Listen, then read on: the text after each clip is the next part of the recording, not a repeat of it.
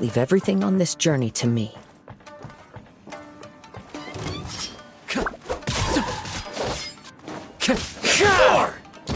The wind knows me.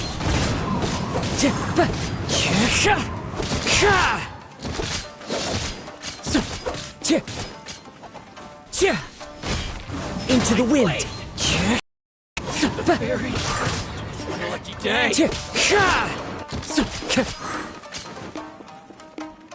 The wind knows me. Clouds high. The birds call.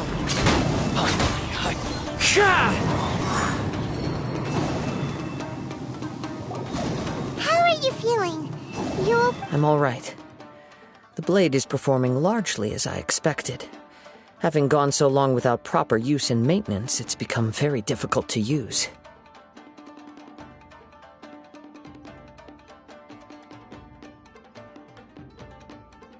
Though he's making every effort to persevere, I do not think he can last much longer. Something else on your mind? How strange. Rather than trying to control me, he is instead trying to match my fighting rhythm. Let's keep going.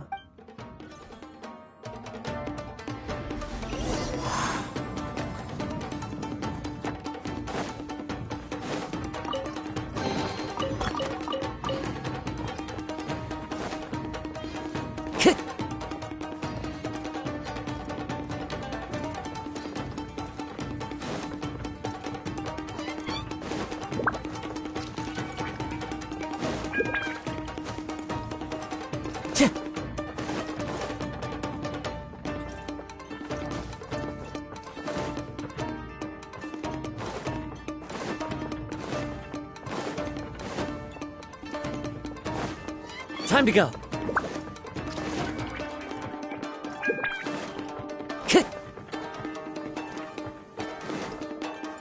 Let's get down to business. One with nature.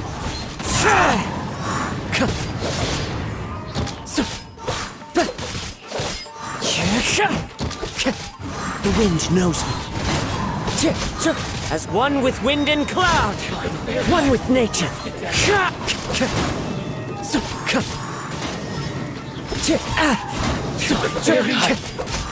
The wind knows me.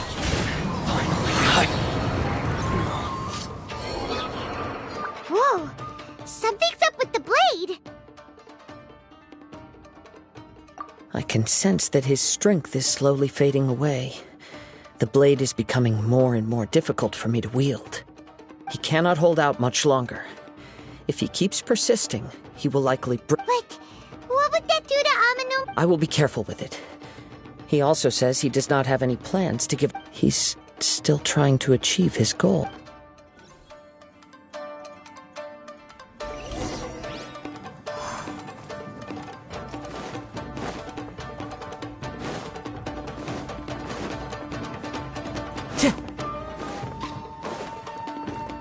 Time to go.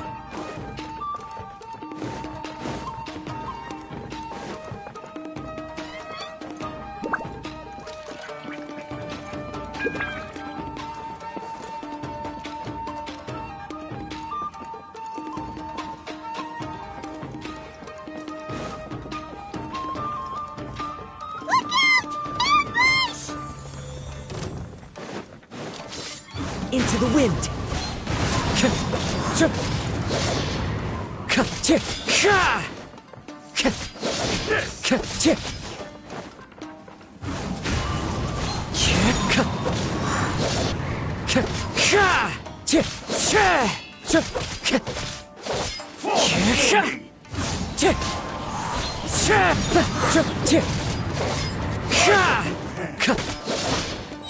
The wind knows me.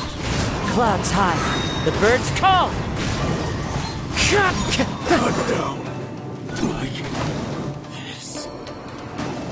Are you okay? It looked like you were really struggling the entire fight. Yes. And it looks like The sheen's grown a bit dimmer again. It doesn't look anywhere near as impressive as it did at the... perhaps this time we'll finally have a chance to see his true form. True form? What are you talking? Is this the same blade as before? It looks like a piece of junk! If you choose to continue in the state you're in, you wouldn't even be able to beat Samurai and Kairagi, much less the almighty Shogun. Maybe you did truly wield power to rival the Shogun's light when first forged. But the long journey from Snezhnaya back to Inazuma has left you battered and broken. It barely needs stating anymore. Your ambition is a flight of fancy. I finally figured out why it was that you agreed to my bet.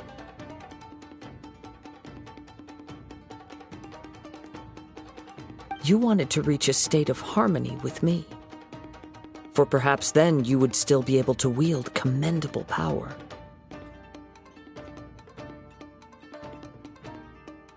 But regrettably, we are nothing alike. I will never understand your obstinacy and cruelty, nor can I empathize with the one who made you. The only one who truly understood you had already passed away by the time you were born. Huh? What's that? There they are! Take them down! Where do they keep coming from?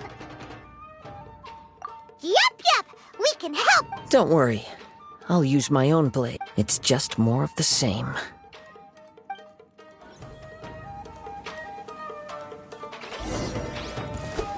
It's my lucky day! Into the wind!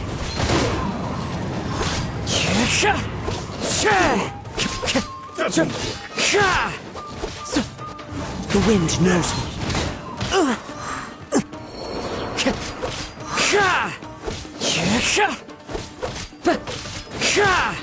Into the wind! Fallen leaves, adorn my night! You fought way better with your own sword. You are a true Kaedehara in flesh and in spirit. Though we fought briefly together, you have seen me for who I really am. No one knew anything of my story throughout my travels, nor did I tell it to anyone. You are the first person to know the truth. I thought that if I could achieve Ishin harmony with you, perhaps there would still be a ray of hope. But in this too you have failed. Indeed. No matter how hard I tried, I could not attain that perfect... Too much time has passed. My physical state is poor, and without proper maintenance, I can only disguise my true appearance behind an outer sheen. Yours is the blade that took on the Muso no Hitotachi. And what a magnificent blade it is. Perhaps... Actually, this is just a generic blade that I picked up during my travels in Liyue. Forging and maintenance are both important for a blade, but they are not everything. This blade has traveled the land with me for many years, and we have formed a close bond during that time. Plus, in the moment that I most needed it, I received aid from another power. Skill, blade, determination, and desire. All these must be aligned in the practice of Ishin art. There is something else I must tell you. Though your maker may not have been aware, your ability to possess your own consciousness derived from the power of the Tatarigami. Tatarigami is a malevolence from the ancient past. It is the source of your mania and savagery. Though you tried to cooperate with me while I was wielding you, the part of you driven by Tatarigami was constantly trying to seize control of my body.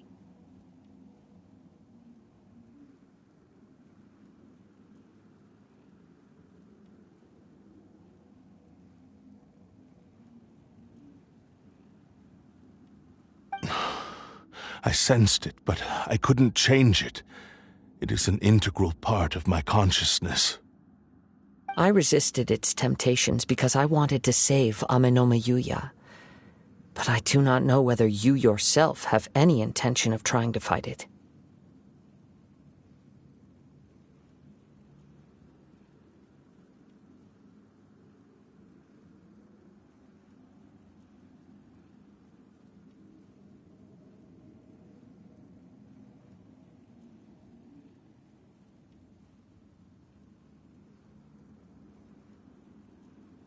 feel a great sense of regret for you. Since you embarked on a journey bound for a destination, the moment you embarked on this journey, you lost the only person who could have ever unleashed your true potential. And yet there was no way for you to turn your back on his ambition. You have known this for a long time. It is the true source of your He gave me everything.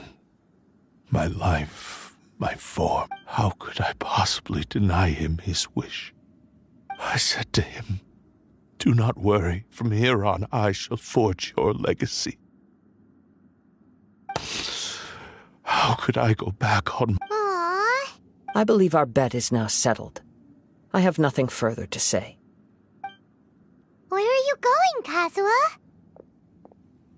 He now has neither the ability nor the motivation to cause further harm. Let's give him some time.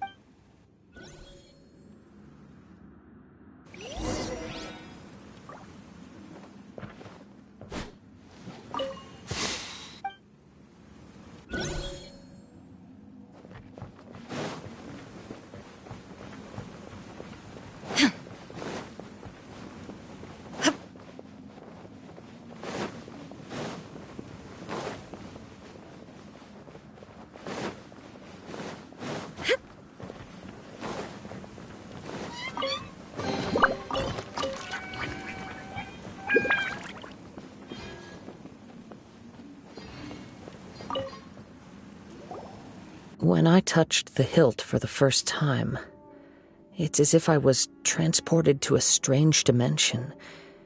It was somewhere I've never been.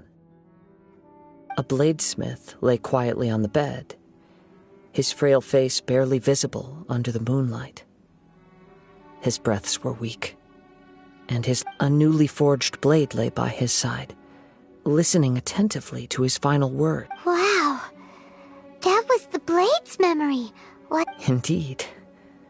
While in exile in Snezhnaya, the bladesmith eventually learned the truth behind everything that had happened. The Ishin art had been dealt a devastating blow by the desertion of its best smiths. He spent the rest of his life in the forge, not to vent his frustration and hatred, but to atone for his action. He felt intense regret at being tricked by the Fatui, but he could never again return to his homeland. His sole wish was to one day return his single, proudest creation back to the land of his birth. So he instructed this sentient blade to find a way back to Inazuma, no matter how long or how hard the journey. All he wanted to show was that they once shone brilliantly as blade and smith, that they were still worthy of being trusted.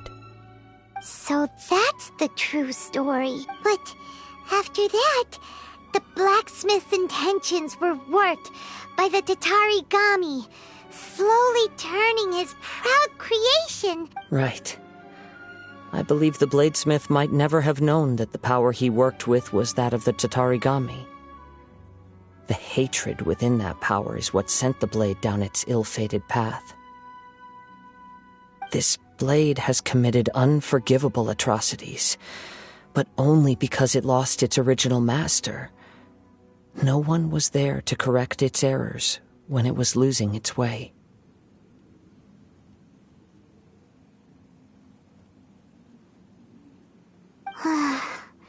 Shame it. Yes, time would not wait or stop because of his determination. While the world moved on, he seems to have calmed down, though. Let's go and check in.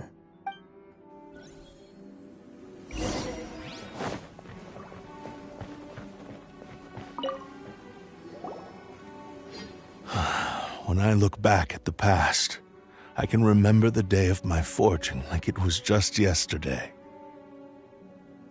I once told him that I would pay any price to fulfill his wishes. Such was the debt I owed to him for giving me. But darkness and slaughter numbed the mind. Over time, I lost sight of the difference between gratitude. Not only did I fail to fulfill his ambition. You are finally seeing reality clearly. Since we agreed to the terms of the bet, I will honor the agreement and release Ame no Mayuya, but I still cannot bring myself to forsake his ambition. It is the entire purpose. So, may I ask you to help me fulfill the ambitions of myself and my creator? Hey! Now you're adding yours into the mix, too? It has to be done in this order. At least hear what I have to say. And if you don't agree, I will still release Ame no Mayuya as promised. My physical form, as well as the knowledge I possess, should still be of some value to you. His attitude has grown a lot milder. What do you think, Kazuha? Should we give him a chance?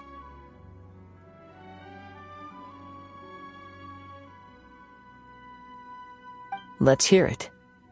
Thank you all. When I was first forged, my maker was already terminally ill. He told me that he had wanted me to have the grandest opening battle. Alas, after that, he never rose from it, nor have I ever had the chance to prove myself in battle since. My fights were devoid of any noble meaning. They were merely the next step in my never-ending journey, the next in a long line of transgressions. You are a fine warrior. I would like to request your hand in battle and experience a true duel between samurai. Oh? And who would be the opponent? I will release Ame no Mayuya and restore his consciousness. Perhaps he must have plenty of reasons to both hate me and desire a good fight. Understood. Then let's start by waking him up and seeing if he has the stamina and will to fight.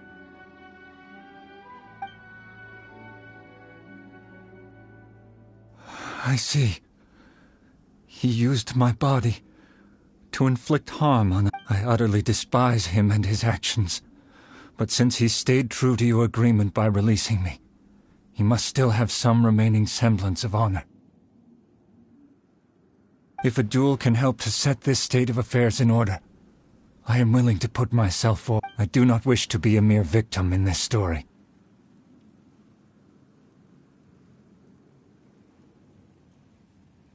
There's no need to worry. We'll vouch for your innocence to the Tenryu Commission.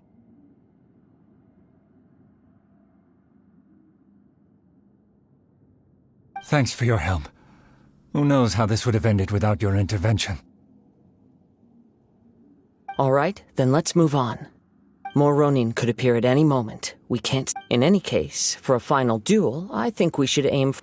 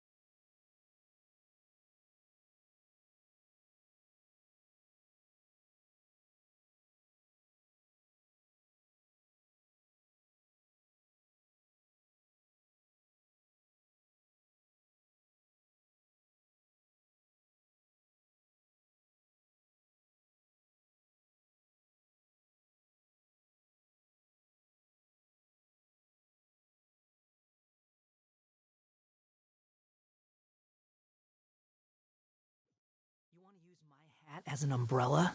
Huh. The audacity to even make that request.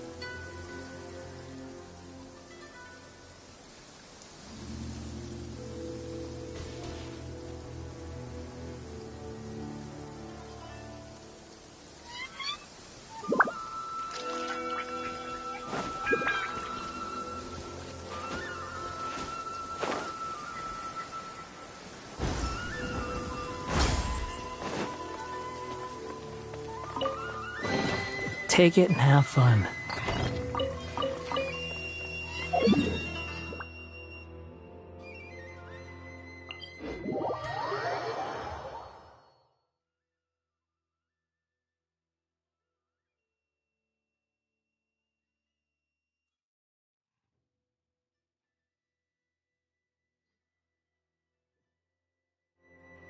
You're so happy just to see the sun. Behold!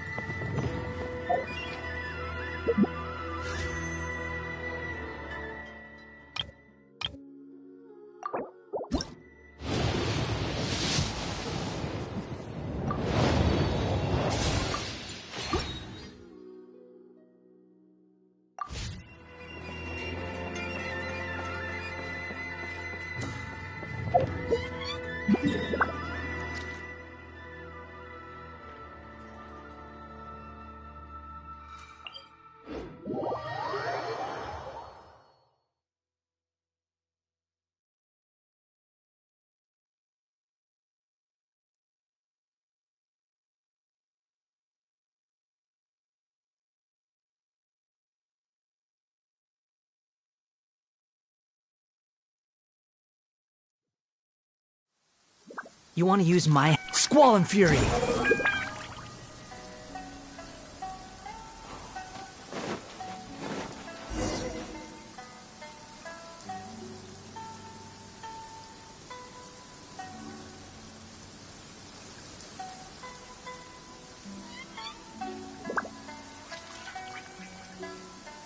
This reminds Paimon a bit of the Crux Clash.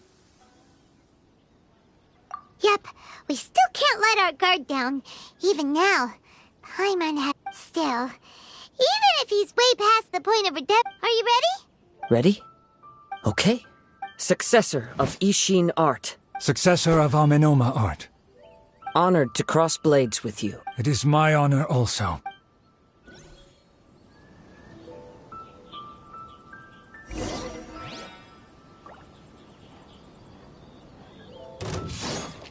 One with nature.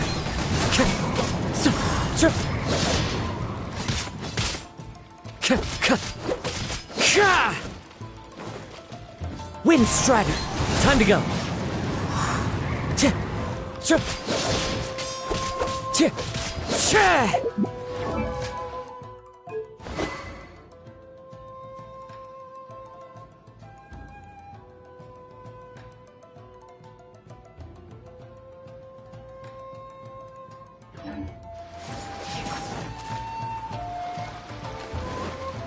The wind knows me.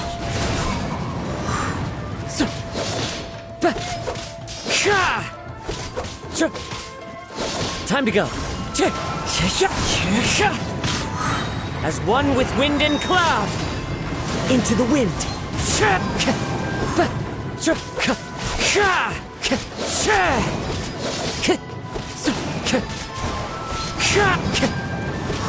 Time to go. Wind Strider.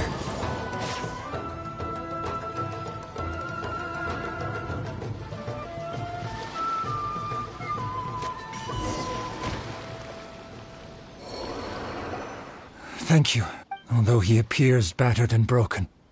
In your hands, his sense of savage cruelty has complete. You also fought well. I'm sure there are a few things that I shall leave him to tell you. I must apologize to you. You need not seek my forgiveness.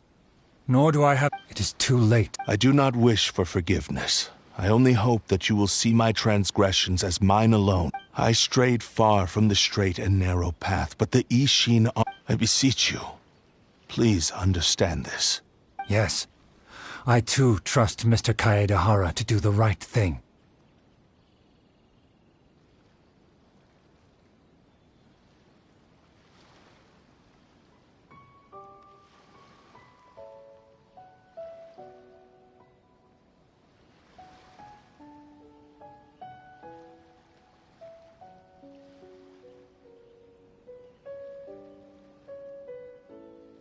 Thank you, successor of Amenoma art.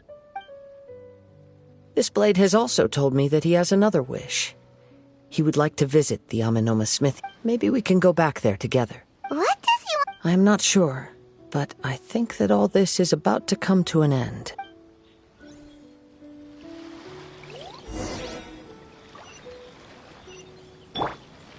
Behold!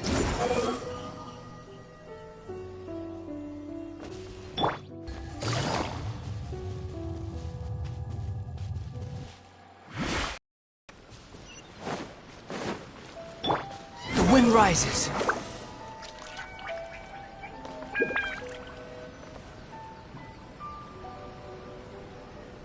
Naganohara's fireworks are the best in Inazuma.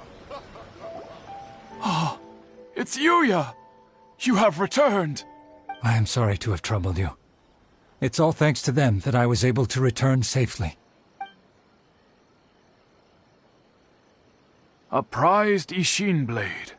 Turned weapon that controls the human mind. Considering their forging philosophy, this was indeed within the realm of possibility. This is a great pity. But I have some good news as well. Ryuji, from the Bonton Sango Detective Agency, tells me that they've found the missing Mr. Nagato. Really? Is he okay? Yes, badly wounded, but he will. And now that Yuya is back, it seems. I think I know what you want to do. What's wrong, Kazuha? Is the blade whispering in your ear again? Yes. He said he wants to take control of me for a brief. What? No way! Hasn't it learned its lesson? He tells me that he's thought of another way to fulfill his maker's wish. And he assures me that he won't use my body for anything. I have decided to let him. But he... guess there's... Thank you. I will explain my reasons later. Okay. I am ready.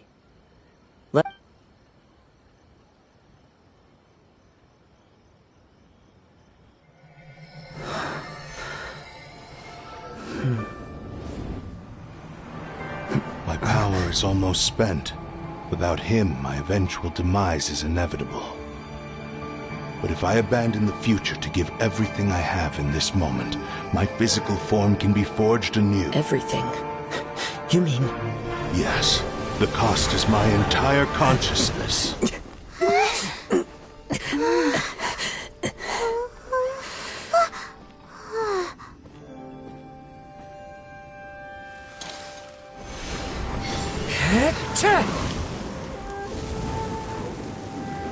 You were right. There's nothing that I can accomplish now. But there's still a chance for Ishin art. Once remade, I will be a valuable resource for your studies. Ishin lives on, and its finest hour is yet to come. Even if I am not the one to prove its might to the Shogun, as long as it is an Ishin blade, crafted by Kaedehara hands, it will still fulfill his final wish. Thank you, son of the Kaedehara clan. Over the years, my real name has been forgotten by all. I'm ashamed to utter it, yet it remains strong in my mind. Kagotsurube Ishin. This name is now yours to keep. Rest in peace.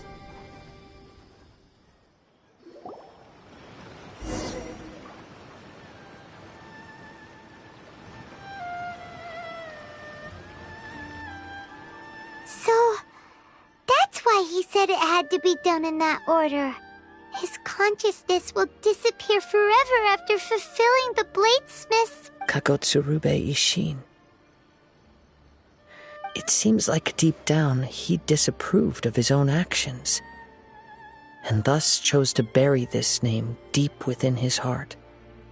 Only in the final moments, before his consciousness faded, was he Seems like he really, really wanted to fulfill his maker's wish.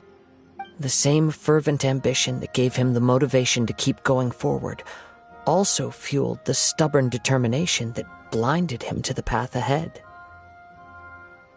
Speaking for myself, I'd rather see him recognize and atone for his mistakes than see him punished for them. I understand. Perhaps this is a flaw in my personality. I've always been captivated by hearing his wish to rival the divine light touched something inside of me. just as the sight of those who fought to repeal the Vision Hunt decree did. Your quest to face the gods and trace your sibling inspires me in the same way. After everything I've seen, perhaps these pursuits fascinate me a little more than they should. Oh, God. I will continue to support you from this point on. Know that you will have my assistance whenever you need it. Wait! Shouldn't we also go update Kujo Kamaji? Oh, you're right. We need to tell him about the findings, and it's also time to give him a response to the offer.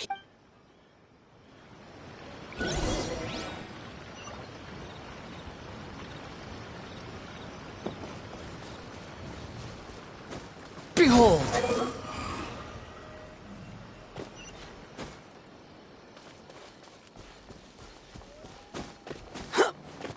The wind rises. You can find everything and anything. Squall and fury. Anything.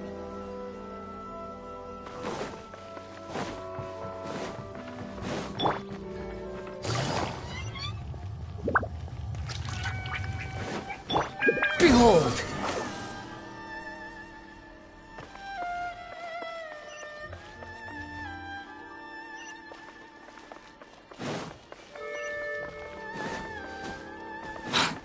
The wind rises.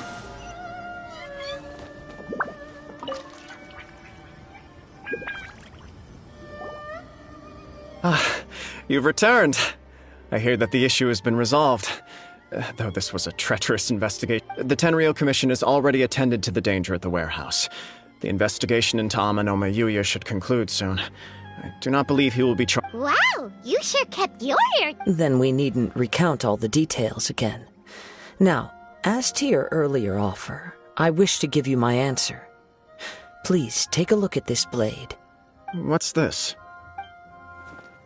Kagotsurube Ishin, a weapon crafted using a long-lost blade forging art of the Kaidahara clan. By means of a series of fortuitous events, I was able to recover and restore him. I also promised him that I will continue to study and pass on the secrets of Ishin art. And so, it looks like I will likely continue with my journey across the nations, learning more about this blade as I go. I see. The Kaidahara clan has always been a family of bladesmiths, so it is only proper for me to continue on. Were I to accept your goodwill, I may find myself embroiled in conflicts between the shogunate and Sangonomiya. That would not suit me. You misunderstand. That was I am aware, but I still desire to continue walking. Very well. I can understand. Then let's pretend this offer was never raised. However, if you should ever change... Great. Thank you. Where will you travel to next, Kazu? I'll probably take to the seas with Cap. As for my next destination, let's see where the wind takes me.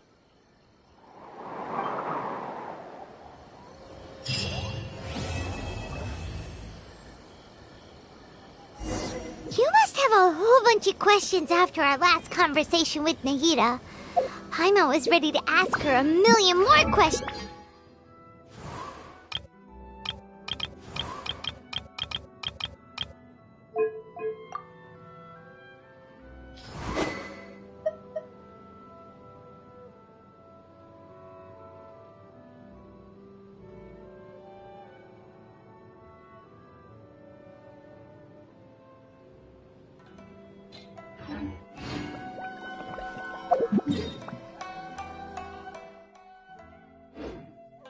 Squall and fury.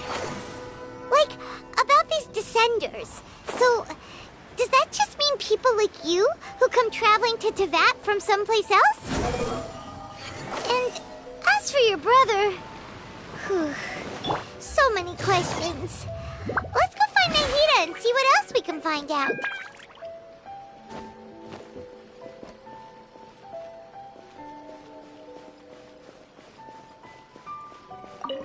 Add.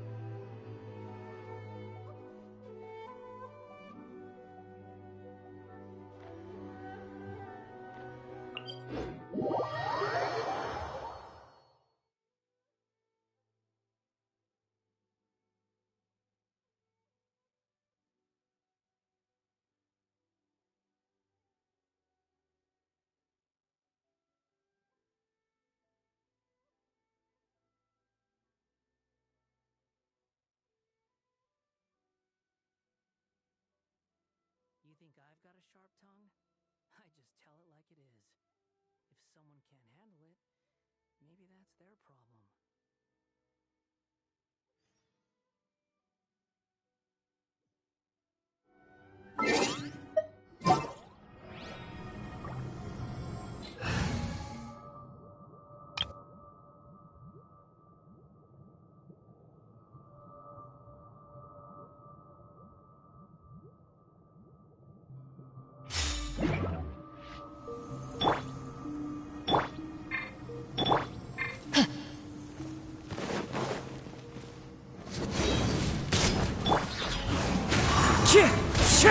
Boba, get them!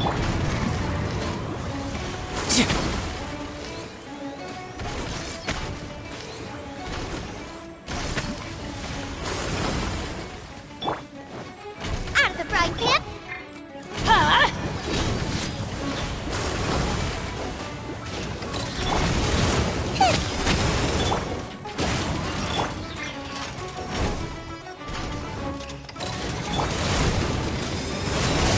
Everybody stand back! Clouds high, the birds call. One with nature.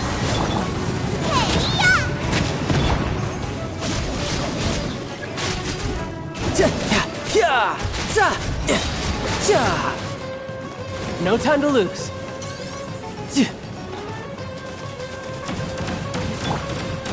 Off we go! Huh? Take cover!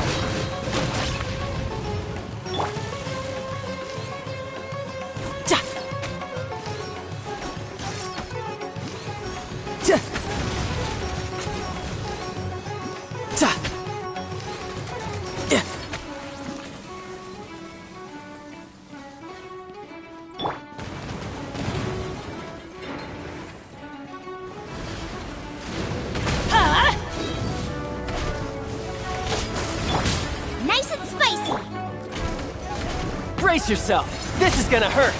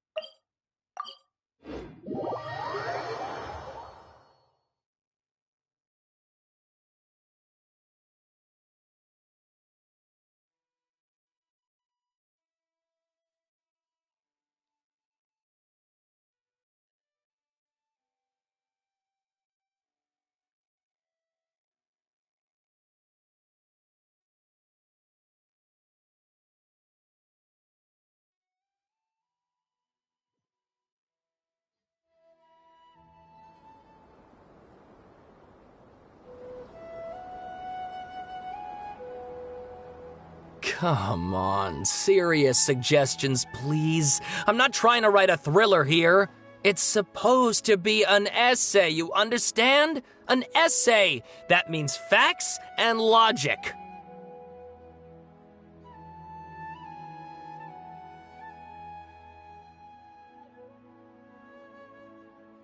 Well, if it's facts and logic you're after, you shot yourself in the foot with your choice of research topic, didn't you? The Tatara Suna mystery. When so much remains unexplained, there's little to be objective about. Unless, of course, you restrict yourself to Yeah, well, this is my teacher's area of research. I can't change that. But it's fascinating enough without having to sensationalize it, don't you think? The strange location, the missing details, a mysterious person.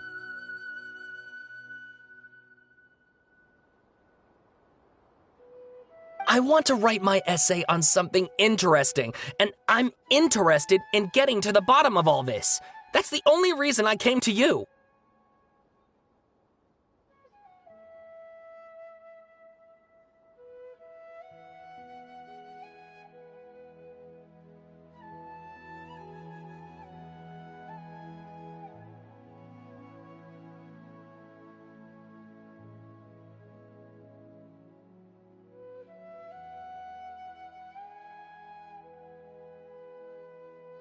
Yes, you came to me. So all the more reason to take my advice. The fact is, it's the dramatization that will make people want to read it. There's no getting around that.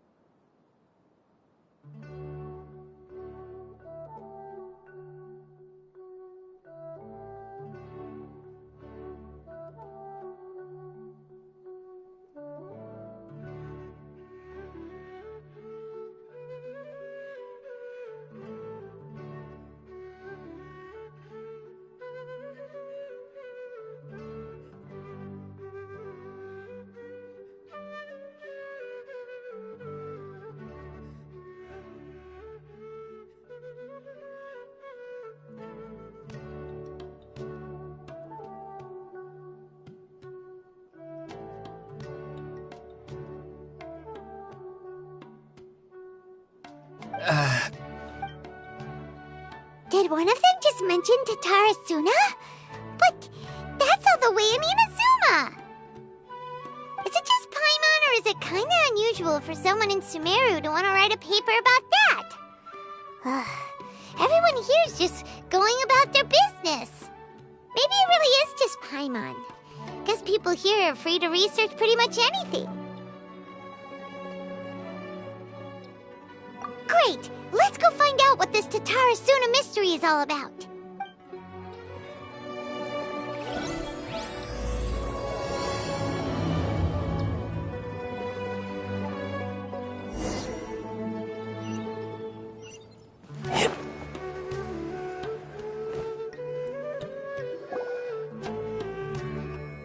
Alright, I guess I'll go with my textual criticism and your editorial direction for the first draft.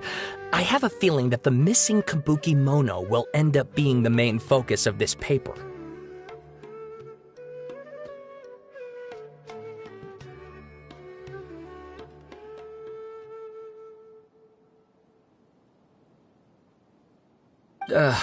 If only we knew where to find that traveler. From what they say about her, this seems like the kind of thing she'd know about. Oh, you're the traveler. Hey, what's with that face? Don't believe us? No, of course I believe you. Actually, I first heard about your great exploits when I was still in Inazuma. This is my first time coming face to face with you and your mysterious silver-haired companion. I couldn't believe my luck, and out of force of habit, I started, examining the evidence. Sorry. Oh, Sawada, for the love of... Sorry, we don't get out much, so our social skills are kinda lacking. Traveler, I hear you've helped many people a great deal and been to many places. Would you be able to tell us about... Actually, we don't know much about that place either. In fact, we only came over here because we heard you talking about it and wanted to learn... I see. My teacher chose this area of research as a personal challenge. He said it's difficult to get into because even Inazumans don't know much about Tatara Suna's past. But who'd have thought that... If you don't mind, I'd love to show you all my outline for the book I'm writing about Tatara... hold on, Sawada. Don't you think that's a bit of a deep dive for a first... Well, fair point. In that case, please ease yourselves in gently by taking a look at Akaba's latest essay draft. Let me give you some background. This all started with the discovery of some records in Tatara Suna.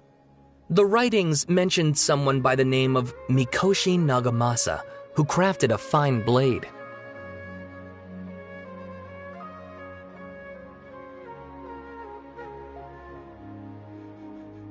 But in the end, he threw it into a fire to destroy it, and killed his servant Katsuragi. Why? Well, No one knows. Apart from the swordmaker, his servant, and the one who wrote this all down, the records also mention a kabuki mono. This seems to be an Inazuman word for an eccentric stranger, someone who dresses funny or acts in an unusual way.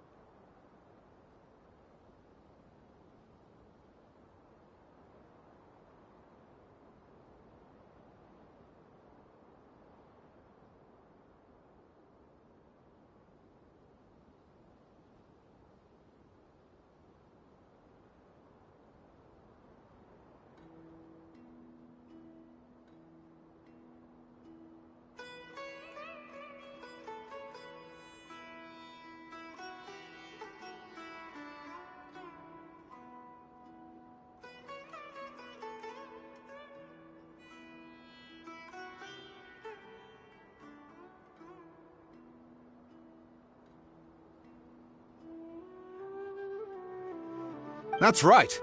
Akaba's teacher has spent quite some time researching these events on the ground.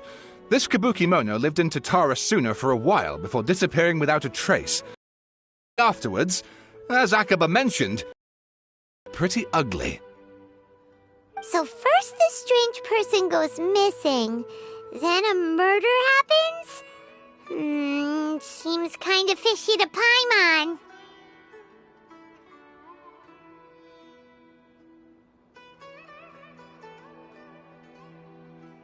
Yes, my thoughts exactly. So I helped out too. I asked everyone I could think of if they knew anything about what happened back then. And wow! Did I get lucky!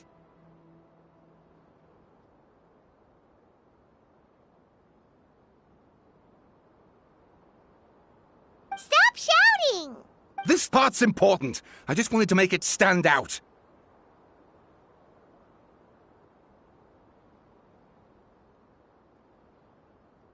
It just so happens that a friend of mine works at the Government Records Office.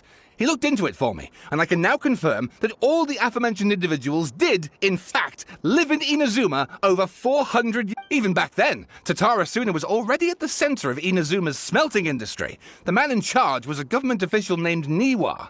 Curiously enough, it seems like he went missing too. Wait, so there are 2 missing people in this story now? That's right! What's more, Niwa is a name with a lot of history to it. Have you ever heard of the Great Swordsmith clan? Oh, the Swordsmiths? Yeah, like Ishi... Wow, yes. You really know your stuff. That makes things easier. So, basically, this Niwa was a distant relative of the Kaidahara clan, the last practitioners of Ishin art. Something then seems to have happened in the Kaidahara clan, leading to their downfall. I don't know the details, but taken in light of everything else going on around that time, it makes you wonder whether it's all connected. The Kaidahara? Sawada, you left out the biggest detail of all.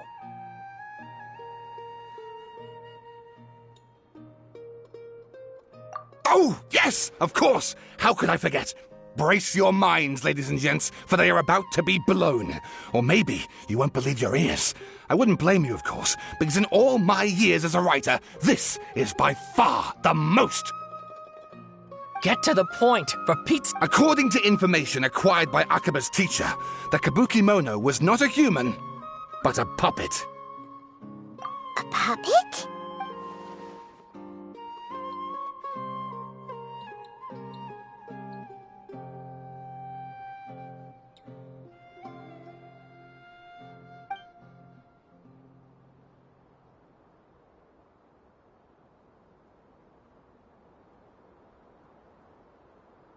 Aha! Judging by the looks on your faces, you do know something after all.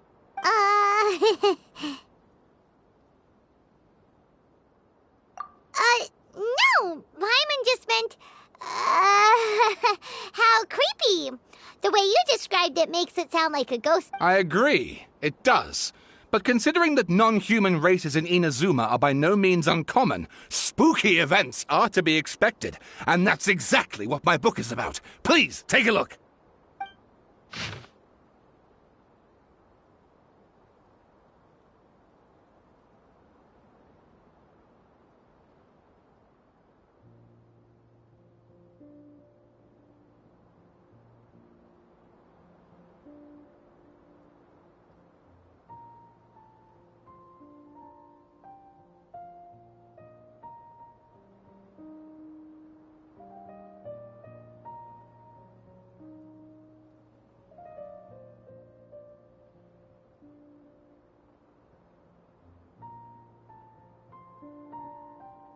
Oh, and please read my essay draft as well.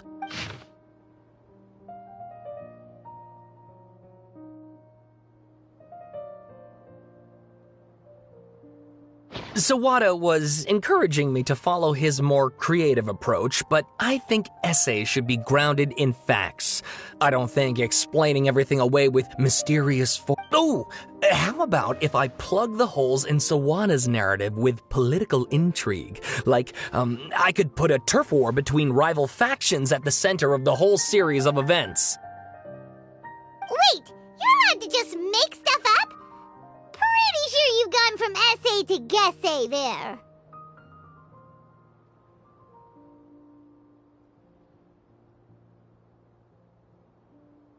Akaba, look. Your teacher has researched this extensively. I've reached out to everyone I could think of. Whatever information we have now is all that there is to know. This is as much detail as you're ever going to get. Besides, if there really was a political power struggle going on at anything like the level you seem to be suggesting, what hope would we ever have of finding out the truth?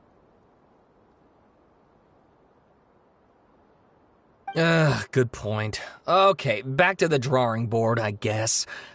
Give me some time. I need to find a new angle on this.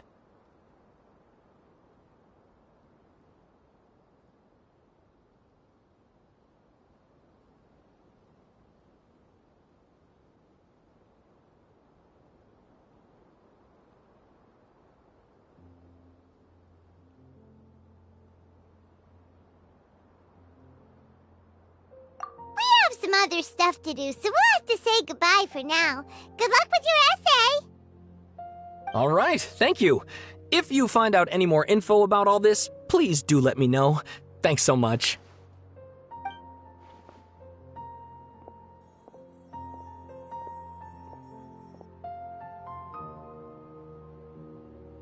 Hey, so that thing they were talking about, it has to do with the balladeer, doesn't it?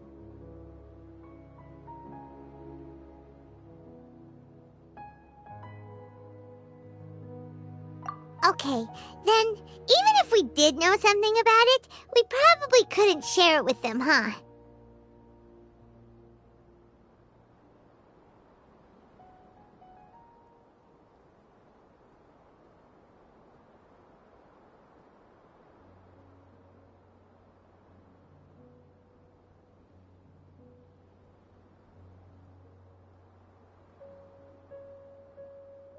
After all, we kicked his butt and got him locked up. Information about people like that is usually super confidential, isn't it?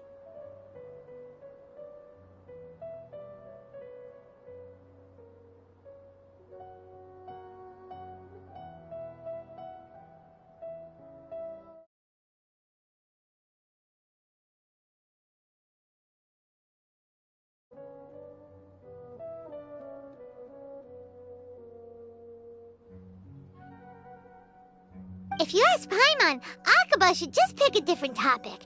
There must be as many essay topics as there are trees in the forest. There's no point in...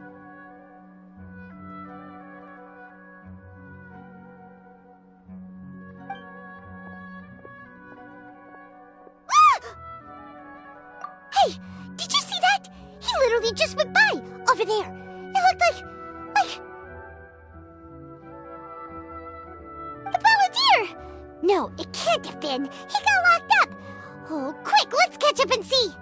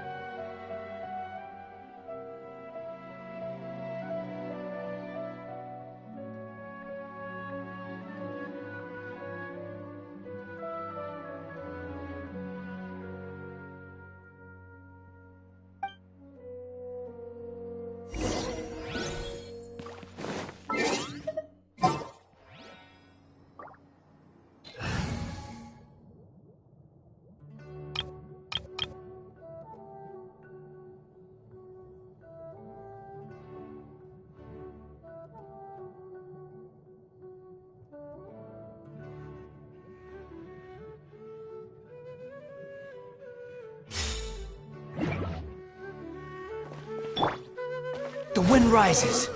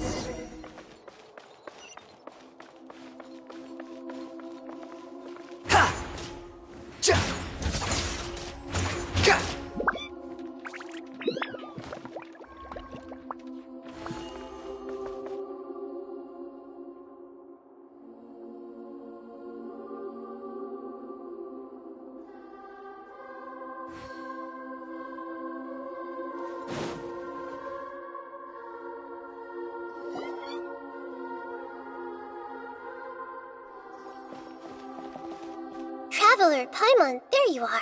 Nahida! Bad news. We just saw the balladeer strolling around in public. Did he escape or... Sure enough, you're here. Hey! What are you doing in the sanctuary of Suristana? Aren't you supposed to be locked up? I know you must have a lot of questions. Please, it was my idea to set the balladeer free. We made a deal, and he's gonna do some investigation in Irminsul for me. A deal? Huh. What did you expect? Why do you think Sumeru would keep me around otherwise? Or maybe killing me is all you can think about. But if that's the case, why haven't you done it already? Don't flatter yourself. It was... Nahida said there's still some mysteries in you to figure out. Ah, so if it were up to you, you'd finish the job? Guess I had you all wrong. There I was thinking you were just getting cold feet. Well, that escalated quickly. Not a good start. Could I ask you all to please calm down? But Paimon's worried about you, Nahida. Don't let him trick you. It's not every day you see people questioning the God of Wisdom's judgment. Just when you think you've seen it all.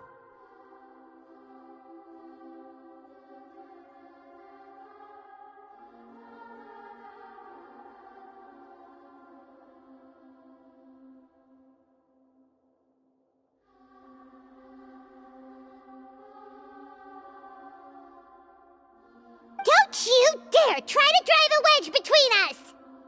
As long as the terms are reasonable, I don't think there's a problem in making a deal. Even with the balladeer. Well, I for one have no reason to doubt you, considering you even struck a deal with the doctor.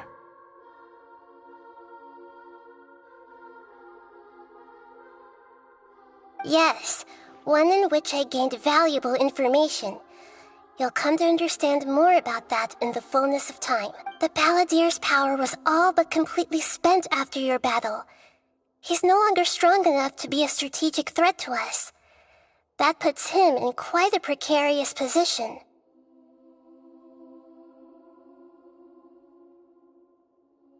Plus, he's a former harbinger with knowledge of many of the Fatui's sensitive secrets. Being stuck here in Sumeru could make him a sitting duck, depending on how the Fatui plan to respond.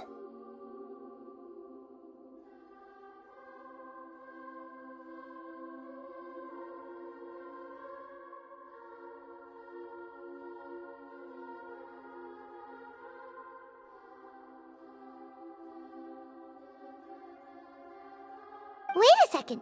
Farmer? You mean he's not a harbinger anymore?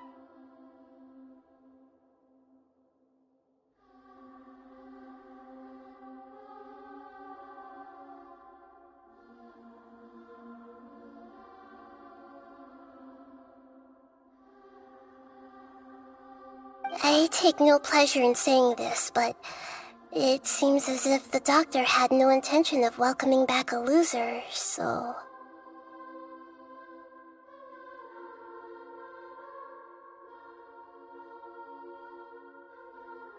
Sometimes it's you using them, other times it's them using you. Most human relationships are this way. Certainly all the stable ones are. That's how it was between me and the Fatui, and also between each of the Harbingers. So as long as you have some value to offer, nobody will ever abandon you.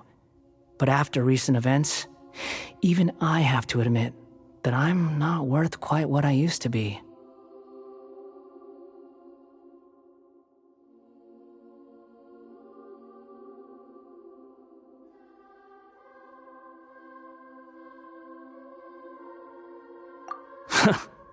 Well, if the Fatui are gonna reevaluate my utility, I need to have a backup plan for myself. As we discussed, I don't like causing harm to living beings, and you said you need protection. So, why not join forces with us? I think these two have made their objection to that idea fairly clear. don't you? And they're your friends. So I guess you'll be siding with them. Yeah, obviously! Nahida... Then let's put that discussion to the side for now. We still have time. Today can be a trial run. Where we go from here will depend on how well we manage to cooperate today. All right. Then I'll do what we agreed. Good. Go now, and keep in touch. Nahida, are you serious about this? Yes. I have my reasons for this decision. In fact, I'm largely doing it for your benefit. Yes. As I told you once before, there's information about your twin in Irminsul. Oh, yeah. Actually, that's the whole reason we came to see you today. So, you have an update on that? Mm-hmm.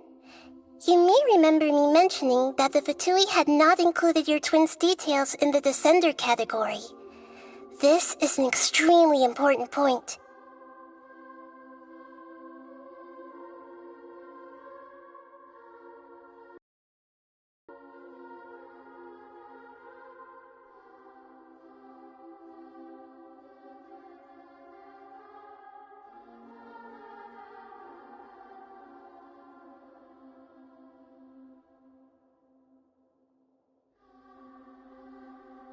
It's possible that the Fatui have other information that even I don't know about. And since the Balladeer used to be one of them, he'll be better acquainted with this information than I am.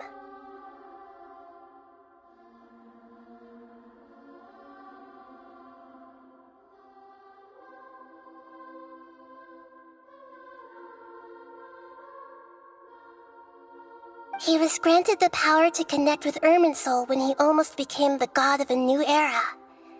Even though he no longer has the Gnosis, some traces of its power remain in him. He can still connect.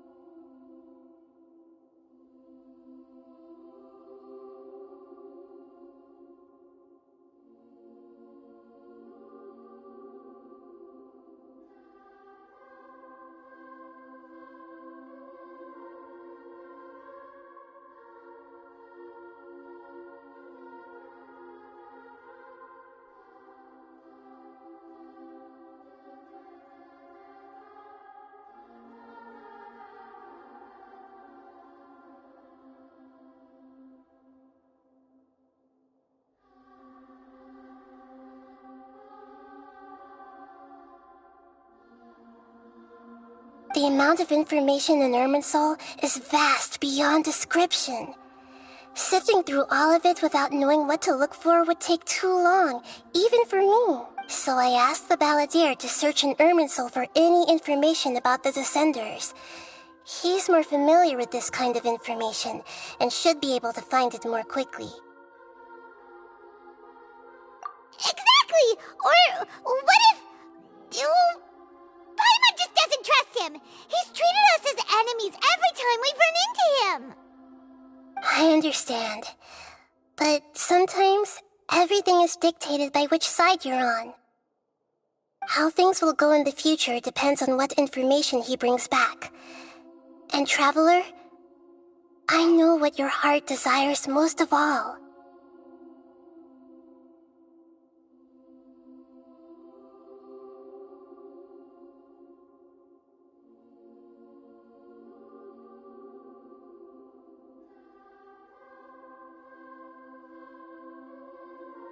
Our minds have connected several times before.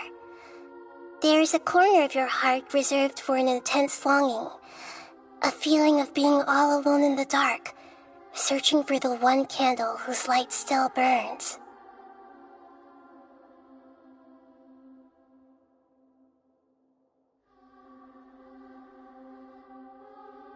As Sumeru's deity, it is my responsibility to be on guard against the Balladeer. But as someone who counts you as a friend, I want to do something for you.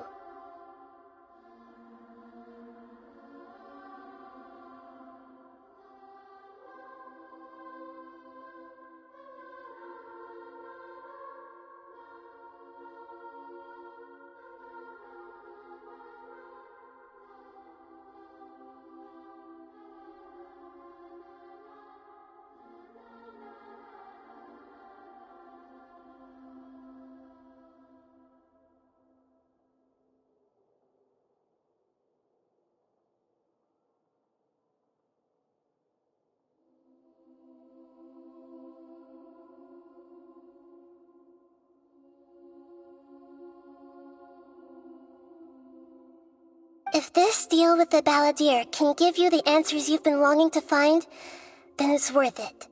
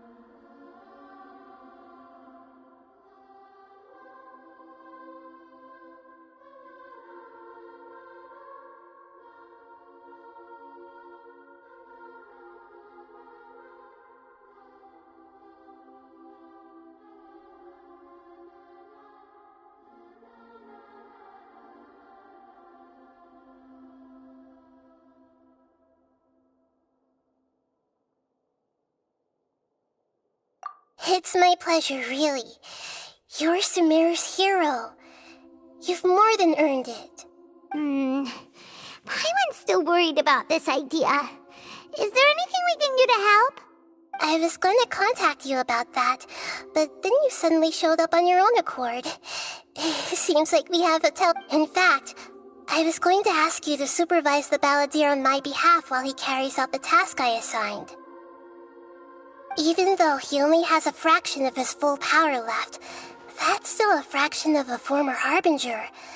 If you could accompany him, it would put my mind at ease.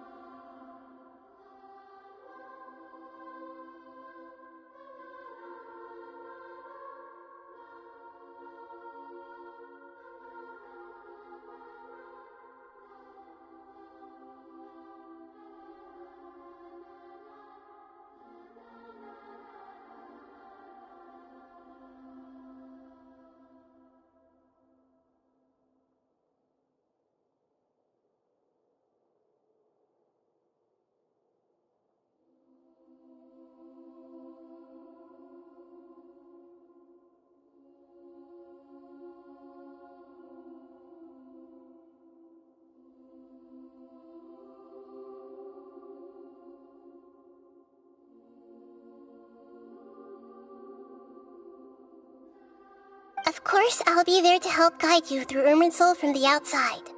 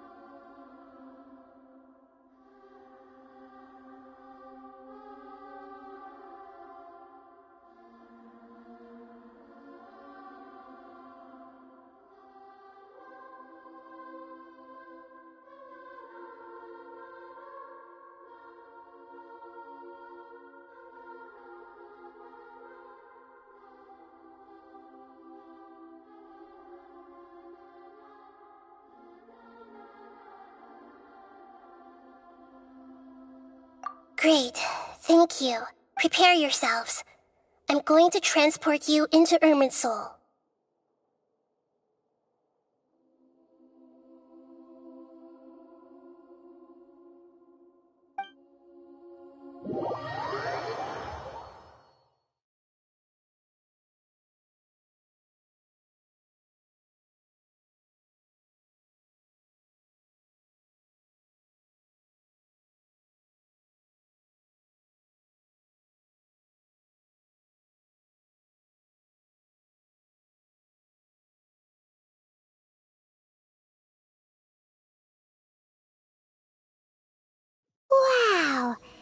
looks pretty different here compared to last time. The colors are gentler. Guess that must be because Sumeru's at peace now.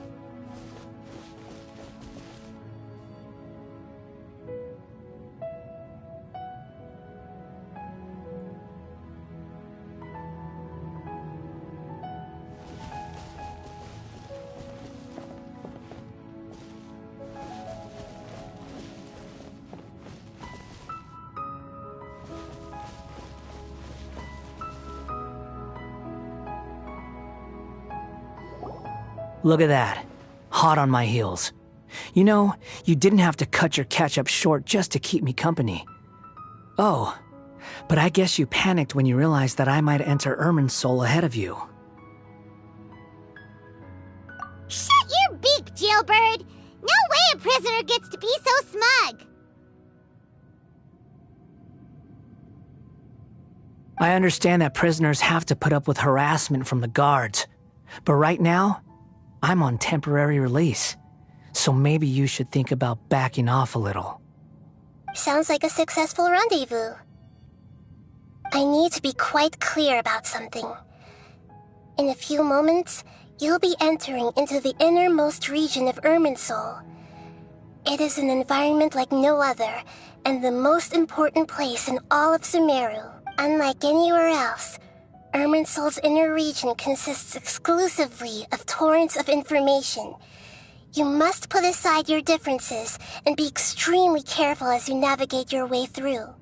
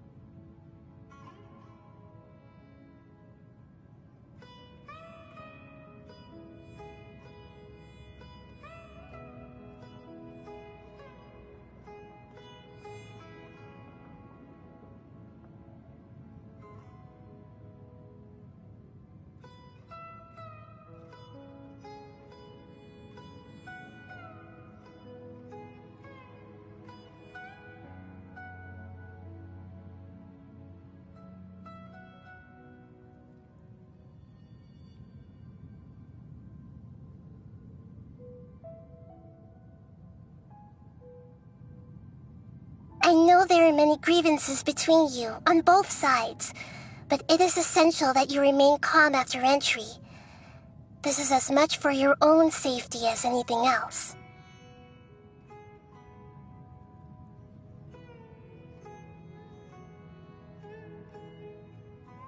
Fine, let's call it truce, but only until this mission's over. Let's cut each other a little slack, shall we? We are going to be traveling together after all.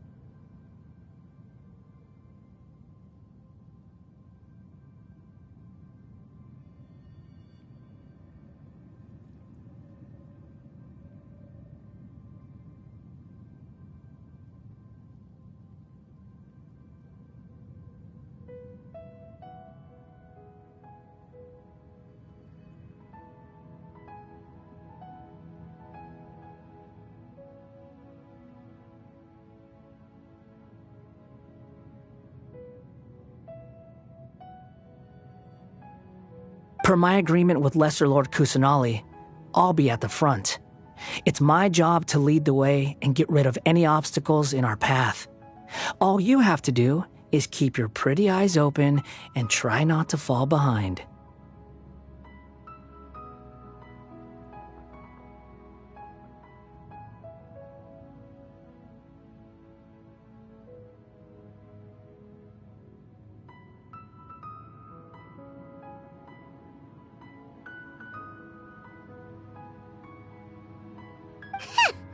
You sure are confident. Paimon will give you that.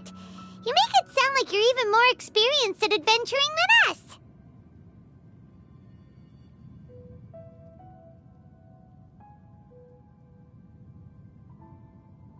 If there are no further objections, I suggest we get going. Or did you need some time to mentally prepare yourselves? Ew! Ugh, the snark on this guy! It's unbearable!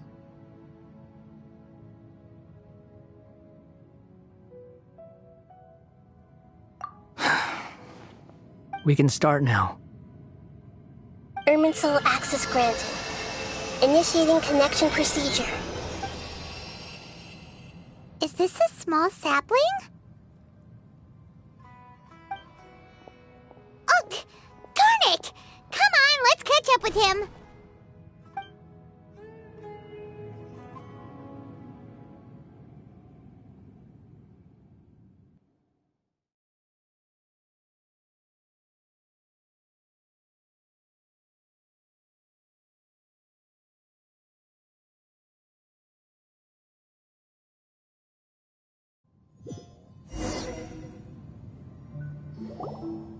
Wow! So this is the inside of Irminsul. Ooh! Paimon's never seen anything like this. And it feels like a sacred place. Irminsul is closely intertwined with the entirety of Teyvat. Every bit of information flowing here means something. Pick your jaws up off the floor. It's time to go. Why is it that Paimon just wants to do the opposite of everything he says?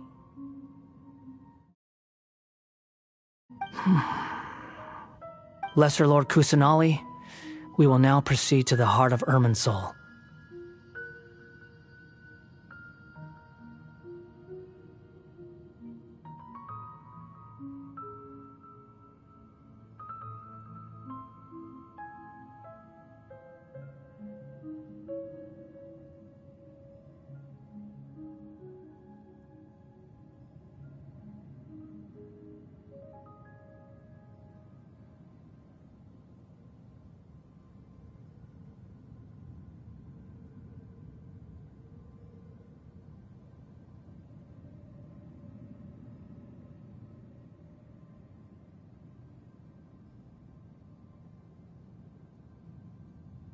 Can you still sense where the heart of Irminsul is? Yes. Permission to begin searching for information there?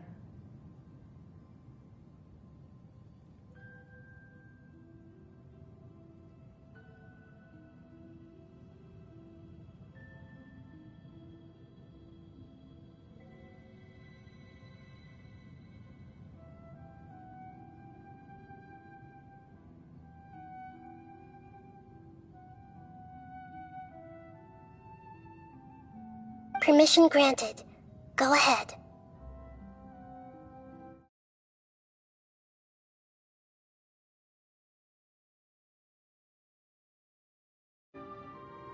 Let's go. Stay close. Don't go running off. Hey, so, say we did go running off in here. What would happen?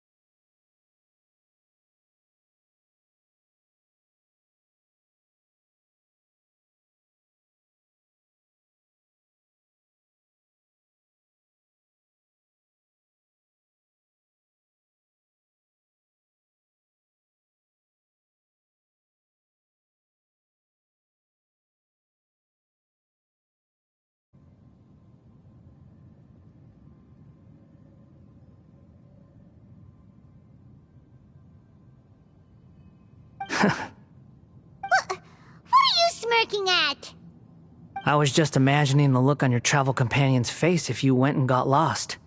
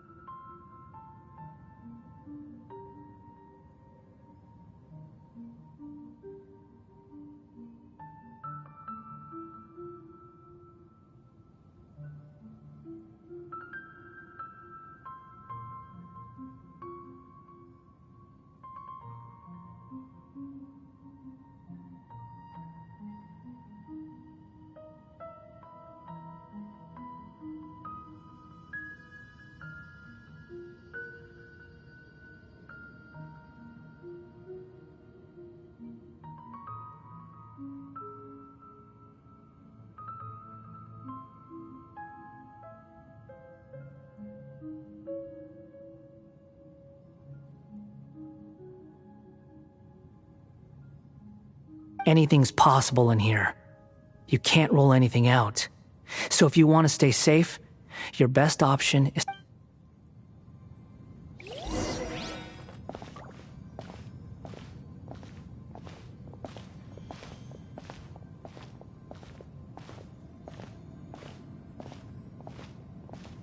These sapling things have spread out.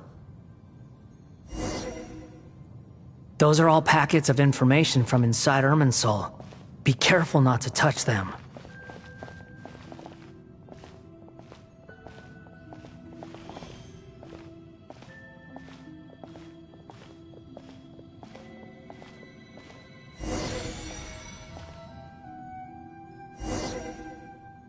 It looks the same in every direction.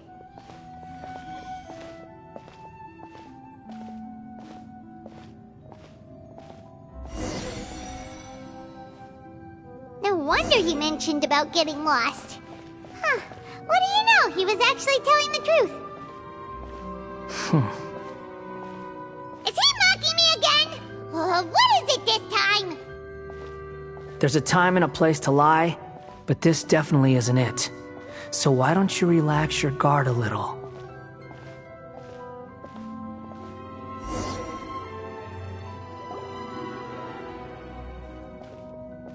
We're here. What a huge...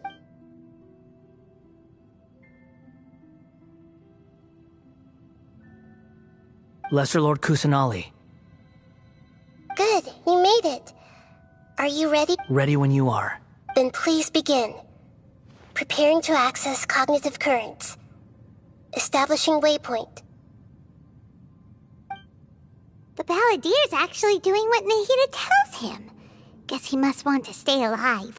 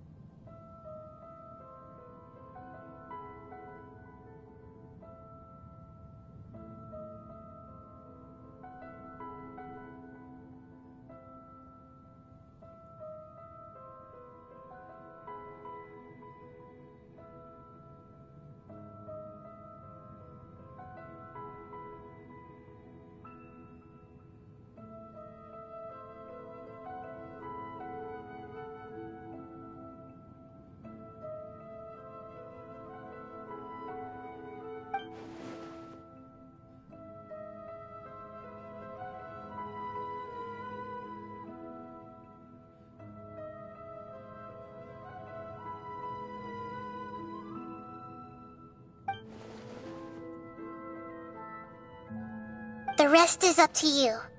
If you discover anything at all, make sure to share it with us. Will do. Huh. For once, we're the ones with nothing to do.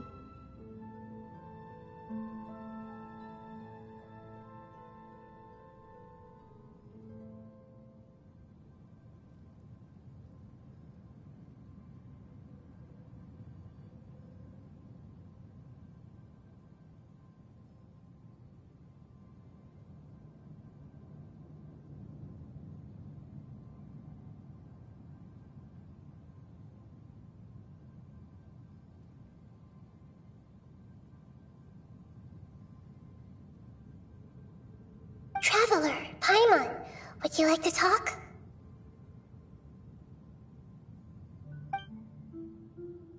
Yes, I've also invited Paimon to join.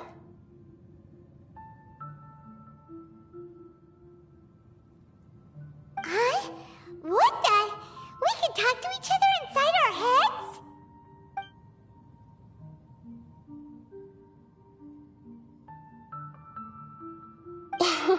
That's part of it. Plus, we're all friends. There's nothing wrong with us talking like this once in a while. Paimon's never tried this before. This is good. So, Paimon's been wanting to ask you something. Don't you think the Balladier's a bit of a walking contradiction? He's always talking back, but he seems to listen to what you say.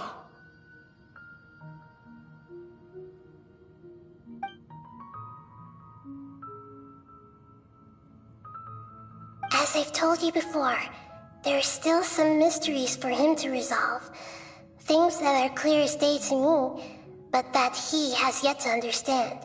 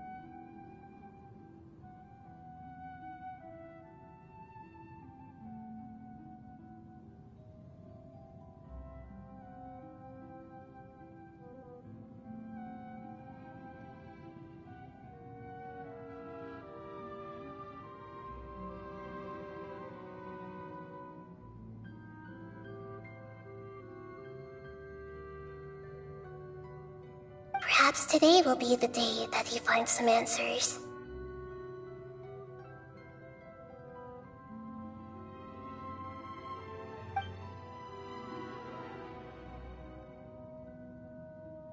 Well done. Smart and attentive.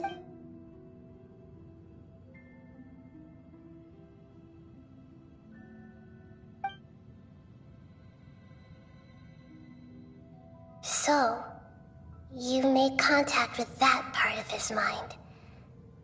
Well, it's true.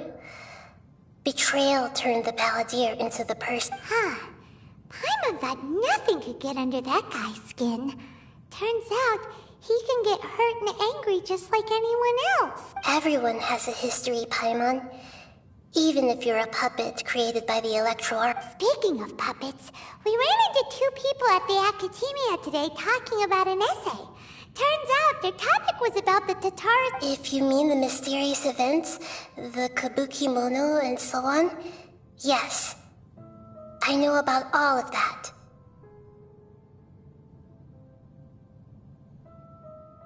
Really? Because from what they were saying, it sounded like lots of Tatarasuna's history is still unexplained. And most of the information we have now is just from people filling the gaps with their imagination.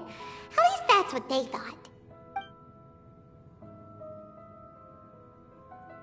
Oh? How interesting. Those two managed to deduce... So the Gese got it right? Well, they guessed right about one thing. Tatarasu... Must be a riveting conversation you three are having. Funny how all the good ones happen when I'm not involved.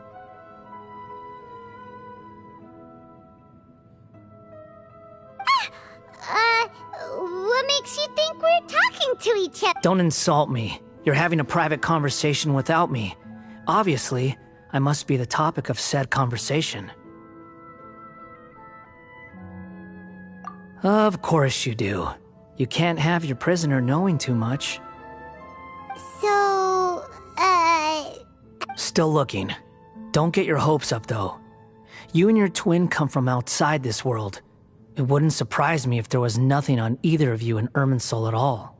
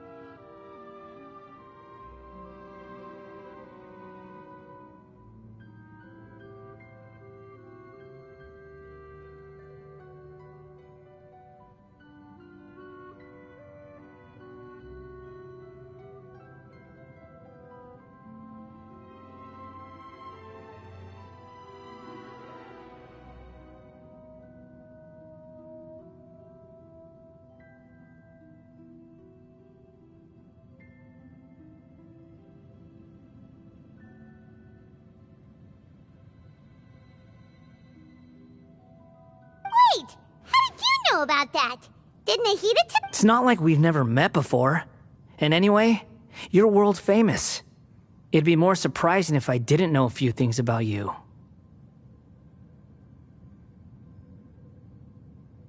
Right now, we have to keep the peace. I'm not interested in creating more misery for myself and making cordial conversation. Huh?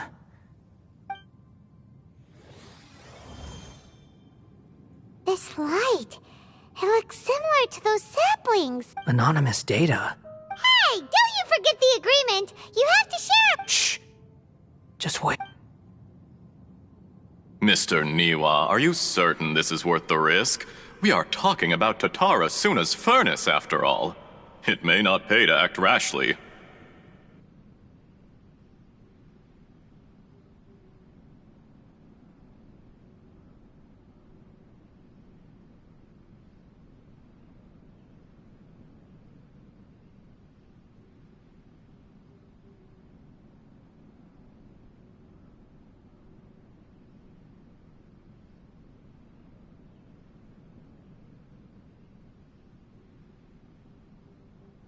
There's no one else who can enter the furnace. It has to be me. Is that so? Whoa!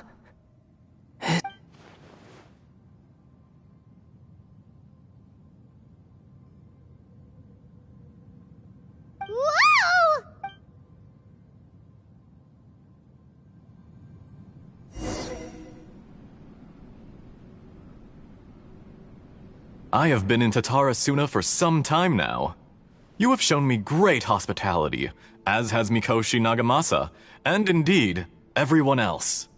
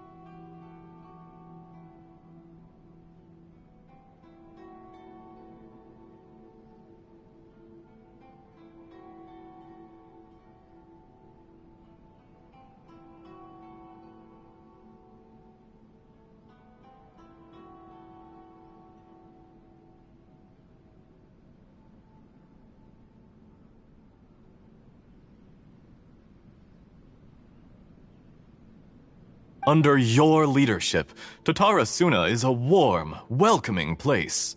Like a giant village. People are gainfully employed. Their lives have purpose.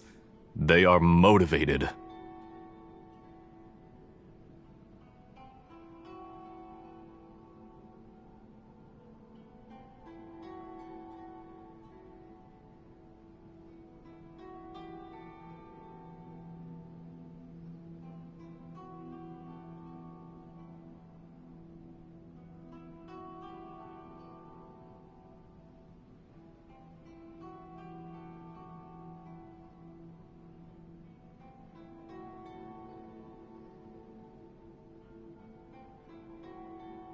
As I understand, the Raiden Shogun has, in recent years, eliminated much of the evil that plagued Inazuma. As for Tatara Suna, it was originally established as a means of safely disposing crystal marrow.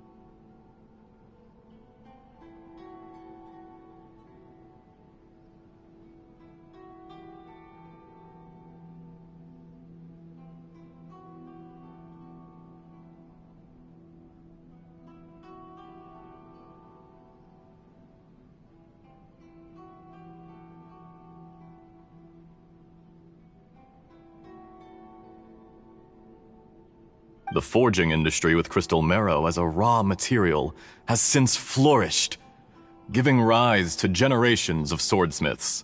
Some world-renowned, skills, blood, dreams. Every smith brought into this trade looks to find their purpose between steel and blade. That is why you accepted the proposal brought to you by myself and Akame. Yes, well, were it not for you coming to Inazuma and happening to make Akame's acquaintance, the two of you never would have joined forces. And he would be the first to admit that there's no way he could have revolutionized our forging process like this on his own. At least not on the same timescale. You allowed Akame to take all the credit for a method that you jointly developed. He sold it to me, and now every piece of ore here is smelted using the new technique.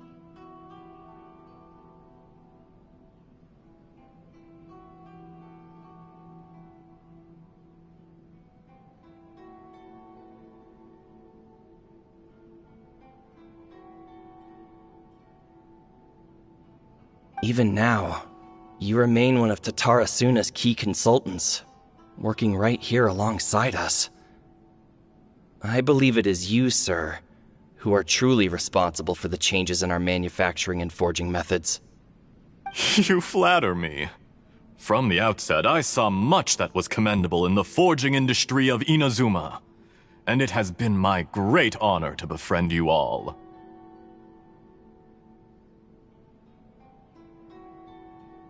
So you say, Escher. But is this really the truth? My good sir, what do you mean? I tried to resist thinking it was all connected, because I didn't want to speculate, and I didn't want to believe that things could turn out this way. What have we gained from adopting your new technology? Ominous black smoke? Mounting production problems? And recently, as you well know, someone died because of that strange filth inside the furnace. We've kept the truth from spreading outside, but still, I suspect you understand it better than I do. None of the people who went out to get help have come back. Now, our mutual friend, the Kabuki Mono, is taking the Golden Feather to Narukami Island to seek an audience with Shogun. This is our last hope. But that doesn't faze you, does it, Escher? Nothing does. Otherwise, why would you still be standing there with that smile on your face? I'm just surprised that you finally chose to be so sincere. I'm sure you've been harboring these suspicions for... Mikoshi Nagamasa may have noticed that there was one common denominator among all these events. Namely you, Escher. But Mr. Mikoshi is more cautious than I. After all, Nagamasa is the adopted son of Mikoshi Torichio, the yokai struck down by the Shogun's own hand. If he truly seeks to redeem his family's honor, an abundance of caution is well advised. You're well informed on the subtleties of his situation for a mechanic all the way from Fontaine. Are you sure you're not a little overqualified? Why, Mr. Niwa, are you suggesting I find a job as a diplomat? Sadly, I am so very attached to my craft.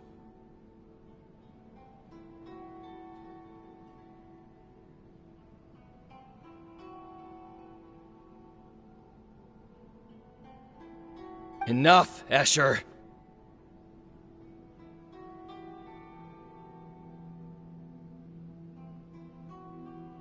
I'm here because an evil force is raging inside the furnace.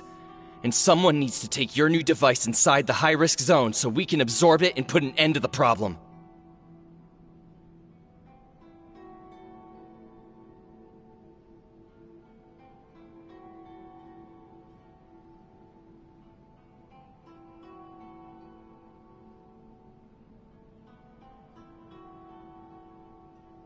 I'm in charge here. And I'm about to take some responsibility and head inside. Probably to my death. But what about you? What are you still doing here? Judging from the look in your eyes, you don't seem to trust me. Drop the act! We're past that now. Whoever you are, it looks like your plan to destroy Tatara Suna has... I just want to know what you're still doing here. What's left? Don't you have all your answers by now? Honestly, I'm just waiting for the right moment.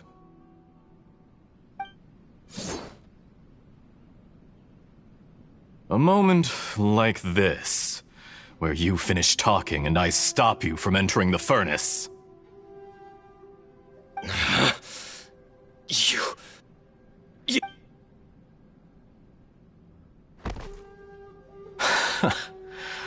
You're a little smarter than I initially gave you. I thought I'd disguised myself exceptionally well, at least for the first few days.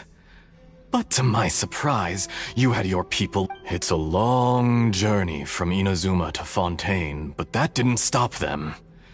Eventually, they managed to confirm that Escher was an alias, and that I was not from Fontaine at all. And yet, despite all of that, you still fail to realize my true identity, and what I seek in Tatara Suna.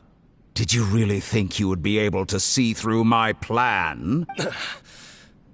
If you kill me, there's no one who can get inside the furnace. So you're really going to destroy the... Oh, but you're quite wrong. There is one other person. Some may not see him as a person, but you told him yourself. You're not a puppet. You're a human. You're just missing a heart.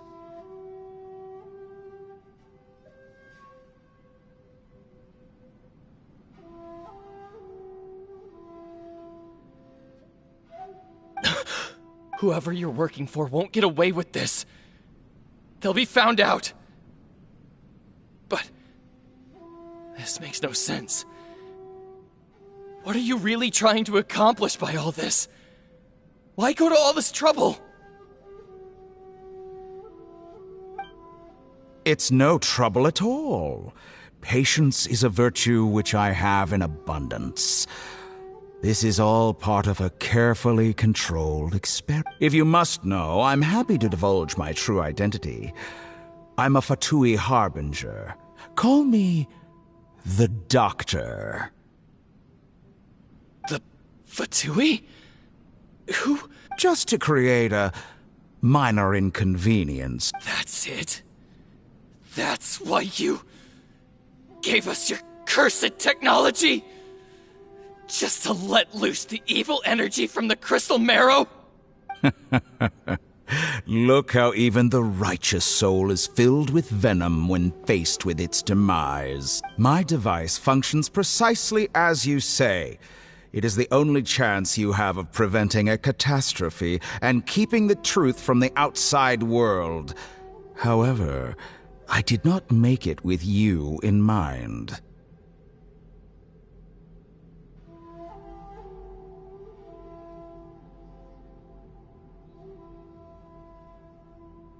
It is easier for a person to be possessed by evil spirits when they are filled with hate.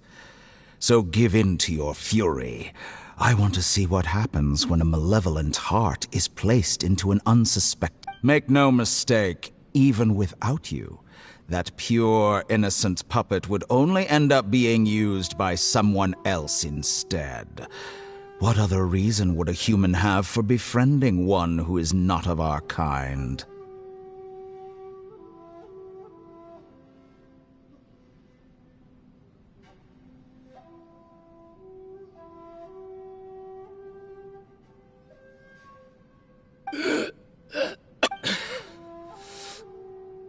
If you give him my heart, tell him that both Nagama, he has nothing to prove to anyone. Because not everyone just wants to use other people. The only ones who think... What a beautiful way to see the world. It almost makes me feel a little guilty. Then out of respect for you, I shall think of me as a monster or a demon, if you wish. At least this way your death is not a consequence of your own folly turning you into an easy target. You simply lost to something more powerful than you could ever... I say, Mr. Niwa, let's see what happens.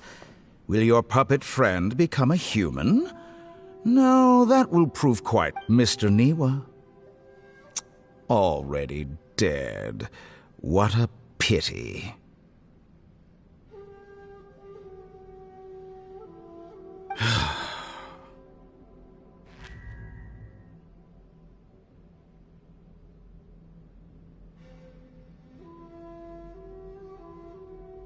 Jester, I have completed the task you gave me.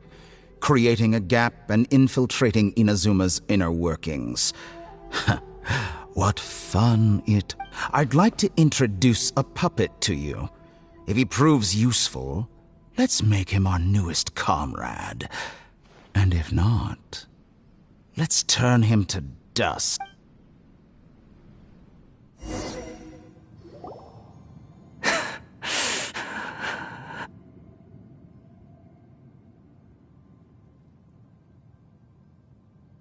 Hey!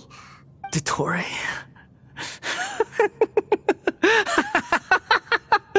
Dottore! Good. Good. Was that the doctor? Did he turn into a mechanic from Fontaine?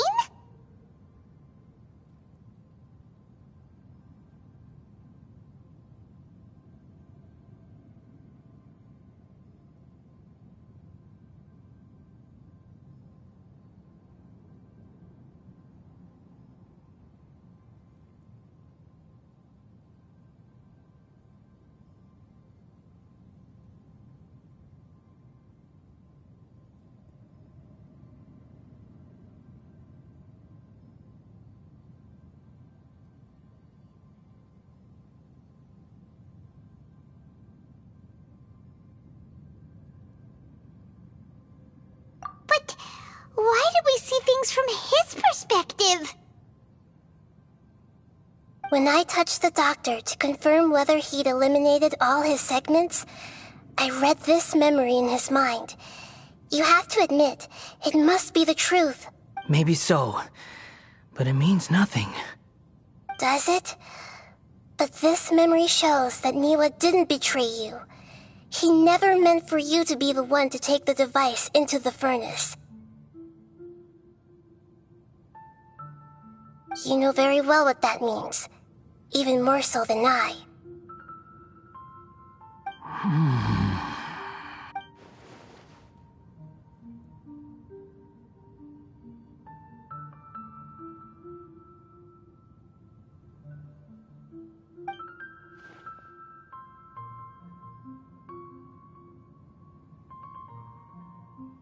Let's give him some space. He looks really mad. Paimon doesn't want to be anywhere near him right now. We need to give him some time to process his emotions. Paimon's still confused about the Tatarasuna incident. So, the doctor was behind it, but What? Nobody has ever deceived you like that, Paimon. It's natural that you find it difficult to understand. Perhaps he needed to learn this someday, so now you have the complete picture. Katsuragi took the kabuki mono to live with the people of Tatarasuna.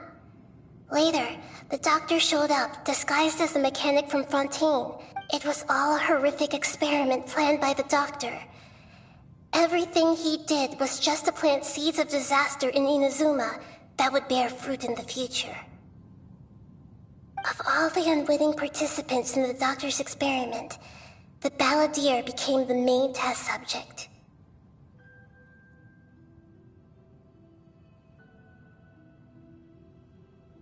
After the events you just saw in that memory, the doctor put Niwa's heart into the device and handed it to the balladeer. Then, he instructed him to enter the furnace and absorb all the filth caused by the smelting process.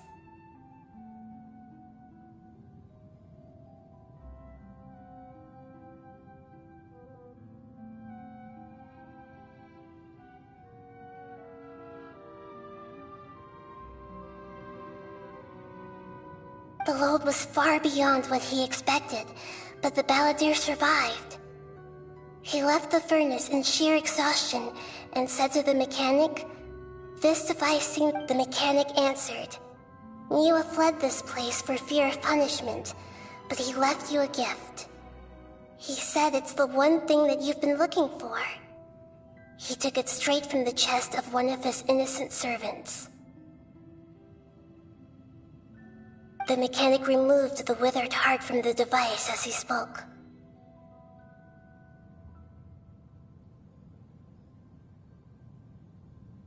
The balladeer was stunned that such unthinkable cruelty had brought him the thing he'd been longing for his entire life.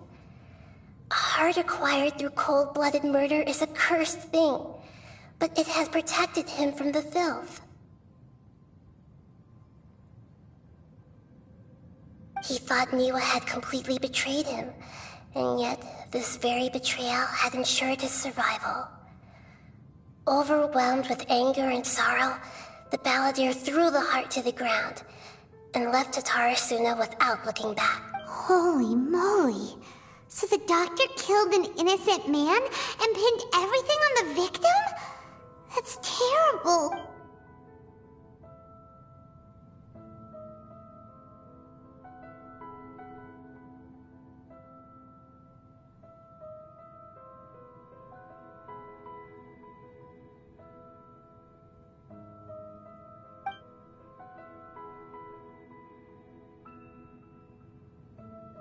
Yes.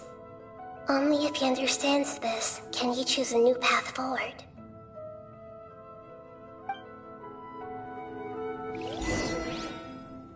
Tottori, you brazen-faced... Niwa didn't run from justice. You killed him.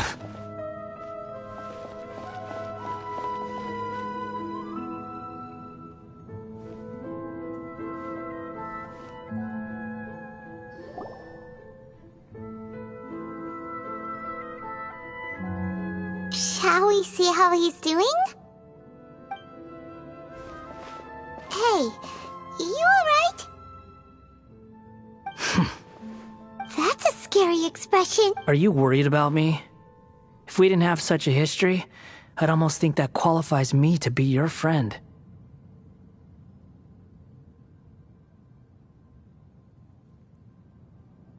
It won't. I'll keep my end of the deal. Hey, are you investigating the stuff we want to know? That's why we're here.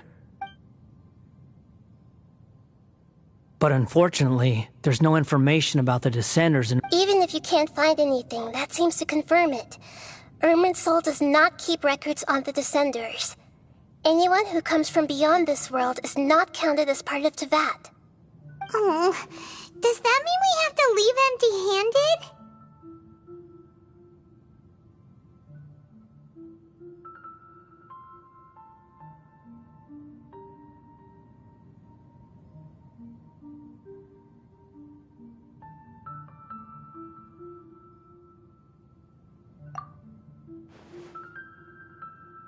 Don't thank me just yet. You look really upset. Well, since Irminsul was a dead end, I guess I can share some other info that might interest you. Huh? About what? The reason why there are records about your brother in Irminsul. It might have something to do with Conria. Apparently, Conria was his first destination when he arrived, and plus, he only came to this world because the heavens responded to the summoning. The heavens responded? The jester told me this himself. You can take his word on this. He was a royal mage in Conria, and lived with your brother for a time.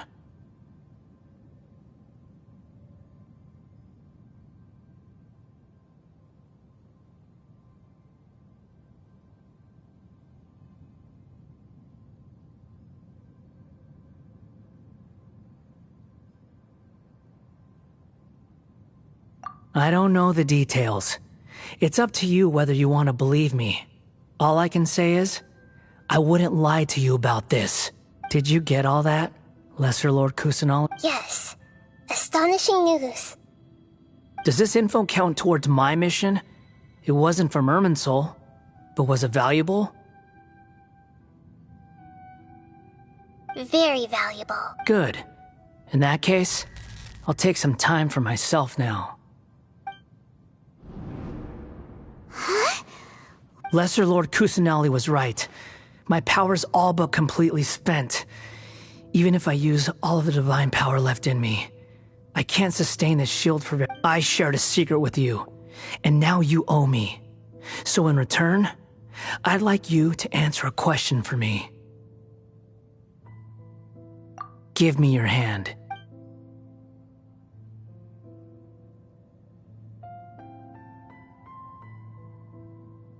Can you hear my voice inside your head? No, I can't do anything like that anymore. At most, all I can do is exchange a few words with you. So tell me, in this world, is it possible to change the past? Done. Huh? What the? What happened?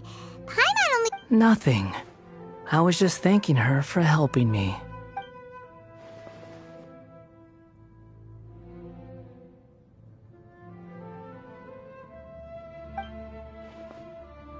So long. I suggest you get yourselves out of here quickly. Where are you going? Hey, wait up! Didn't you say not to go running off? Fast reaction time. But I don't think we'll be seeing each other again.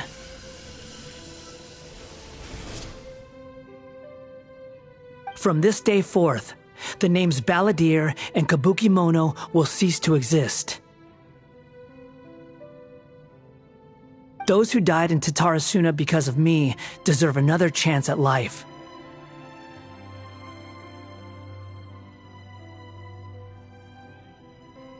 Hey, Balladeer! You know, I never did like insects. Hordes of the puny things swarming together can be a real nuisance. And I enjoy nothing more than to stamp them out like the pests they are.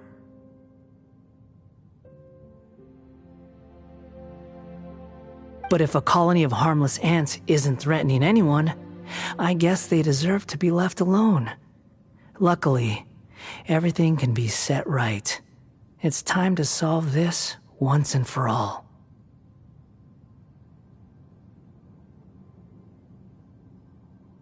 Balladeer! Balladeer! Uh-oh, he disappeared. Come on, we gotta—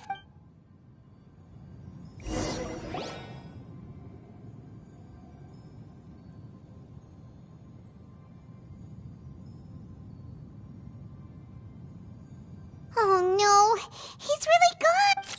Oh, can you hear me? Nihida! Traveler, Paimon, Balladeer. Just now, I was suddenly cut off by some kind of power.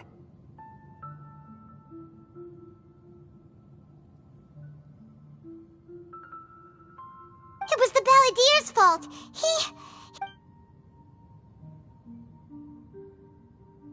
I didn't think he'd be capable of something like that with so little power. Did he keep some of his power hidden when he was defeated? Or did he achieve something beyond his abilities, and it took everything he had? Where the heck did he go? Ugh, it's all our fault. We were supposed to keep an eye on... Don't be. It's not your fault.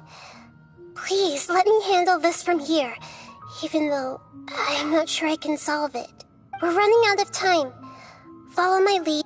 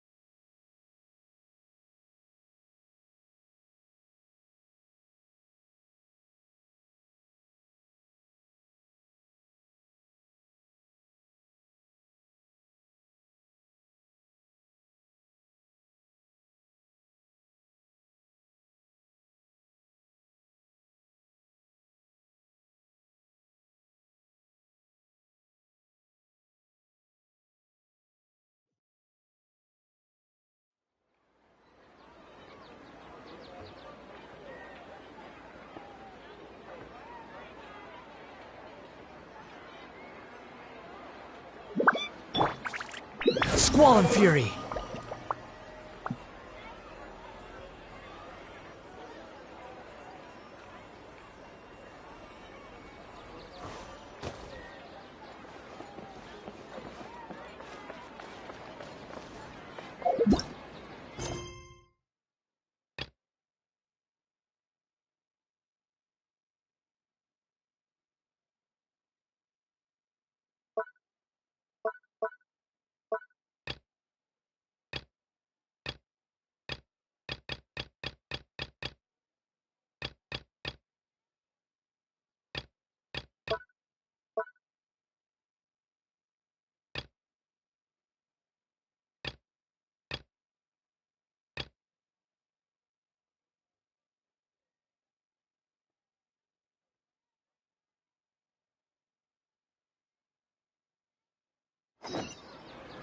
There's no such thing as pure freedom. Behold! Huh!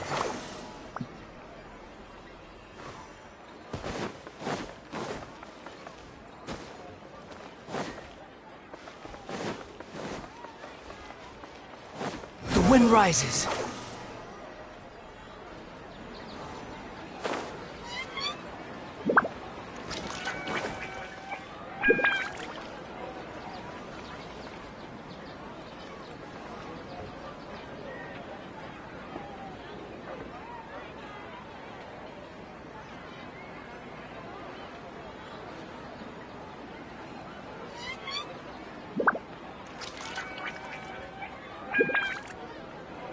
Hello, traveler.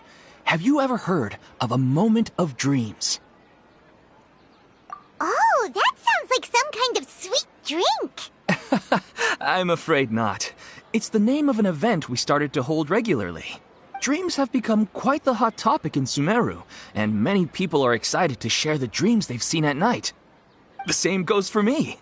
The last time I dreamed was when I was but a little child, so I can't help but feel excited and nostalgic about dreaming again. Oh, right.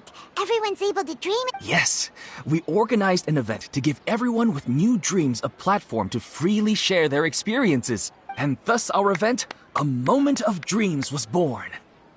So, it's kind of like a fireside chat.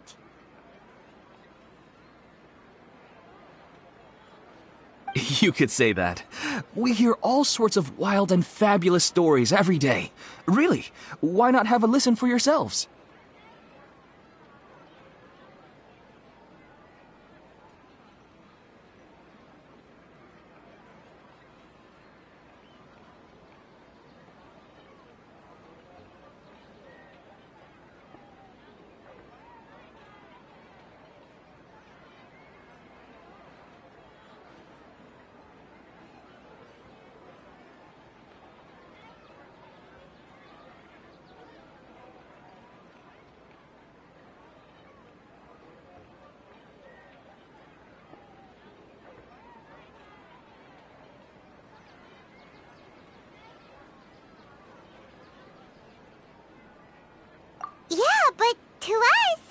Dreaming is as normal as breathing.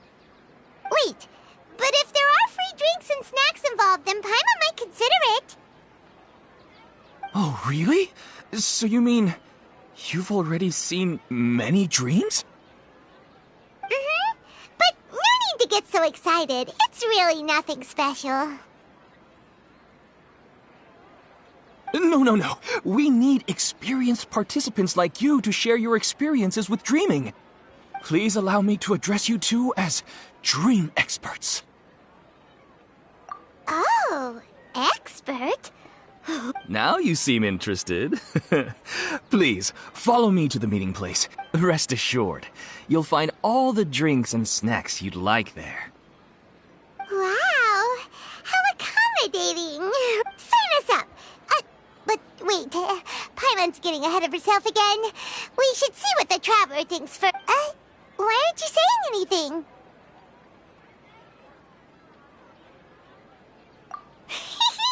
All right, hurry up and take us to be dream Very good.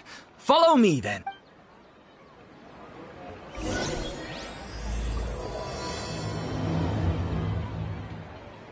Do you know what's the most important part of being an expert? Well, I suppose it must be accumulating knowledge and sharing your experiences? Nope! It's all about the title! From now on, Paimon will be known as Paimon, the Dream Expert! Oh, okay.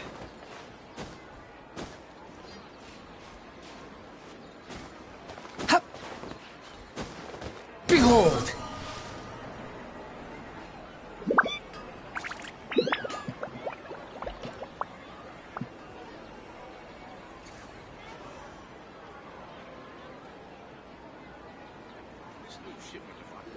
Sorry to interrupt, everyone. Finally have some real dream experts joining us. Esteemed experts, this way, please. Ahem. Now, if anyone has any questions... They must be dream experts from another land. Oh, I have a question. Me first! Me first! No rush. Everyone, please line up.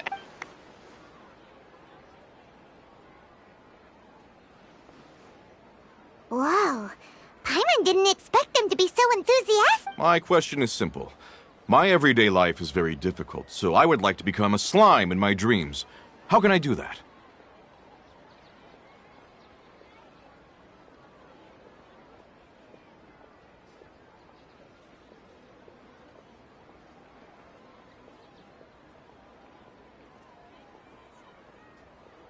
Oh, Paimon knows! Paimon's had this kind of dream before, so... The first time, Paimon became an animal slime. Paimon was shot by an adventurer's arrow and flew in the sky all night. The second time, Paimon became a dendro slime.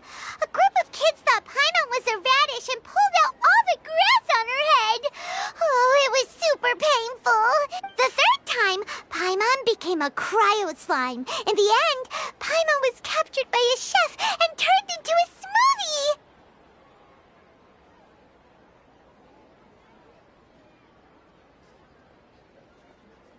And the fourth time, Paimon became a powerful Geo Slime and went to take revenge on the forest boar that used to bully. But then the boar showed up with all of its relatives and Paimon lost again.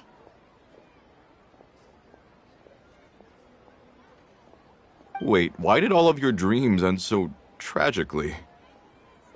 Because slimes are monsters, even though they look cute, they usually cause trouble and end up getting killed by adventurers. Things don't tend to end well for monsters. Believe Paimon.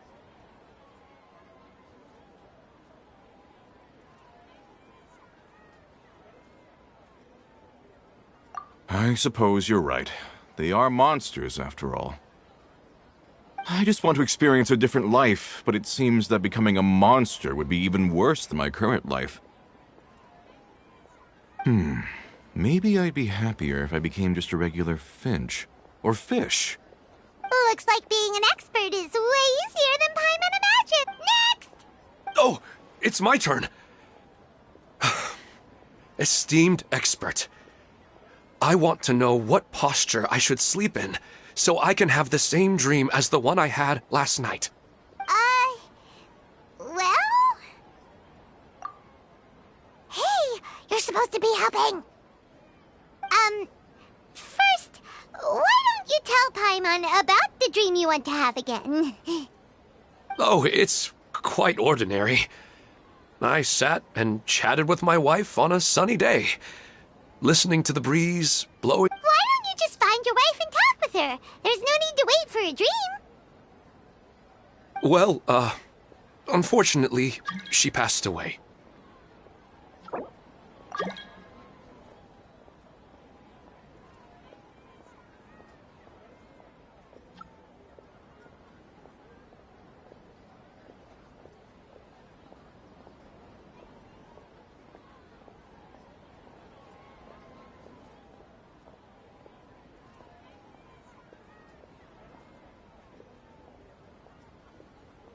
Oh, sorry. Paimon shouldn't have assumed anything. No, it's fine. I didn't make that clear.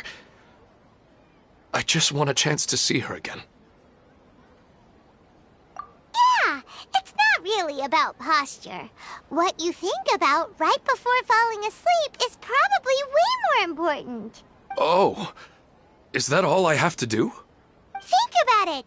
If you're the one thinking about her, and you're the one that'll be dreaming about her, then it'll be easier to connect your thoughts and dreams. You do have a point. I'll give it a try tonight.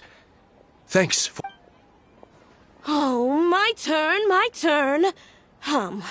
I want to know the name of the plant in my dream. I want to bring the souvenir box to my room into my dream. I dreamt of a raven flying over the wasteland last night. Does that have any kind of special meaning?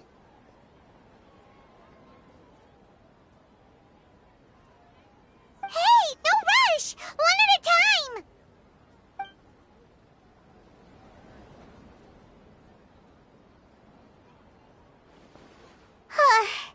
Their questions were way too difficult.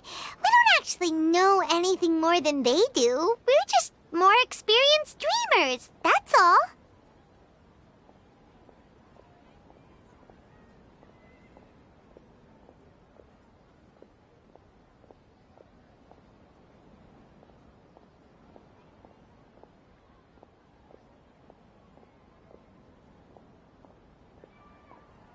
You do have a point. It's more rewarding to explore and contemplate the meaning of a question. But right now, these people are like wanderers who've starved for 3 days and 3 nights and are desperate to replenish their energy.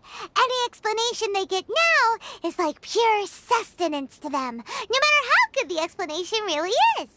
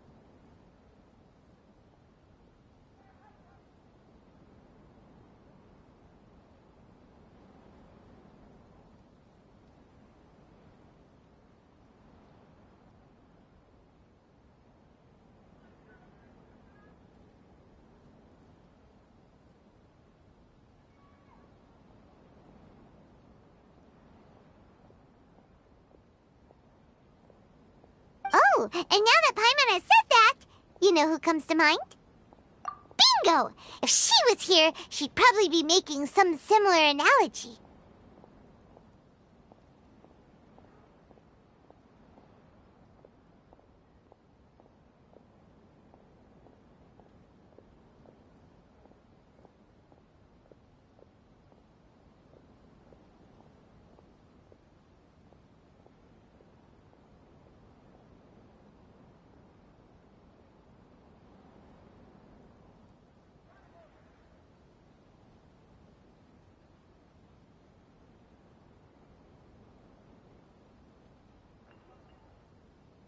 Unfortunately, she's super busy right now and may not have time for gatherings like this.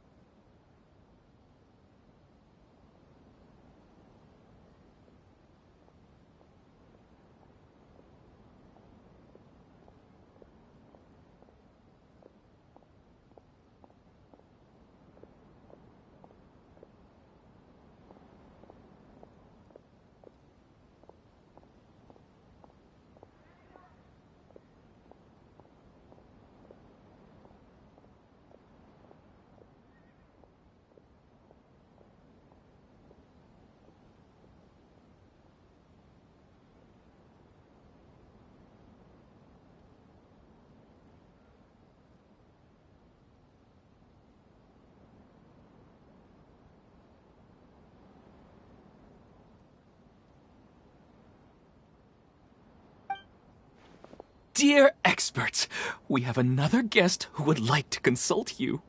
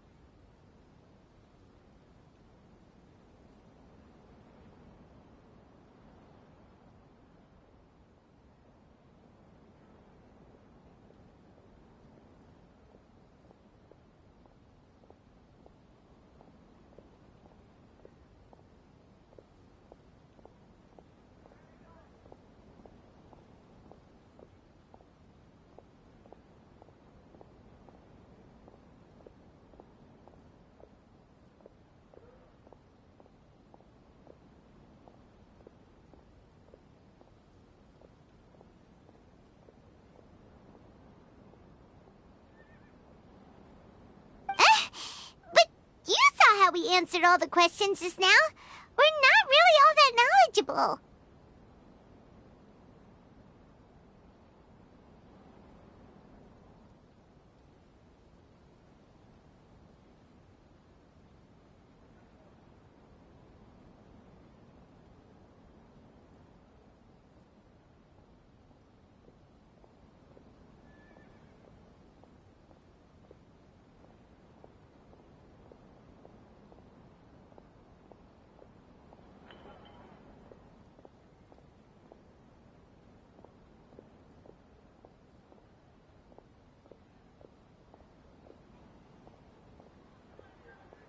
Ah, but this guest is rather special.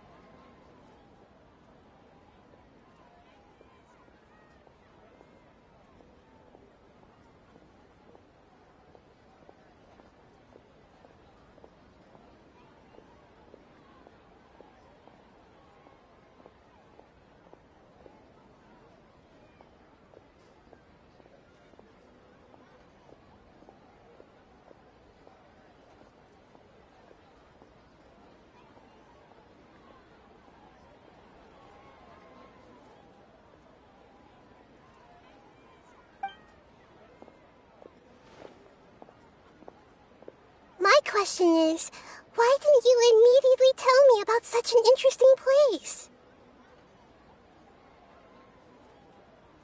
Huh? Nahida? How did you get here? Interesting events like a moment of dreams don't happen every day after all. No matter how busy things are, I'd still set aside some time to check it out.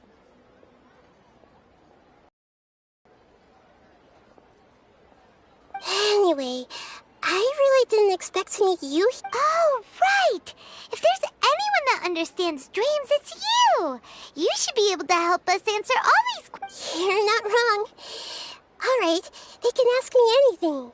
The more interesting, the better.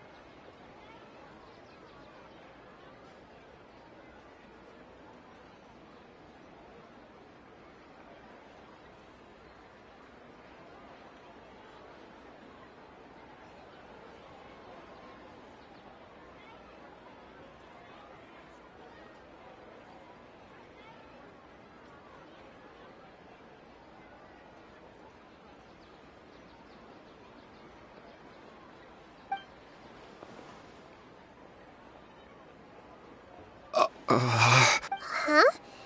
What's wrong? You were all so excited a minute ago. Why the sudden... Even so, it's not like I look super and in terms of reputation and renown, you've also done many great things in Sumeru, yet they didn't even flinch at you.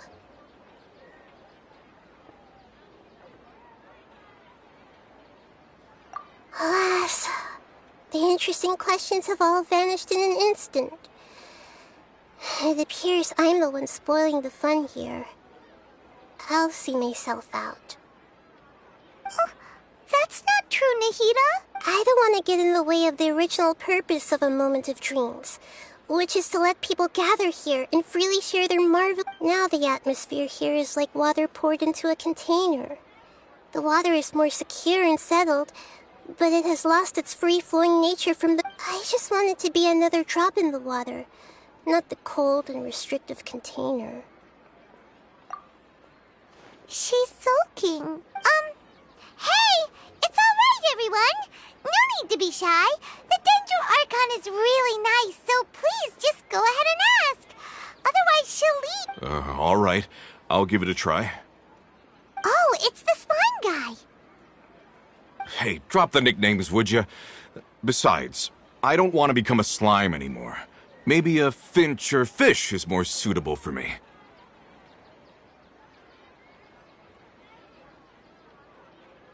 I see. So you want to become a small animal in your dreams, right? Why do you think... I guess I just want to experience something different. My everyday life, the sky is right above me and the ocean just over the horizon, yet I remain caged in a life. So you want to experience something new in your dreams. Sorry. I'm getting a little confused. Why don't you seek out some new experiences in real life?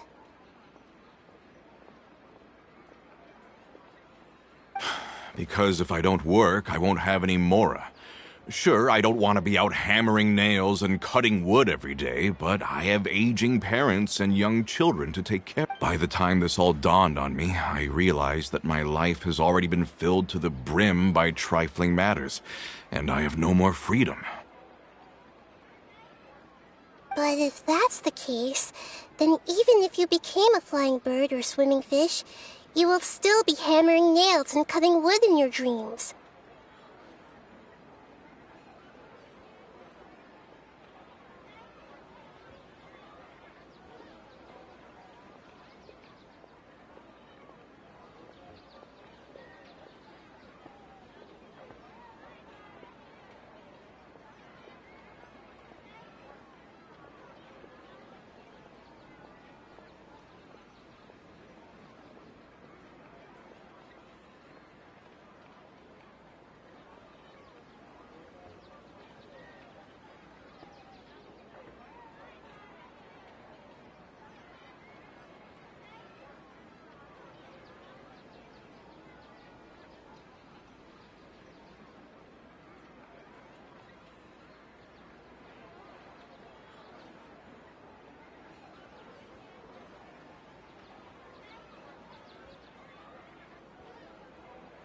The reason is you've already been caged. It doesn't matter what your physical body turns into. Your mind will still be stuck in the same predicament. Really? That sounds pretty terrible. Then what should I don't know everything that you're going through, but how about replacing your hammer? Huh? That's right. Having worked for such a long time, you of all people must know what makes a good hammer. Well, of course. A good hammer needs to be heavy enough to drive the nail in with just a couple taps, and the handle has to have a good grip to it, not too smooth. Come to think of it, I haven't replaced my current hammer in quite... You should replace it. Then decorate the handle with something you like. Maybe some ornaments, fur, or hard leather wrapping. Then write the names of your children on it. That makes sense. I think it'd give me a good boost of energy at work. A new sense of adventure often begins with the little things in life. You don't need to become a bird in the air or a fish in the sea. You only need to do your best in life, and all those things you cherish will become your source of happiness. Yes. Yes, I get it now. This is a real eye-opener for me. I'll go and pick out a new hammer right away. No, I should make one of my own. Thank you, Great Dendroarchon. That's Arnahita. Only you would know how to get right to the heart of the problem. Actually, I didn't really understand the problem. Huh? I gave him that advice because I once saw a worker doing the same thing. Whenever he became tired, he would look at some names on the handle of his tool. After a moment, he'd start to smile. It really surprised me at the time. My guess is that the names on the handle were of important people to him. After observation, I know this kind of behavior motivates people. But why is that? Is it because of excitement, anticipation, or helplessness? I really don't know. And even if I could know what's going through his mind, it's still difficult to fully grasp his feelings. Oh, Paimon gets what you mean. Huh. Paimon had no idea it takes you so much effort to understand these kinds of things. That's why I was a bit nervous just now. But luckily, seeing his happy face in the end reassured me that I didn't say anything wrong. Don't mind me, though. This is just my way of learning. Hey, don't forget about Paimon! Everyone knows that Paimon's also super skilled at reading people. Thanks, you two. That makes me feel a lot better. Let's move on to the next question, shall we? I already asked the experts my question earlier, but I wanted to hear the Dendro Archon's response. What should I do if I want to see my deceased wife in my dreams? Longing for the deceased.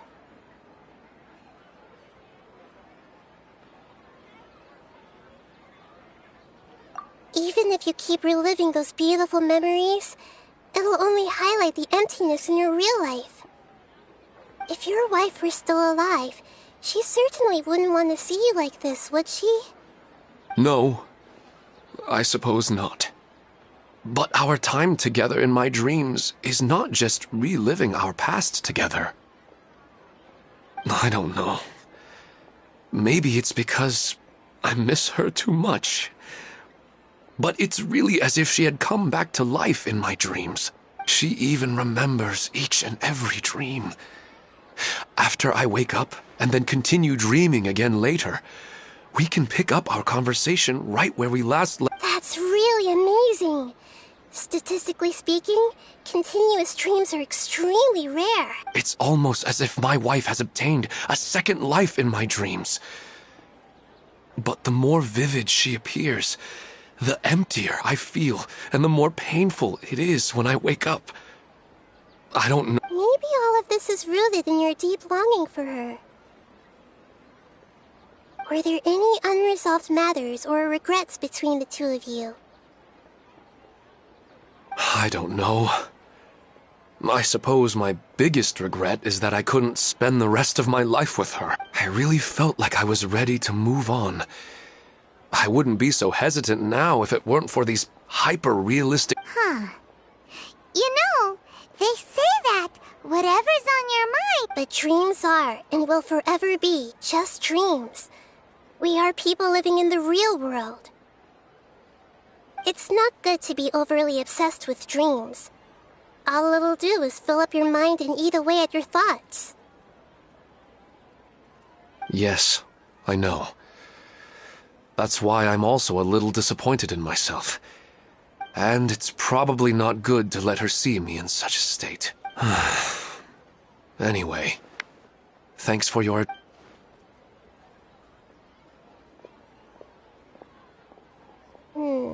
I'm a little worried about him. I hope he can find a way to cheer up soon.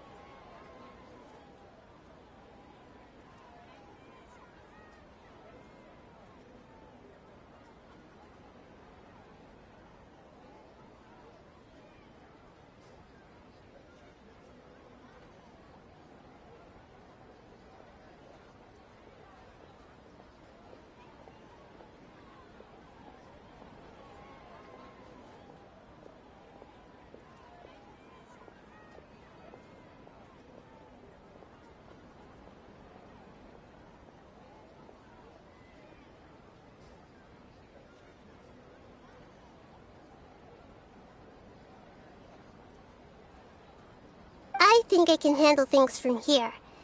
You don't need to stay here if you find it boring. You're here to have a good time, after all.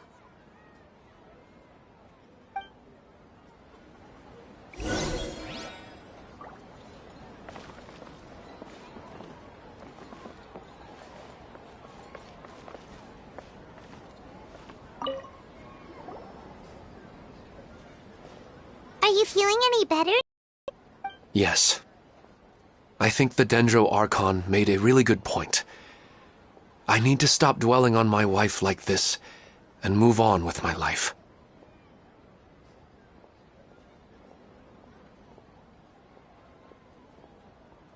Now that I think about it, my wife and I always meet at a familiar place in my dreams.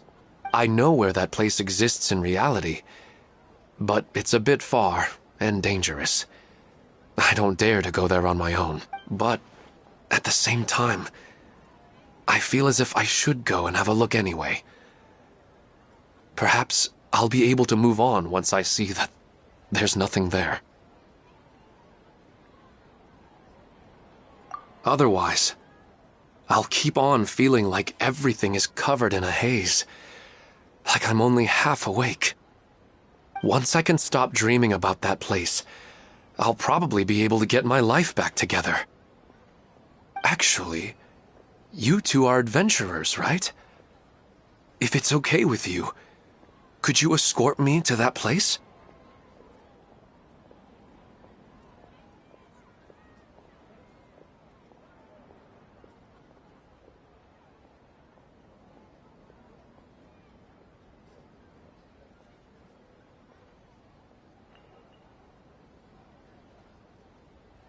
Yeah, it might also be a good chance for us to unwind. Even if you can't see your wife there, taking in some nice scenery will Yeah. Alright, go ahead and get yourself ready.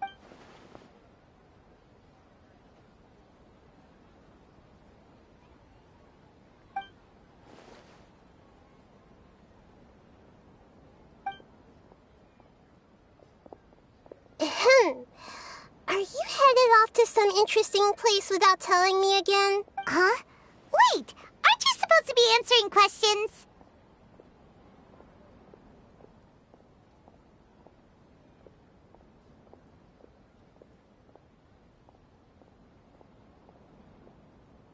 I just finished, and I really got a lot out of it. So many interesting and novel thoughts. Anyway, it looks like you're going somewhere. Why don't you take me with you? Oh, there's no need to trouble you, Great Dendro Archon. I imagine you must have many other important things to deal with. No need to stand on ceremony. Besides, I wouldn't have asked to come along if I didn't have a good reason. I wanted to use this opportunity to discuss with you some things that are puzzling me right now. Huh. I didn't know the Great Dendro Archon could become puzzled too. I'm not all that different from you, you know. Alright, let's go. We can talk.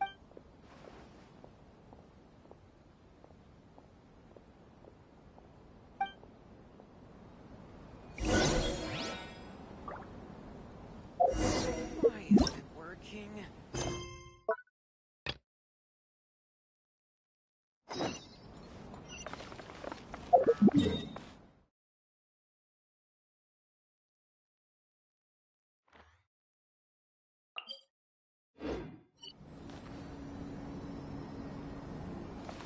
Squall and Fury!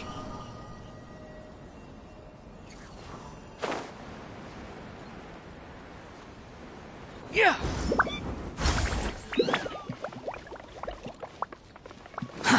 Too slow.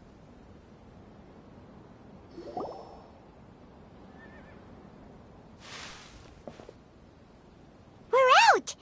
And we're at, an inn or something?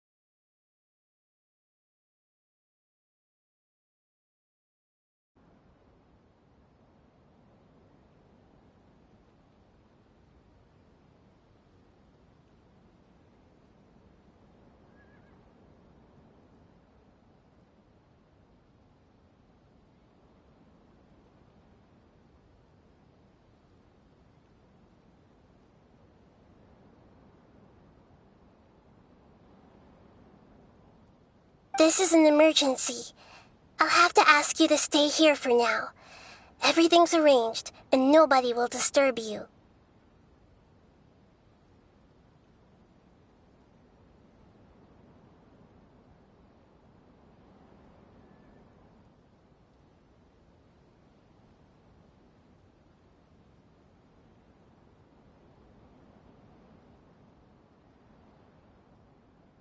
I'm sorry, but this isn't something I need your help with. An emergency?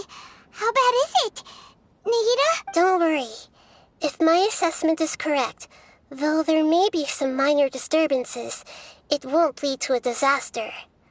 Please rest and recover your strength here until I say... Her voice has gone. Paimon can't shake the feeling that something really big has happened. What did...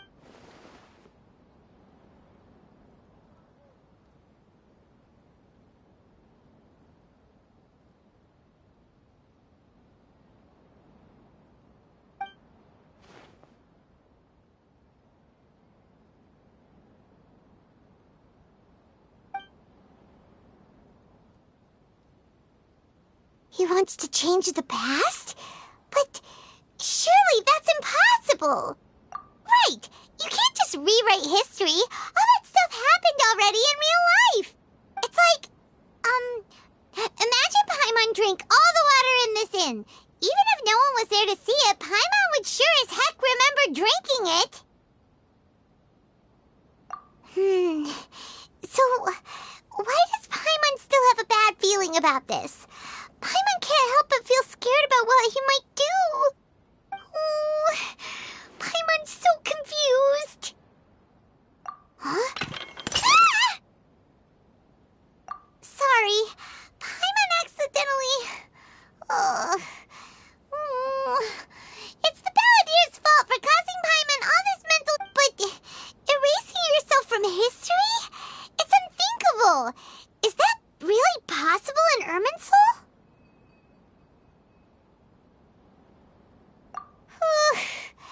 Uh-oh. Paimon's head is overheating from trying to understand what he's up to. And it's still not working.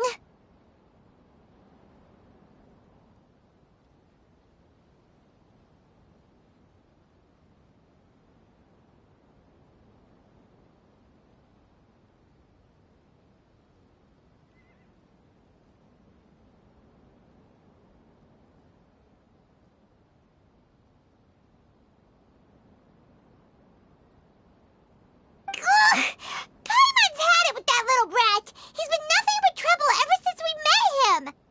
There's no way he'll actually succeed, right? Otherwise, won't everyone who's connected to him be affected too?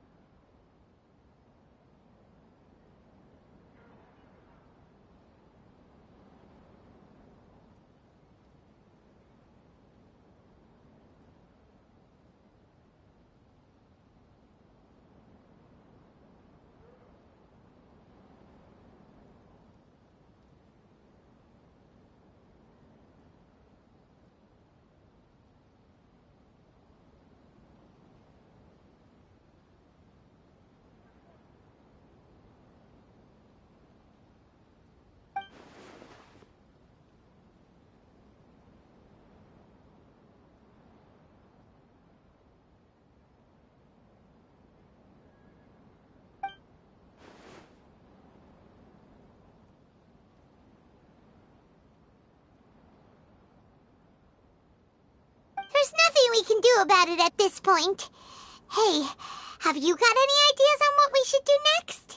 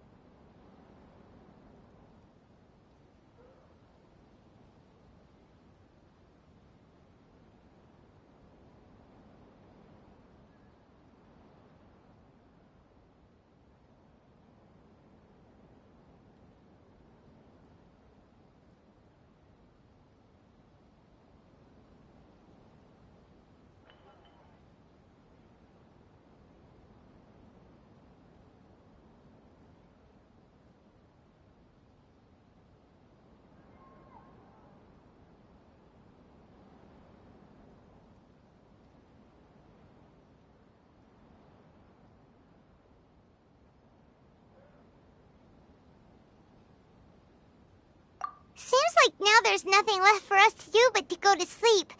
But Paimon's still so worried. Paimon won't be able to... So, how about,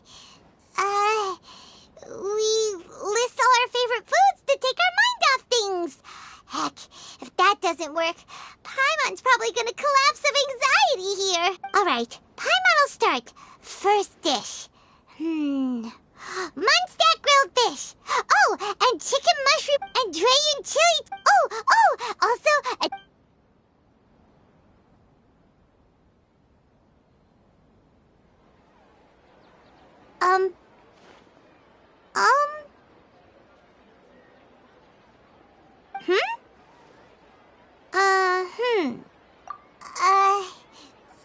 What do we... Paimon was, talking? Huh. Paimon certainly can't remember... The balladeer? Is that a food too? Huh. Weird name, though.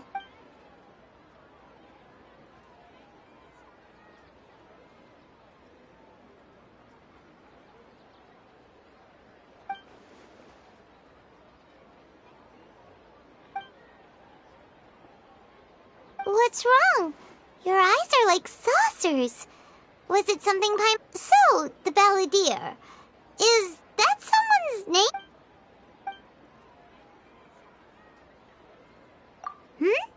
Okay, sure. Where are we going?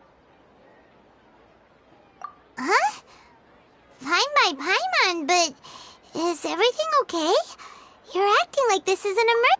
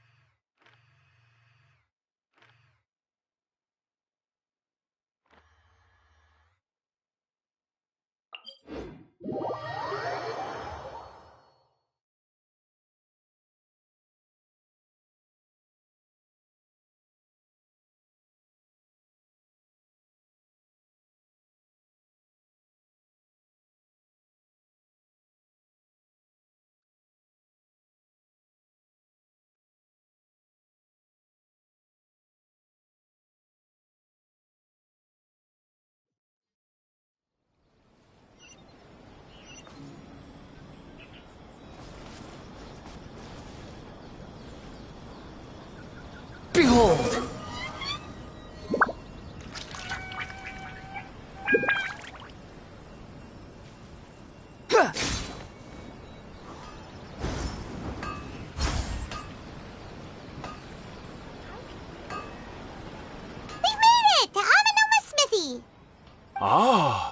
It's been a while.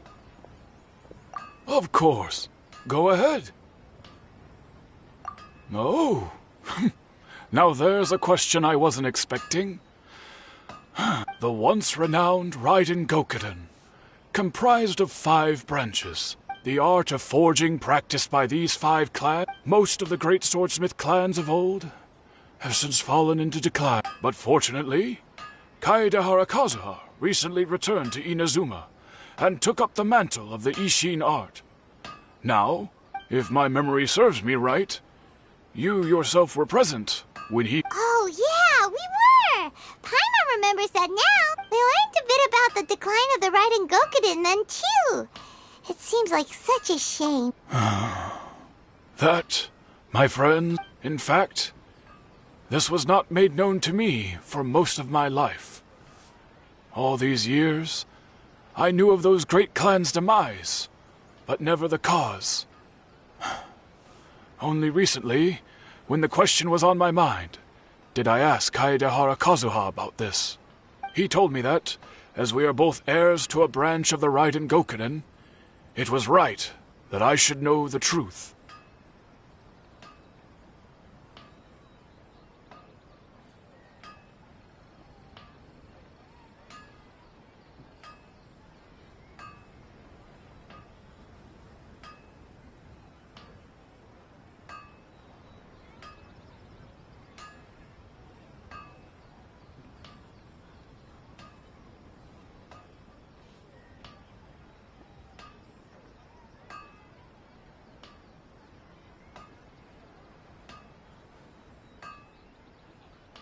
There is no harm in telling you, but I must. The Raiden Gokuden were the targets of a murderous Vengeful? What? 400 years ago, so I'm told, there was a catastrophic malfunction in Tatarasuna's furnace. One brave swordsmith heard the commotion. Tatarasuna was home to a state-of-the-art forging and smelting operation in that day, and overseeing it was the armory officer. His surname was Niwa, though he had family ties to the Kaedehara clan. Knowing that they had just one chance to save countless lives, Mr. Niwa and the swordsmith leaped together into the furnace. The furnace quickly stabilized, but the smith's death, though heroic, dealt a devastating blow to his family's fortunes. His orphaned son was left to fend for himself, and grew up deeply resentful at the world. In his heart, the whole of Inazuma was culpable in his tragedy. He hated the almighty shogun for her apparent indifference towards his father's death, and he hated everyone who had done nothing to try and save him. Powerless and destitute, the only legacy he had to pass on to his children was his hatred. Generation, alas, if only the story could have ended there. But 100 years ago, the then head of this family reached the end of his wits. He could bear their fate no longer, and yet he could do nothing to change it. Finally, he made a drastic decision to take revenge on the Raiden Gokuden. In doing so, he sought to vent his pent-up anger. In his fury, he murdered indiscriminately, killing even bladesmiths from the Hyakume clan, which he belonged to. But when he came to the Kaedehara and Kamisato clans, his killing spree came to an abrupt end. He failed to catch them unawares. They fought back fiercely, and they did not. That is why the Kaedehara clan and their Ishin art survived that day. I suppose they were the lucky ones, under the dire circumstances.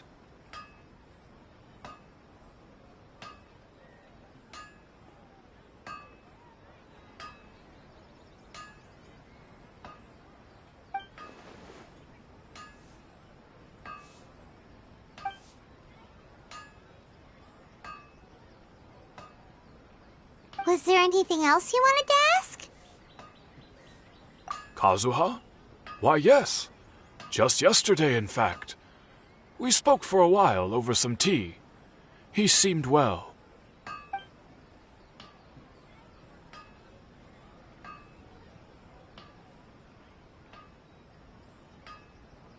My pleasure.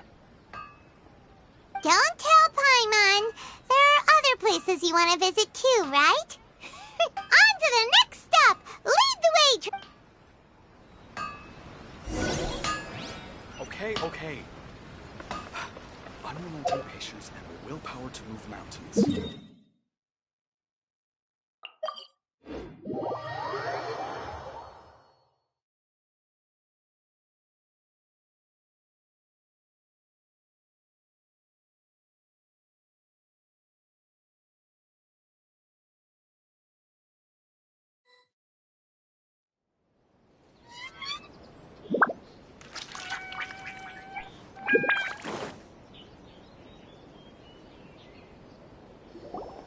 We're here!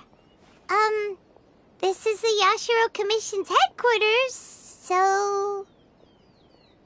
Traveler! It's been a while. If you're looking for the Commissioner and Miss Kamisato, I'm afraid your timing is unfortunate. They're not here right now. Are they out on business? The Commissioner is out on business, and Miss Kamisato is standing in for some meetings in the Commissioner's place. If it's urgent, you're welcome to wait inside until they get back.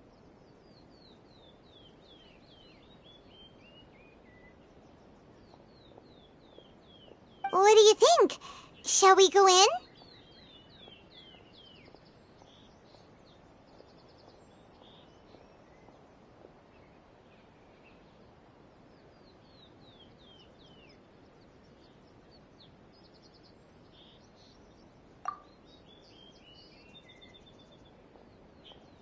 If it were anyone else, I couldn't allow it. But seeing as you're so close with... We'll be heading in then. Hello. Is there something you want to say? Of course, traveler. Yes, I know who you are. What would you like to know? Oh, they're both very well indeed.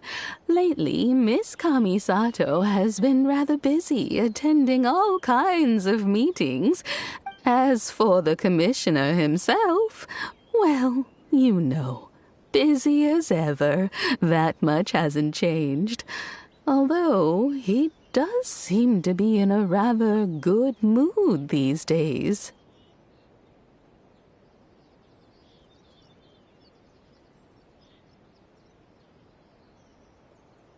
So pretty much business as usual in the Yashiro Commission, huh?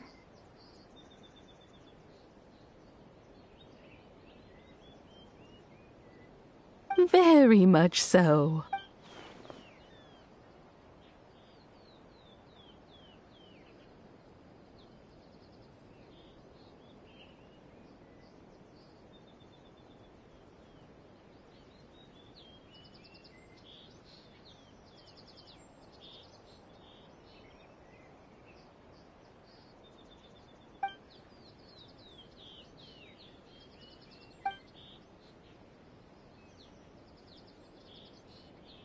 Well, got any more questions?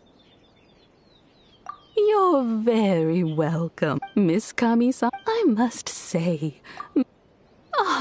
whenever the commissioner, they say it's because Toma's they get to talking about you sometimes too, Miss Kamisa. It's been many, as someone who is old, so in the future, if you ever do have wonderful... Paimon likes it here too! Paimon's itching to try it. Of course. Alright, goodbye for now! We're great! Goodbye, ma'am! Don't worry! All right. Oh, are you two leaving already? Yep, everything's taken... Very well. Safe travel.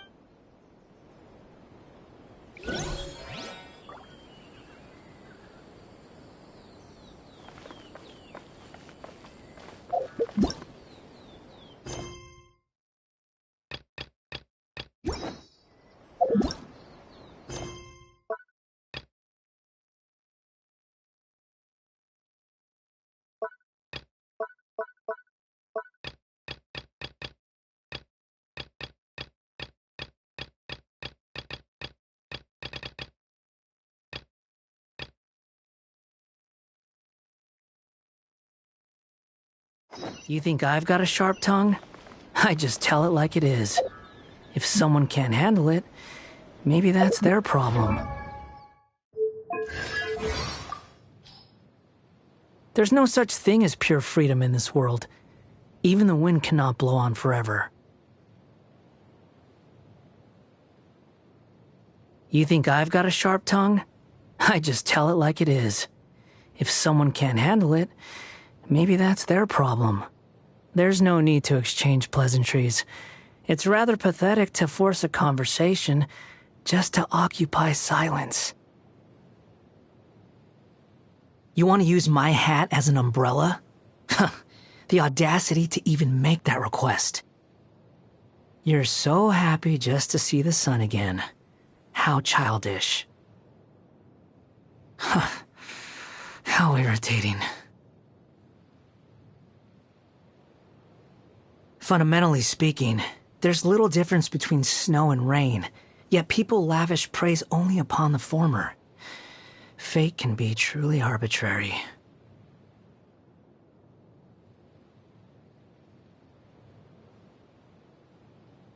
A simple breeze like this, even you can conjure it, right? Rise and shine, sleepyhead. The sun's already in your eyes. Don't tell me you actually thought I'd wake you up like that. I have no need for food. Save me the trouble and take care of yourself, and that small thing floating next to you. Finally, another boring day is drawing to a close. What? Can't fall asleep with me around? A puppet consumed by a raging fire will leave behind ashes. As for what will emerge from them...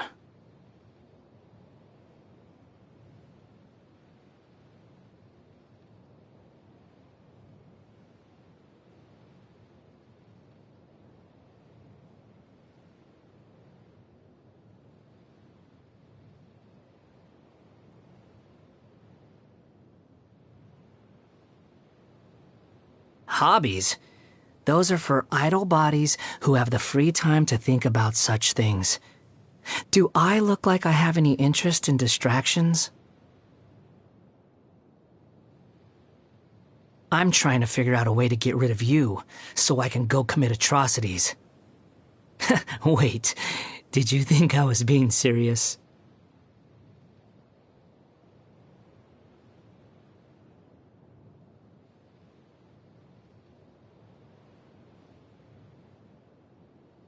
Do you have some tea?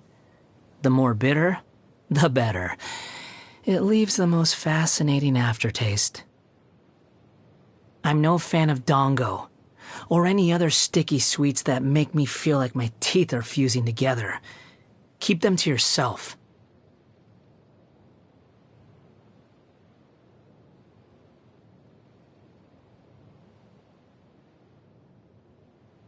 Do you have... I'm no fan of dongo.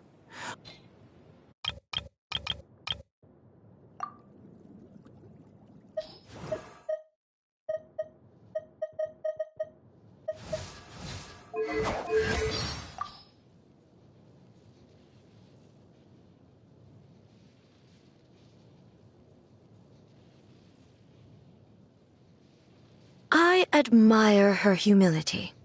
It is a sign of true wisdom. With the power she holds, Buer is capable of doing many things beyond our wildest imaginations. And yet, she uses her power only to right wrongs and to protect. She is a truly gentle god.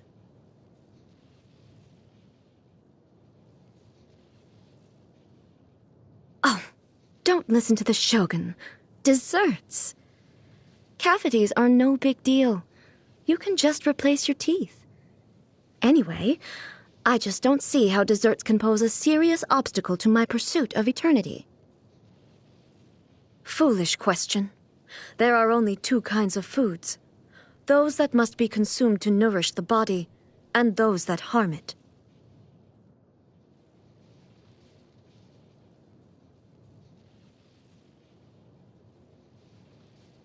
A familiar flavor. Acceptable. Leave it here, and I shall sample it. Consuming this would be physically detrimental. Remove it from my presence. Delicious. I feel much better after that. Doesn't look too bad. How did you make it? Allow me to decline.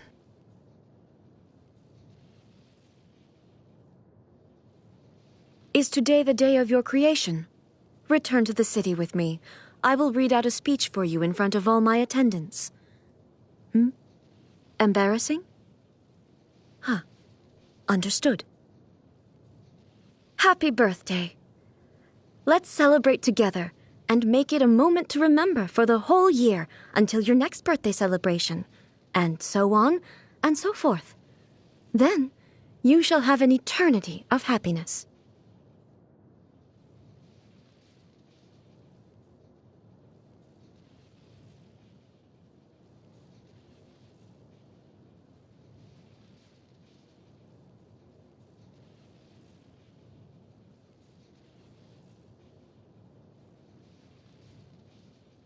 Yawning without covering your mouth. Uncouth. I will pardon your rudeness this time. Good morning to you, too. Time for dessert. What? Why not? What do you mean entrees come first? They were only indulging me because I am the shogun? Huh. Interesting. I command the thunder in all corners of the world to cease. Rest well tonight.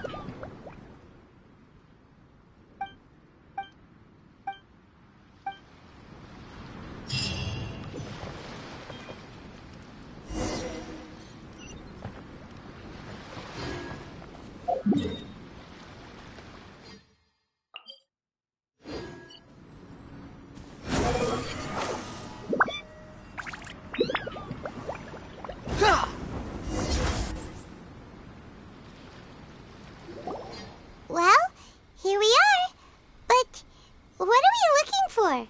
Something? Or some... Do my eyes deceive me, or is that the traveler in Paimon? Xavier? What are you doing here? I was in the general area, and now I'm in this specific area. There. We have some questions and thought you might be able to help. Certainly do. I've researched the furnace here in some depth. If there's anything you want to know, just ask away. Like the back of my hand. Make no... Not only that, but I've met people in Inazuma whose families used to live in Tatarasuna years ago. They said it's all true, the history here.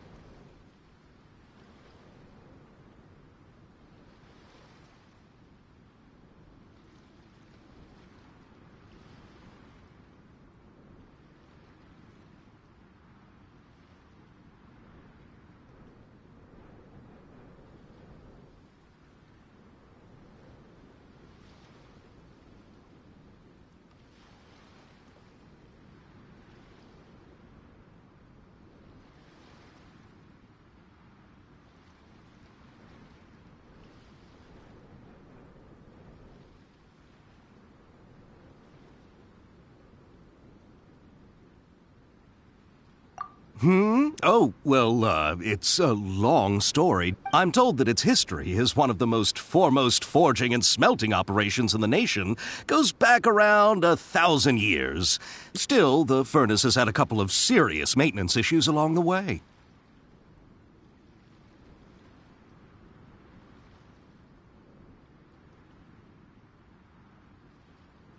A couple? When exactly? One was just in the last few years, the other was several hundred years ago. A fun fact, I'm not the first Fontaine tech guy to come and work on it either. There was a guy back then too. They say he was a mechanic who consulted on a technology upgrade. It seems like the technological collaboration between our two nations goes back a long way. How about that?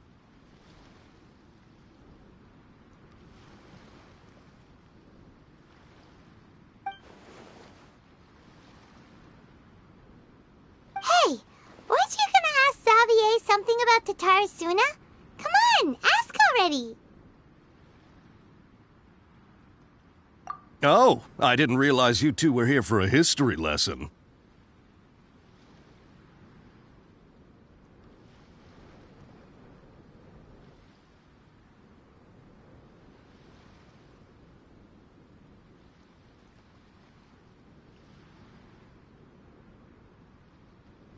Me neither. Paimon doesn't know what's gotten into this one today. Feels like we've been preparing for it. What brought this on? Did you just wake up today with a sudden burning desire for historical knowledge? Sure, go ahead. A kabuki mono? I do know the word. Inazuman for those eccentric types who always go around dressed to the nines. Just the sort of person that I'd like to meet, actually. But sadly, I've never had the pleasure, nor have I come across anything to do with a kabuki mono where Tatarasuna is concerned.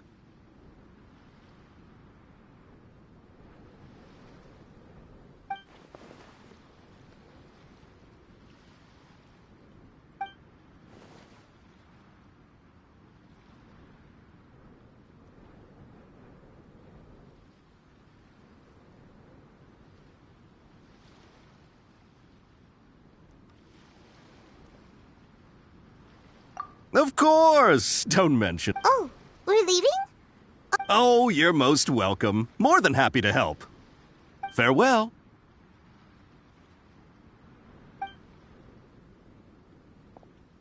Looks like you got all the information you're looking for.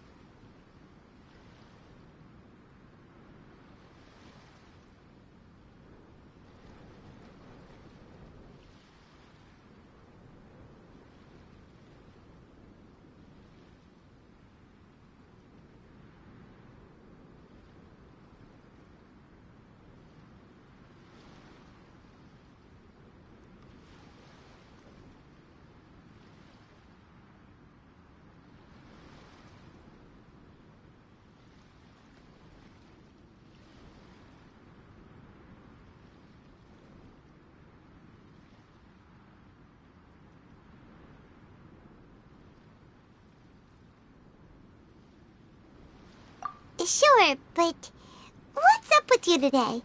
Whatever it is, it seems like it's really troubling you. Keep your smile, Spinal Crocodile. No matter what happens, Paimon will always be there for you. Hey, don't mention it. All right, let's...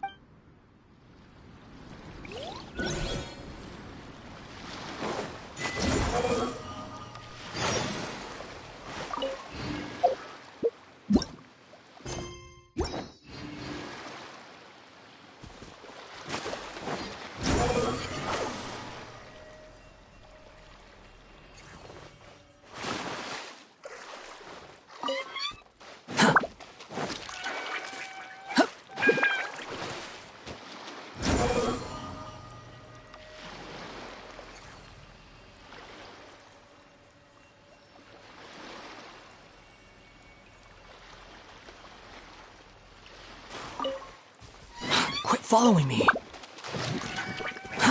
Too slow. Squall and fury. Upon the gale.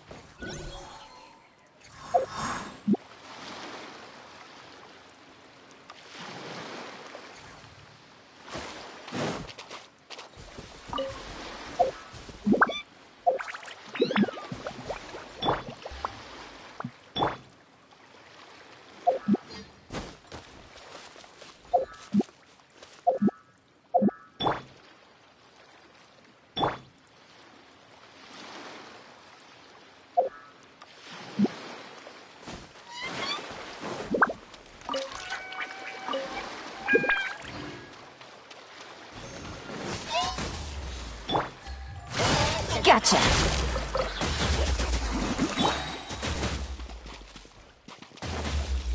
Huh? I'm going in. Ha! Behold!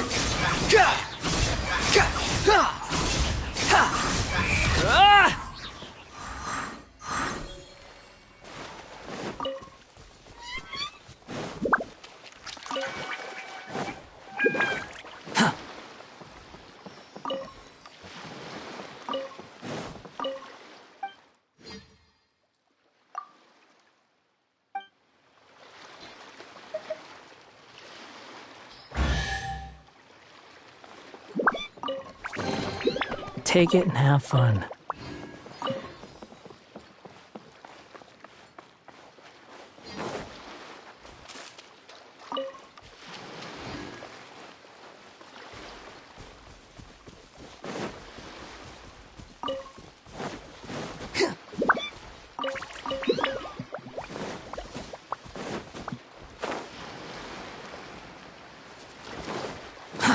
Too slow.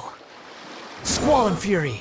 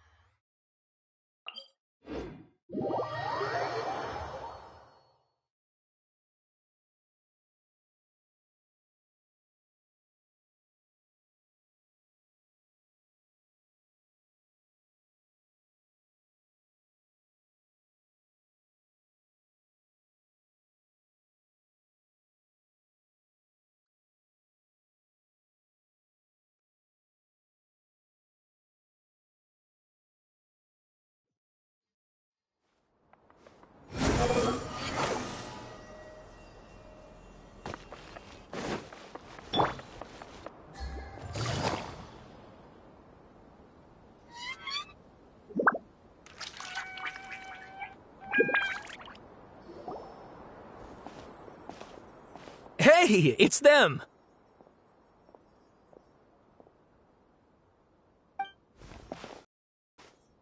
Akaba! Sawada! You're still here?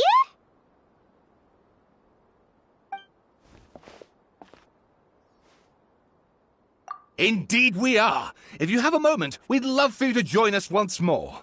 We have time. What do you want to talk to us about? It's the same topic we discussed last time. Still looking for more info about Tatarasuna, huh? Unfortunately, we haven't made any real progress. Huh?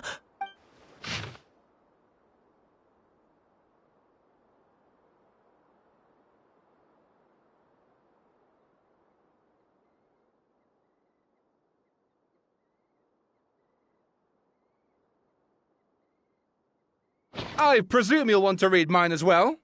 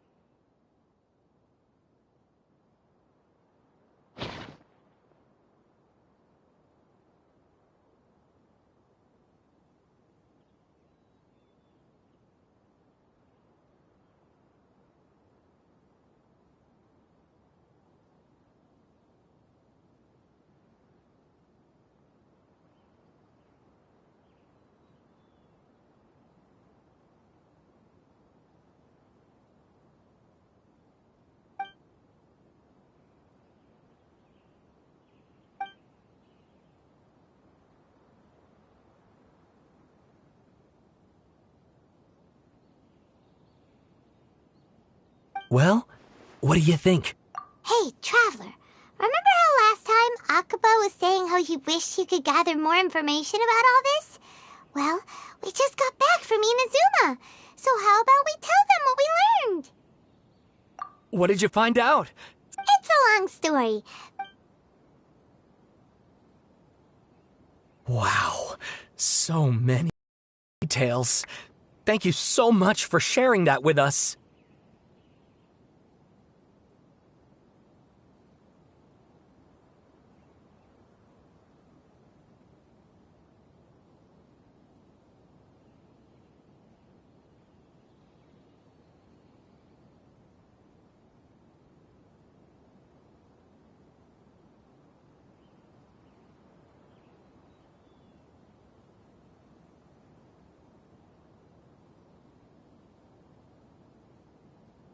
Well, well, so it all comes down to one man's desire for revenge.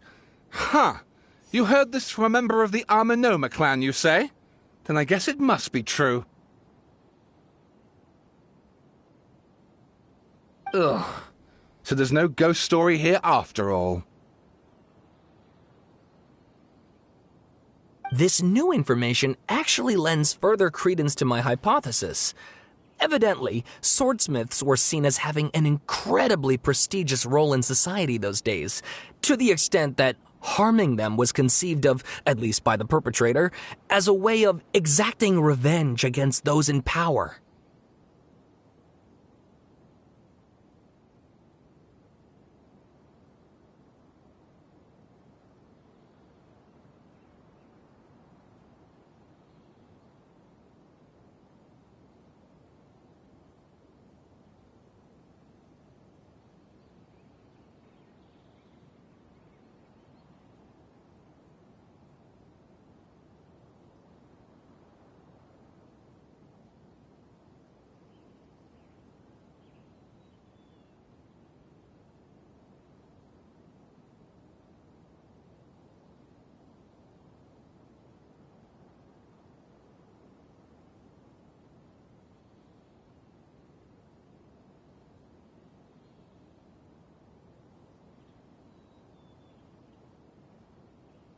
Yes, okay, point taken, you were right.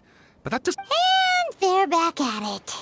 These guys are really into this. Oh, so sorry. You're welcome. Keep us in the loop of you... Will do. Behold!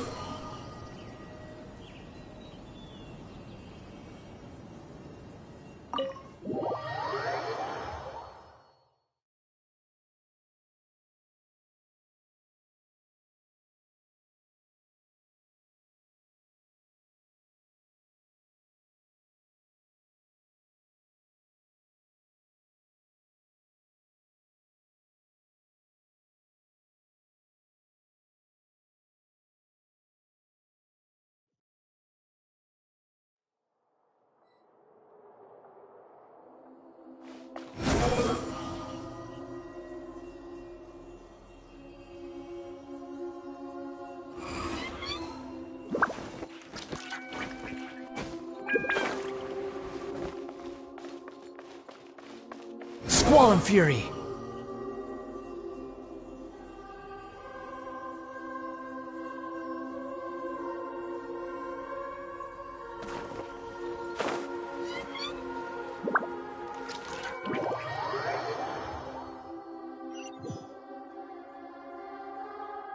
The wind rises.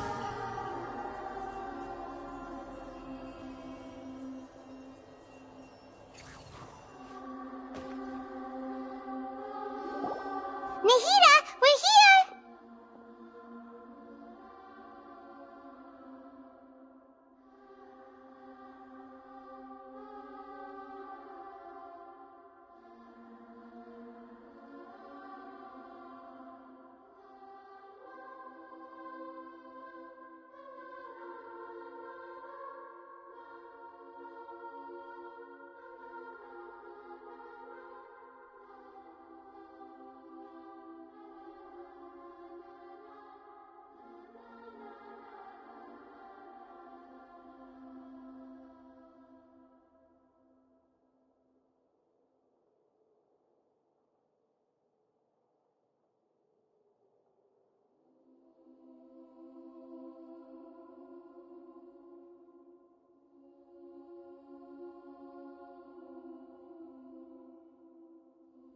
Traveler, Paimon, how have you been?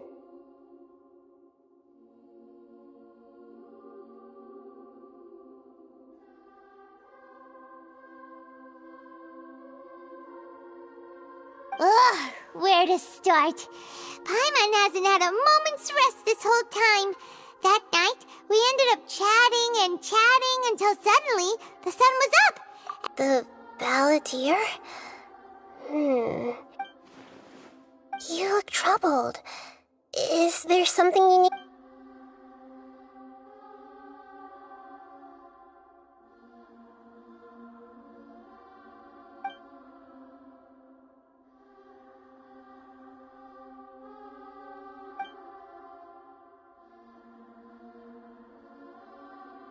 Traveler?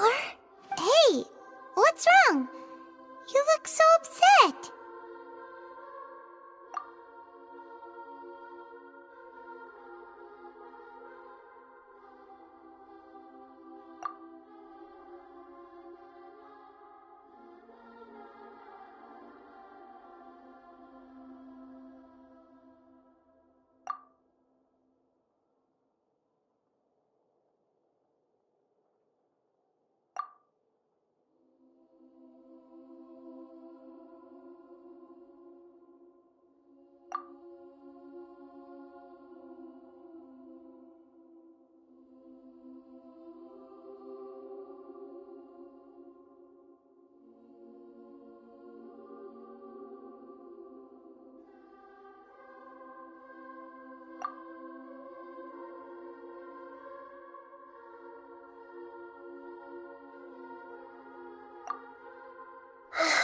That's quite a story.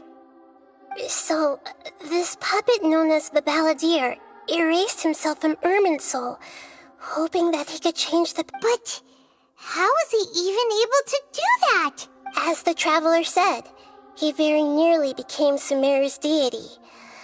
Admittedly, I remember it a little differently. I don't recall finding anyone inside the machine after we defeated it. Nevertheless, it does make sense. If someone were to successfully erase themselves from Irminsul, the world would change to reflect the new reality. So, you believe this person really existed, and we just don't remember him because, well... Yes. Theoretically speaking, it is possible to do this. But I'm struggling to imagine the kind of person who would dare go through with it. The Traveler comes from a world beyond Javat. That's why there's no information about her in Irminsul. And it also explains, so if there's anyone in the world capable of retaining memories from a past that has been rewritten, it's you. Paimon's having a hard time understanding this Balladeer guy's motivations. I can only make inferences based on the information we've been given. As for what kind of person he was, only you remember that.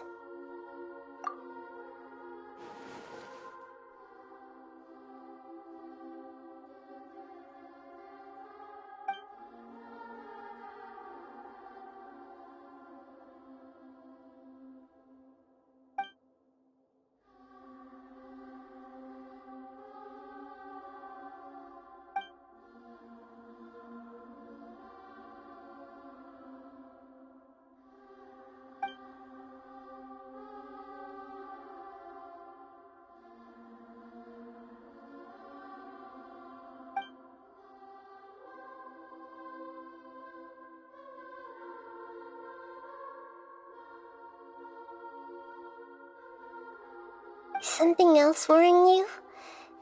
Something that you can't share?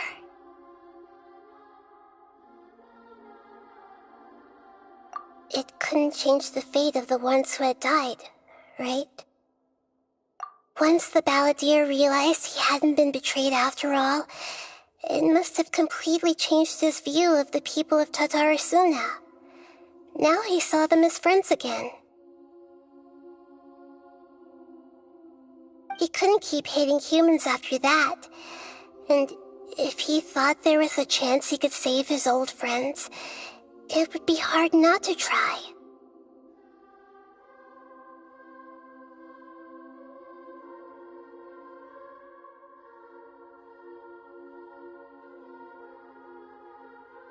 The story makes sense. The balladeer tried to achieve godhood with the doctor's help. He was unsuccessful, but retained the power to that power then enabled him to change what was recorded in Irminsul and erase himself, even though he didn't have much strength left. Yeah, it does make sense, but it still ended in tragedy. It just feels so hopeless. He gave everything to do this, but it seems like he got...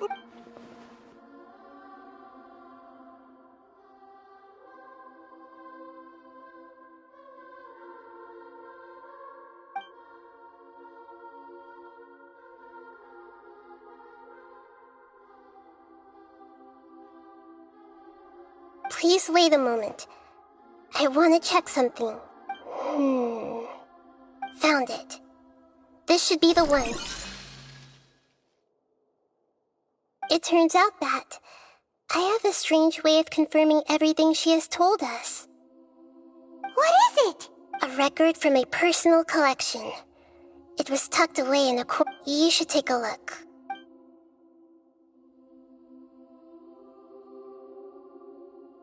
Is this a fairy tale? Who wrote it? I authored this record myself. Huh? You wrote a fairy tale? That somehow has some... When combined with the traveler's narrative, it's clear that this story is an allegory. Everything in it is a symbol for something else. Hold on. So this record survived from the... Yes. Any information about the balladeer or the kabuki mono and other records will have been changed. But I wrote this story in a way that means it was left intact. Changing the information in but Irminsul can't change information that was well hidden in advance. I guess I must have written this story as a backup before the balladeer entered Irminsul. That's incredible! And sending the traveler into Irminsul with the balladeer must have been a further precaution. I knew she'd remember everything. This story is abstract enough that it still resonates with the present information recorded in Irminsul. But if we connect all the different pieces together, the true story that emerges is the one she told us. The now erased life of the balladeer.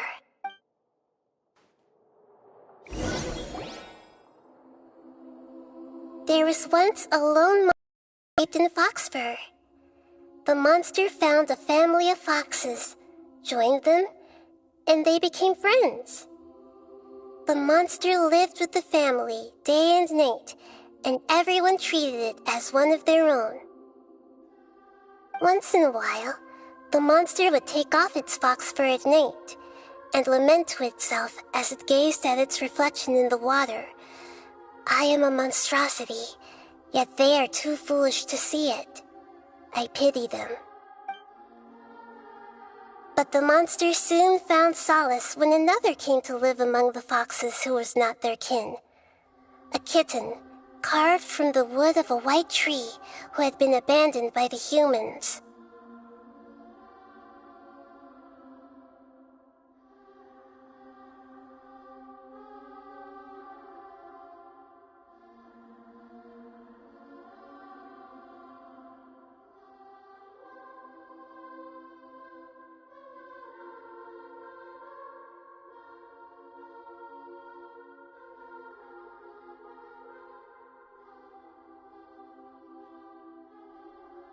The kitten too wished to become a fox, but its tail was too slender and it could not grow a coat of richly colored fur. Yet when the other foxes saw this, they spoke words of comfort to the kitten. Even without a tail and fur like ours, you are still one of us. Furious at this happy resolution, the monster lit a fire on the mountain. The terrified animals panicked as the fire spread. The only way to extinguish the flames was to make a sacrifice. A gray fox stood up and addressed the monster. It said, "You are the cleverest among us. Surely you can help us find a way to solve this." The monster smiled, led the fox toward the fire, and murdered it. The gray fox's heart was turned into a beautiful drop of water, clear, spot. The monster gave the heart of water to the kitten, telling him, "The foxes have decided. You are the one who must be sacrificed."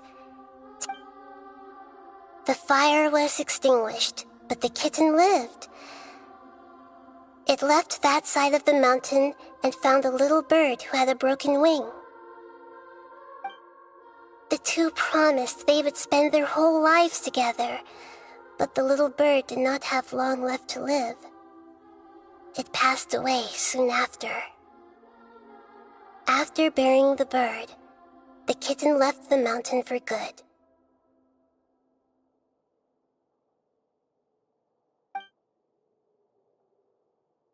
Never again would it cherish a single creature, nor a single blade of grass that stood on that mountain.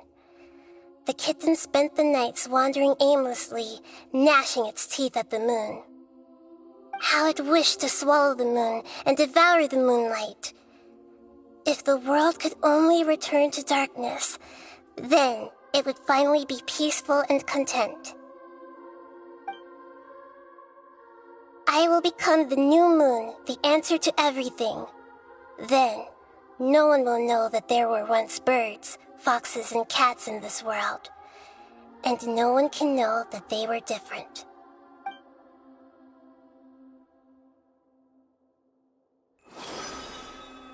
We solved it! I remember now. This is not just the Balladeer story. It is his very own memories. I made a backup so that it would be preserved no matter what. To become a god, he was experimented on and modified countless times. It was brutal torture, and the only reason he was able to survive is that he was a puppet. This memory was extracted from him by the scholars. Presumably, they kept it to have something to defend themselves with. Creating a deity was just the first step. Some of them wanted to be able to control it. That's why they backed up his memory for later use.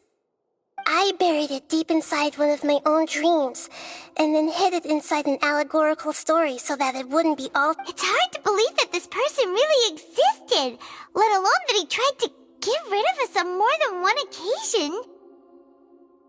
Paimon has no memory of him at all. He completely vanished like a puff of smoke. The Balladeer agreed to help me look for information about the Descenders, and although he was unsuccessful, he still helped you. Before he vanished, he confirmed an important detail, that Conria was where your twin first came into this world. We still don't know how the change to Irminsul will affect the senior ranks of the Fatui, but In all likelihood, they won't even remember their own harbinger.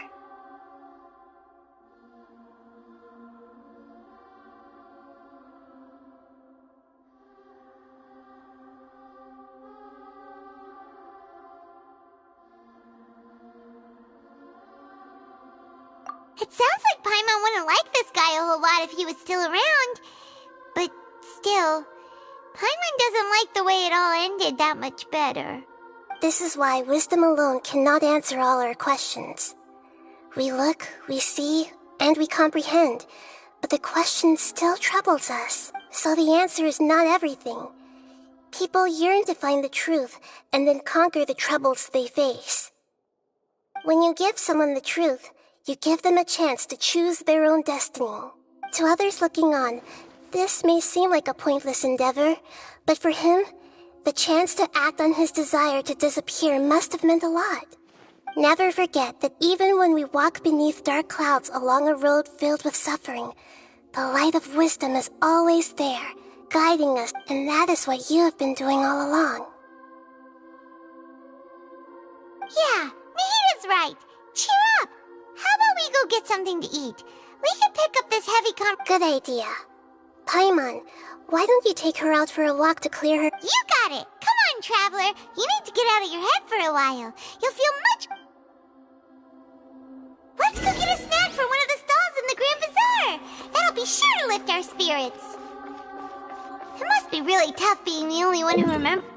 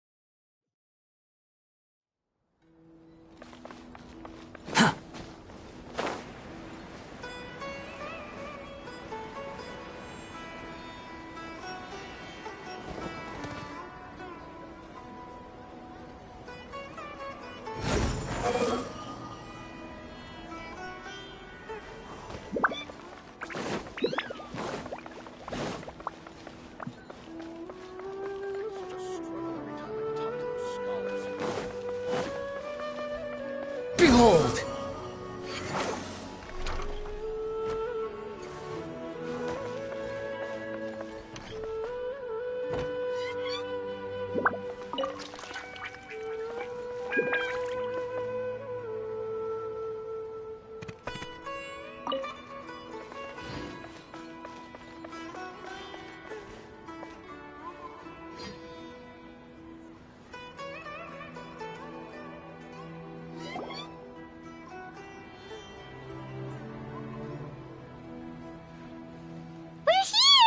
What should we eat first?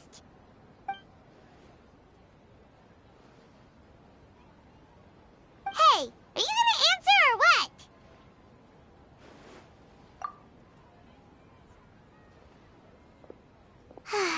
Alright, whatever you want. Well, Paimon will be right here when you figured stuff out. Then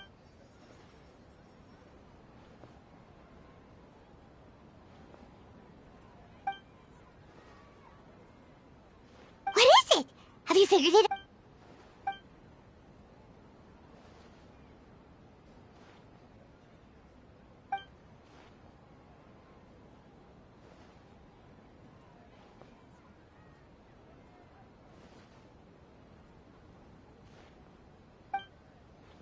Why'd you jump up all of a sudden?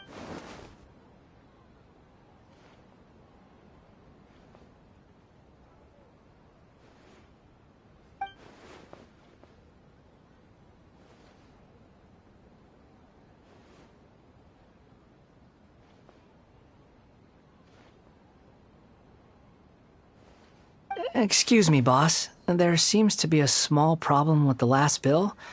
Look, here.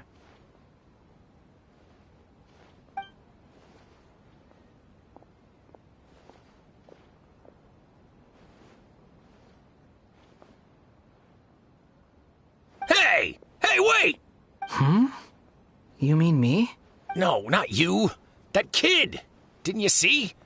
Little rascal grabbed my last 2 fresh Sunsettias and ran off. Look, if you're gonna help out here, you can't keep spacing out, okay? I wasn't paying close enough attention. Sorry, boss. I think you're right. Maybe it's the city. It's so exciting. It can be hard to focus. Who's that guy? You know him or something? He's who? You're a strange one, kiddo. You say you don't want any money for helping out here, and then when I actually... I don't want to take advantage, so I'm happy to pay you what I'd pay in... Pretty soon, No, please. I mean it. You don't need to pay me anything. I'm just so thankful you agreed to take on an outsider like me. You're welcome, I guess. But I got bigger things to worry about. Look, we're all out of Sunsettias, and I promised the lady down the street I'd deliver a fruit bowl this evening. Leave it to me. I'll find some more. Just a moment. I'll be right back. Stop.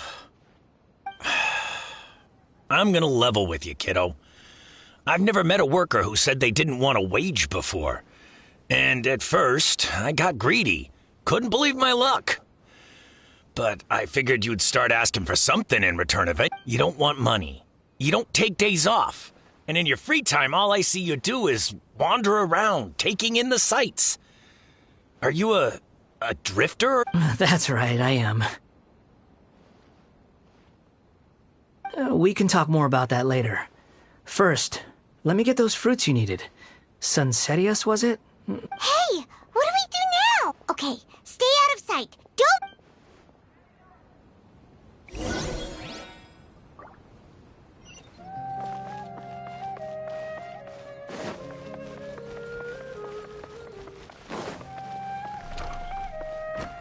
The wind rises.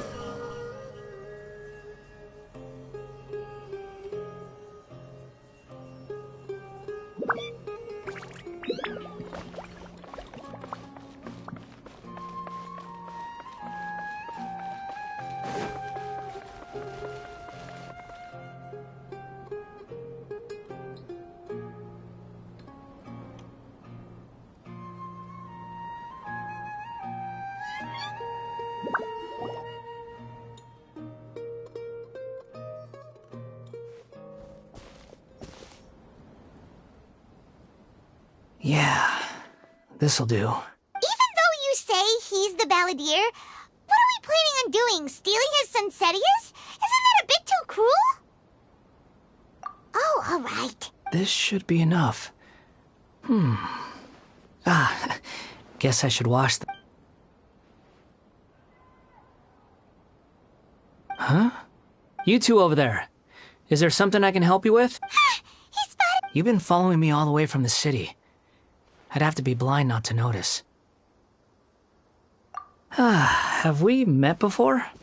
No, we haven't met. But you know me? I have no recollection. Are you absolutely sure? Sorry, but I just can't take your word for it.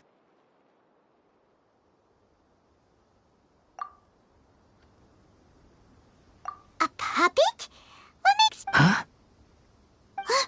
You were right! The look on his face! I guess you do know me after all. That is not something I share with a lot of people. Look, I'm just a wanderer. But seeing as you've gone through all this trouble to track me down, I'm sure whatever it is must be important. Okay, but please let me deliver these goods to my boss first. Are you really working for that guy? He said you don't want any more for it. Yes, I ran into him out in the wilderness during a storm, and he let me take shelter in his cart. In return, I said I'd be his helper for a while. That's oddly nice of... Let me take these back. Then I'll come with you, okay? Then let's return to the city.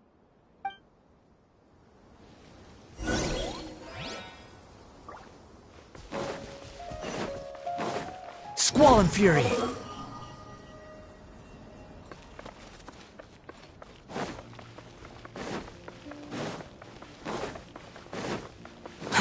Too slow. Too slow.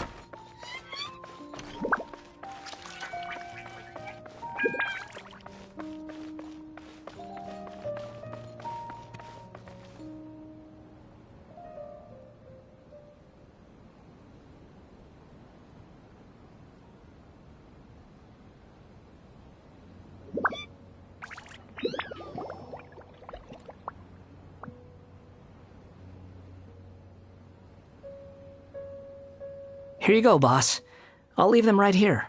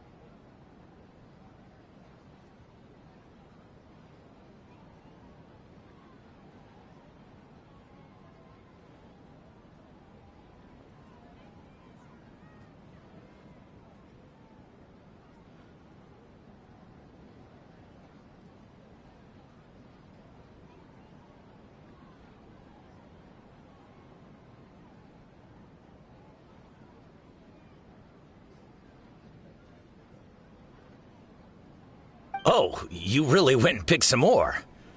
Who are these? Something's come up, and they need to borrow me. Sorry, boss. I'm afraid I'll be away from the stall for a while.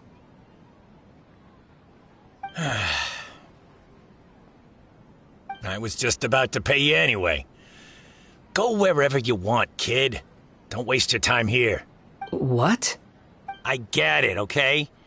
You just wanted to help me out, to thank me for giving you shelter from the rain that day. Even then, I don't understand why you're so adamant that you don't want any pay for. But look, it was pouring down, and there you were, sauntering along without a care in the world, like you had nowhere to be and didn't even care that it was raining.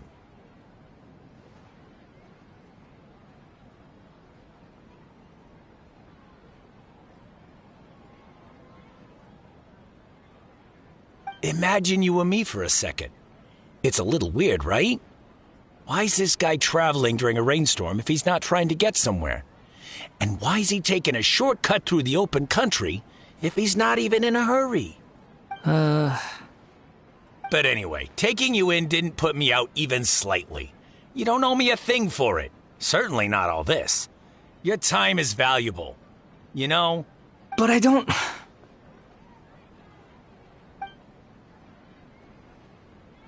No. Then I suppose this is where we say goodbye. Thank you again for taking me into the city. Don't mention it, kiddo. I've run into all kinds of characters over the years. I just hope you find your path. Thank you. All right, done. Thanks for waiting for me.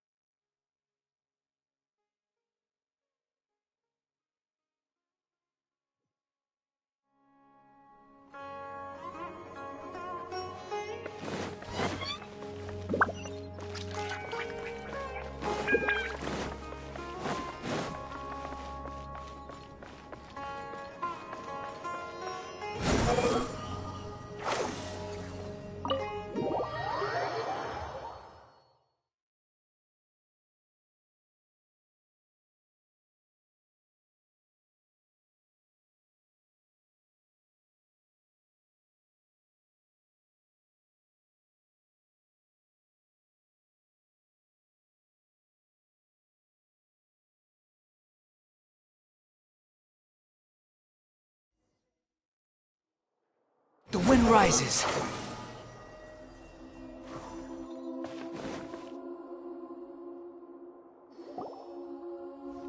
Vahida! Vahida! What's wrong? Huh? Hello.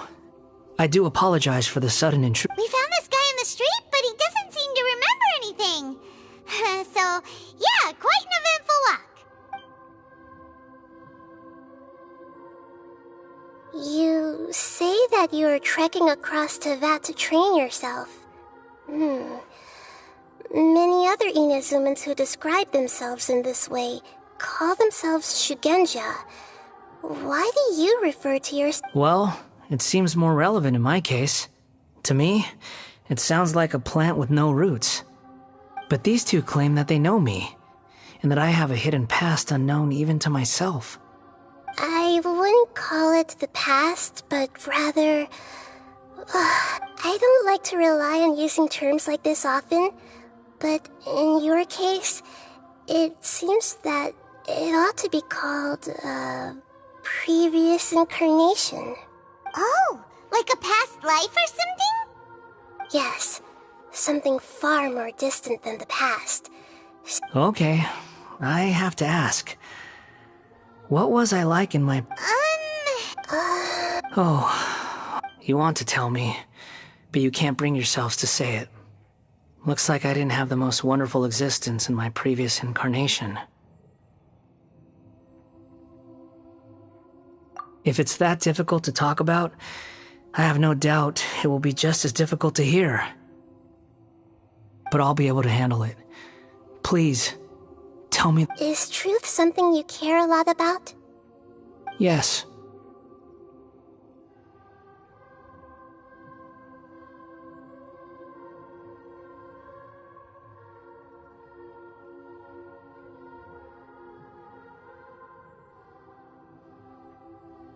Then I'll be straight with you. In your previous incarnation, you did many things that would be considered evil. You nearly died because of what other people did, and many died because of you. As a non-human being, you hated gods and humans alike. You drifted from place to place, never able to settle, even where you found status and identity. You adamantly believed that you were missing... Actions rooted in persistence sometimes bear bitter fruit. Sometimes, you have to let parts of yourself go, or you'll never be happy. I gave everything I had, but it barely changed history at all. In terms of the outcome alone, that's... I don't think I can judge everything I've heard purely in terms of right and wrong. Each choice a person makes belongs to a specific place and time, a chain of cause and effect, a cycle of karma and consequence. That is the nature of truth. If one thing is right, its opposite must be wrong. And yet, dichotomies like this are not enough to explain the world in all of its complexity. It seems like my previous incarnation wasn't the most likable individual. We're not trying to hurt your feelings or anything, but yeah, we weren't your biggest fans. If we were enemies, why are you trying to help me find the truth? This is so frustrating! This guy's supposed to be our arch enemy, but now he's just some random stranger we met on the street! He's got so much to answer for, but we can't make him talk because he doesn't remember anything! Lesser Lord Kusanali, as the god of wisdom, I trust that everything you told me must be true. Yes, it's all true. I can even show you the memories themselves, if you're willing. Please, I want to see them for myself. I want to experience... Even though it will cause your present self great mental anguish? I'm just a puppet. With no heart and no name. There is nothing in this world for me to cling to. To fill the void within me. Very well. As you wish. Wait, shouldn't we go with him? This one's kind of on us for bringing him here. Don't worry. Whatever danger I might face, it's my burden to... Traveler, could I ask you to supervise him on my behalf? Oh, good point. Given your, unique... Understood. Thank you. Now, prepare yourselves, everyone.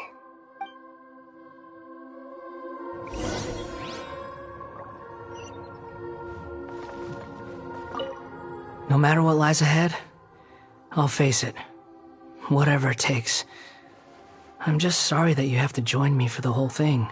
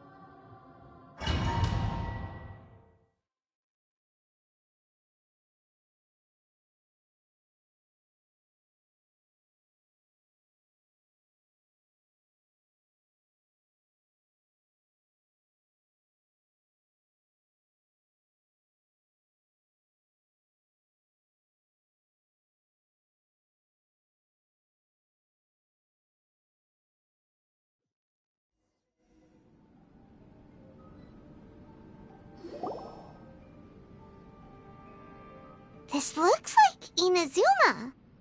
Right now, you're in a dream I created using information extracted from your These memories will show you the raw truth. But be aware that enemies may react just like in the real... Sounds like an immersive experience. You don't need to do this for me. We never give up halfway. Well... Alright. Wanderer, this is the Shake Pavilion.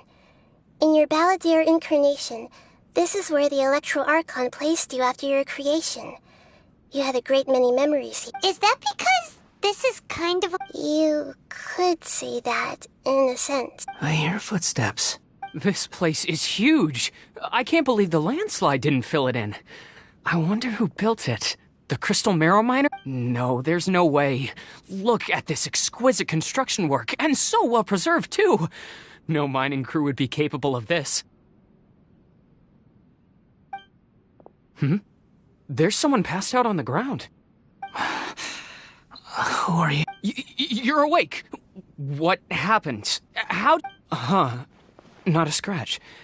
And these fine... This man is Katsuragi, deputy to Torichiyo's adopted son, Mikoshi Nagamasa. He found the Balladeer in Shake Pavilion. And the rest is history. Well... In the original version of events, Katsuragi was ultimately killed by Nagamasa.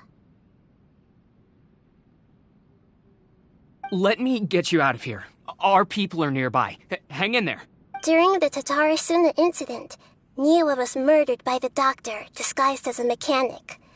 The Balladeer, then known as the Kabukimono, disappeared not long after.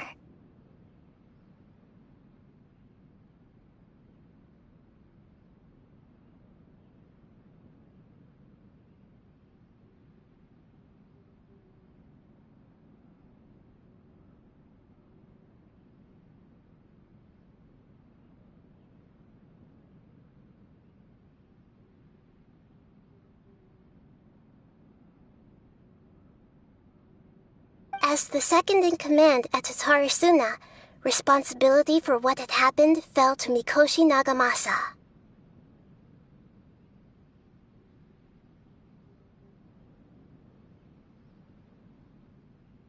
But Katsuragi had sworn lifelong loyalty to Nagamasa after the latter had once saved his life. At Katsuragi's insistence, Nagamasa killed him to put an end to the Tatarasuna incident. Katsuragi seems like he was a good guy. He looks like a warrior. But he has a kind face. Why couldn't he live a long and happy life?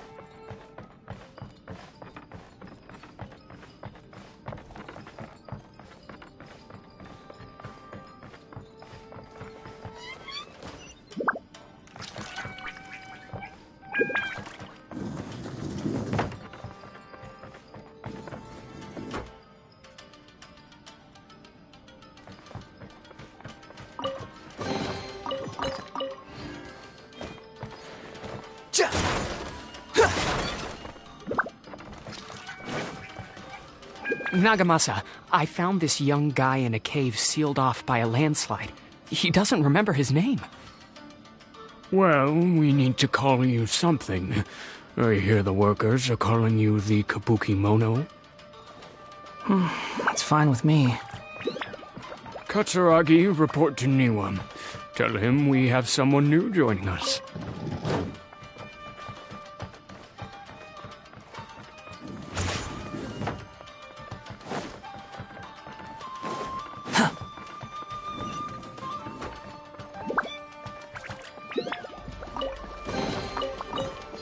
Behold!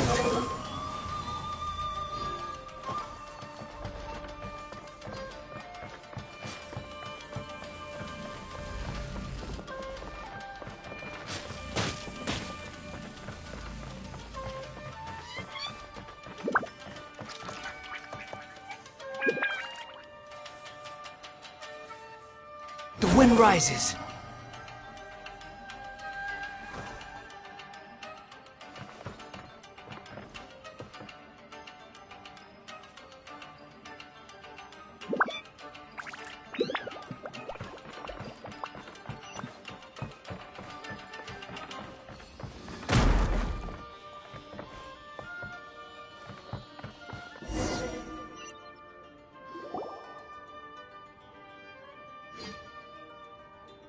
Huh?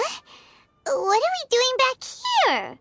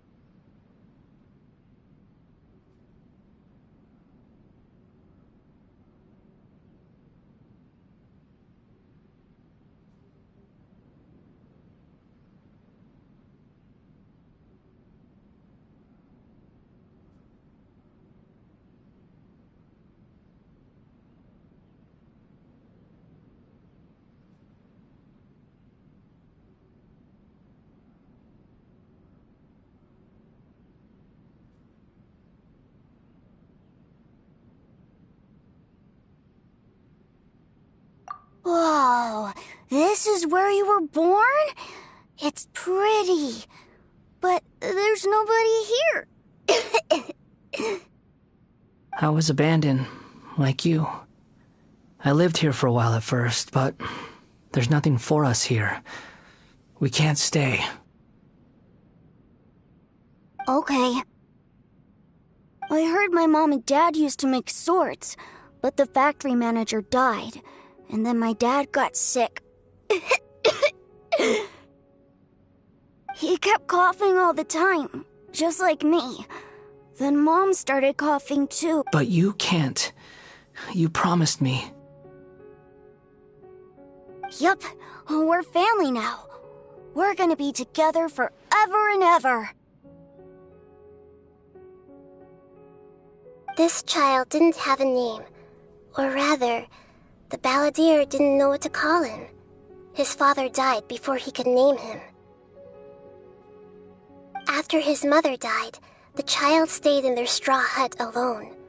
Some of the neighbors helped to raise him. After leaving Tatarasuna, the balladeer ran into this child who didn't have a name, just like him. What happened to the child then? He died from his illness while he was still very young. The balladeer came home one day and found that he had stopped breathing. Hey! What's wrong? Say something! You promised me we could be family! You're no different from Niwa and all the others. You betrayed me too.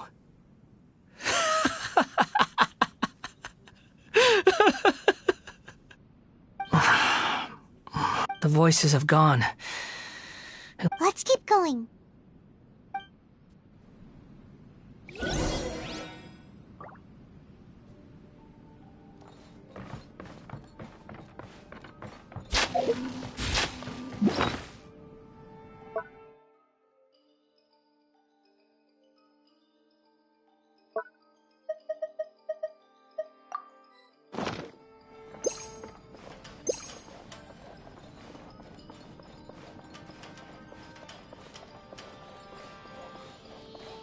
Squall and Fury!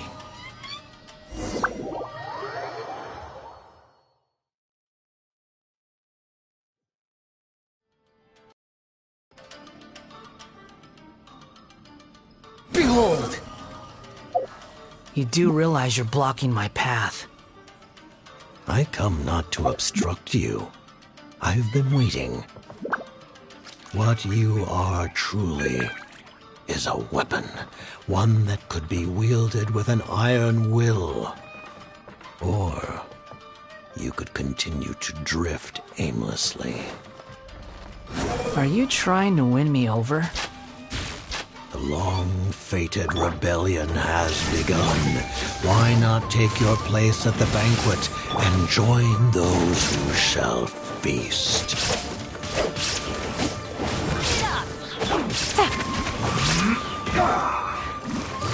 Gotcha! There is no escape! Teamwork is strength! The wind rises. That's far enough! That seemed to work.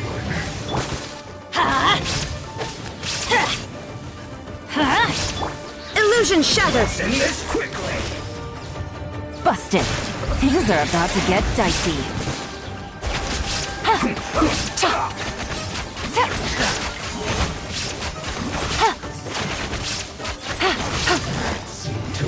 Quietly now.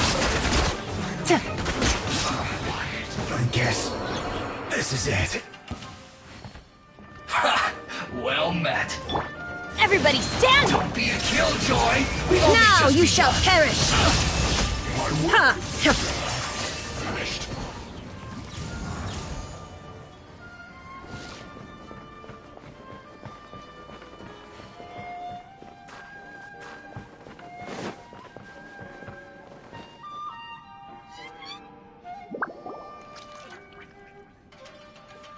This place is dark.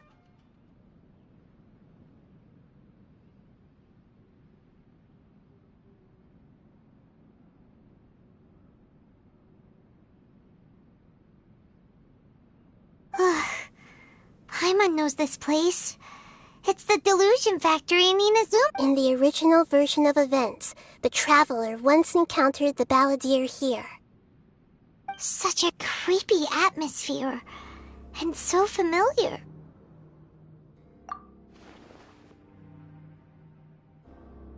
Hey, look over there! Well, well, my fair lady. Is this rundown factory and these incompetent fools all for me? Wow. You shouldn't have.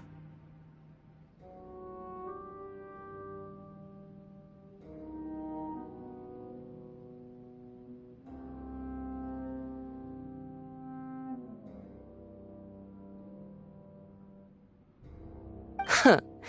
What do you have to gain from belittling your subordinates? You might not want to admit it, but you are a part of this plan. Perhaps you find fighting in the abyss to be a more meaningful use of your time? Oh, but of course, even this pales in comparison to being experimented on by the doctor.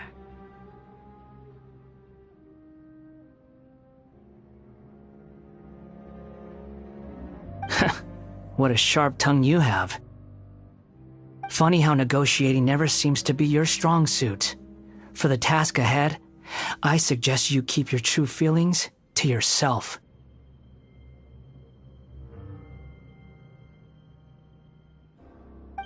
Save your breath.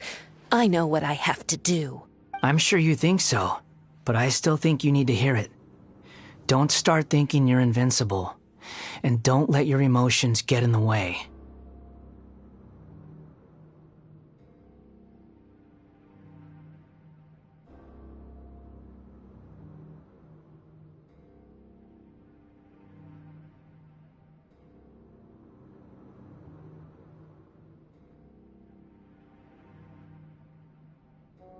Surely you're not worried about me. I just can't have you getting in my way. You and Child never fail to find ways to complicate things. I'm merely lighting a little fire in this chaotic nation. But you, being tossed out like trash, must make you want to destroy it completely. Do you remember the last time you were here? That was a lot of swordsmiths you killed. I'm sure the descendants of the Raiden Gokaden are still suffering the consequences now. Look at you. Oh, don't get so sentimental. Now, give that poor little tongue of yours a rest and stop pretending like you're above everyone else. Bye then. See you at the victory feast.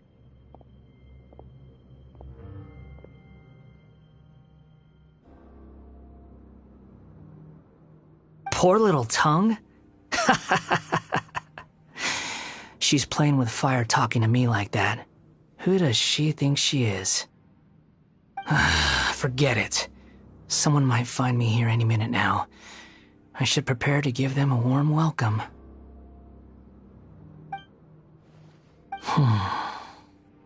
The plot does not end here. There is more of this story to come. Wanderer, are you able to continue? Yes. Please don't worry about me. Why are you staring at me in silence? Can't you think of a nicer way to express yourself? I'm under no obligation to be nice to you. Besides, I thought nothing mattered to you except results in your own interests. Isn't that right, witch? Muddle-headed puppet. You're only number 6 because you can take more abuse than other humans. Do you really count that as an asset? You're about as much fun to be around as a raging inferno. But before we murder each other, it'd be best if we finish our duties.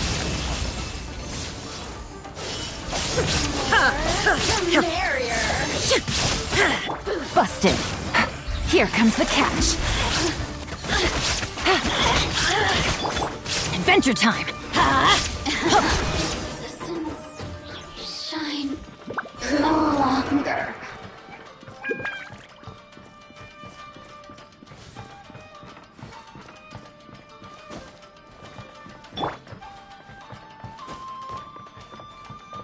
Entry hold!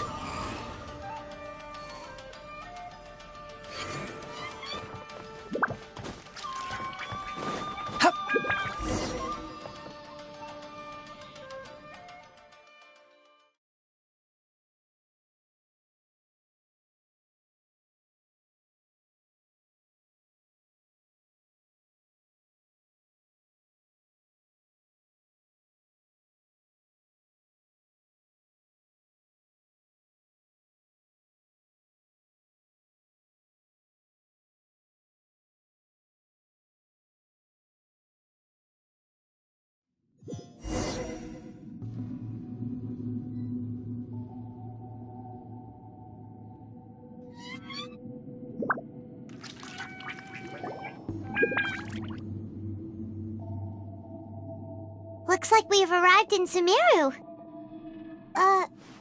Is that— Considering that Amorta's sage, Nafis, refused to join this project, I'll take part in the experiment in his place.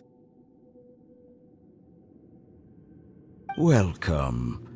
I look forward to a fruitful collaboration. When do we start? You seem impatient. You should know that becoming a god is far from a trivial affair. The biological transformation is a lengthy process.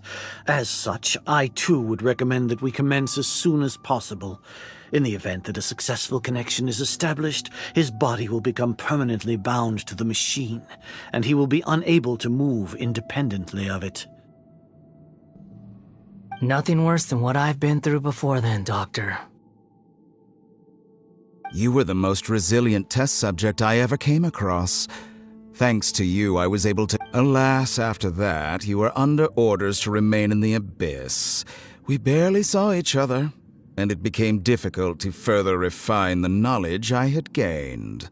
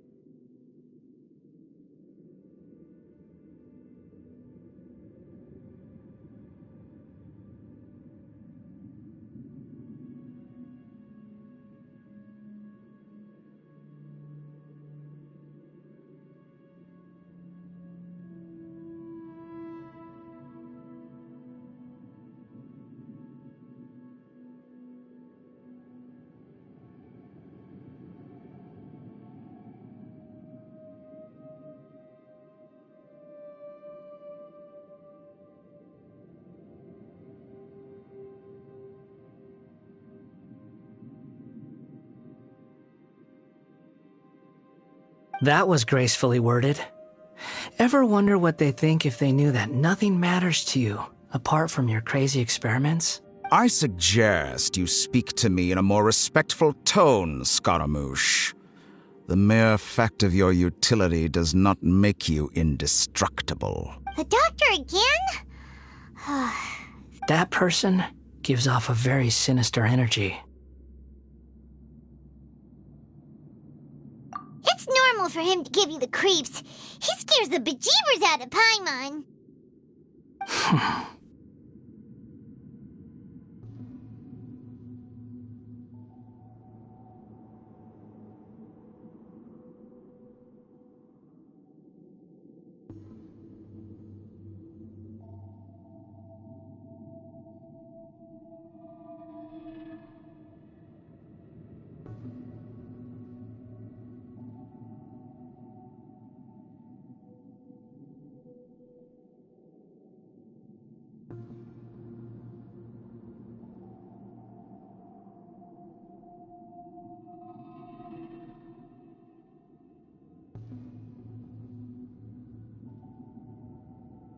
Let's move on.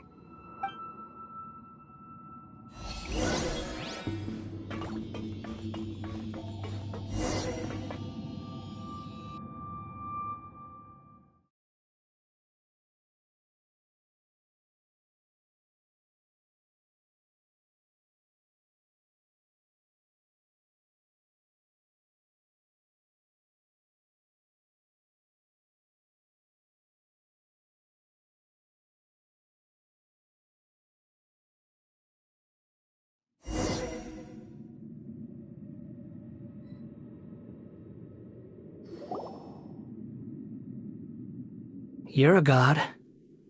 Do you think I'm evil?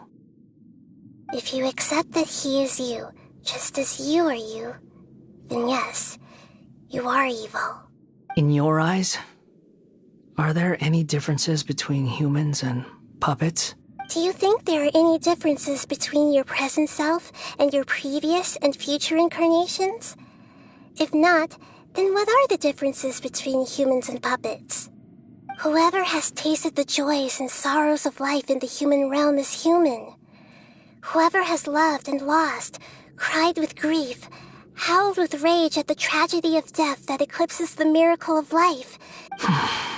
I've seen enough of my past. If possible, I'd like to reclaim the sins that are mine to bear. No matter the consequences, I won't run from blame or punishment. Whatever I am due, let it come to pass. Can you return my memories to me? Huh? But won't that mean you'll lose your current identity? I've always believed that human lives follow a set of rules, with each person being a collection of past experiences. As a puppet living in a human world, my life is subject to the same rules.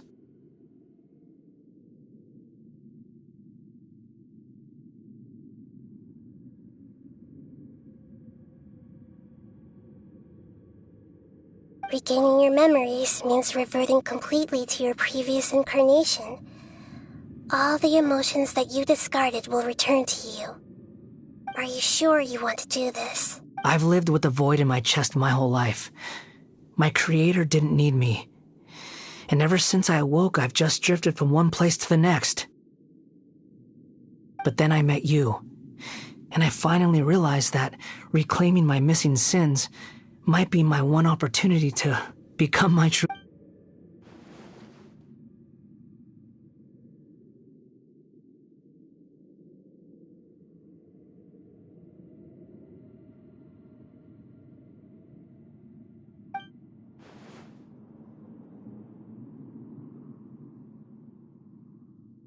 I've always felt I have an innate tendency to yearn for something more, in a way that goes deeper than for most people.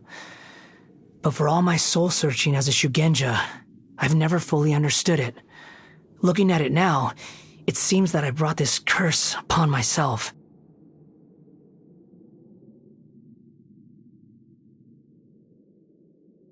So I beg you, grant me this opportunity to gain a purpose, to change my... Very well. Since your mind is made up, I will return to you.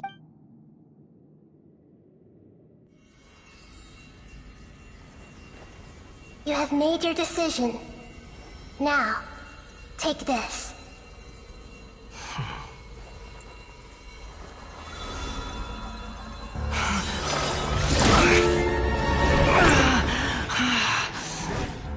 Set him free. A puppet? What's he doing here? You're a human as far as I'm concerned. Everyone's here. Wonderful. What a fine blade. Nagamasa will be thrilled. This is my...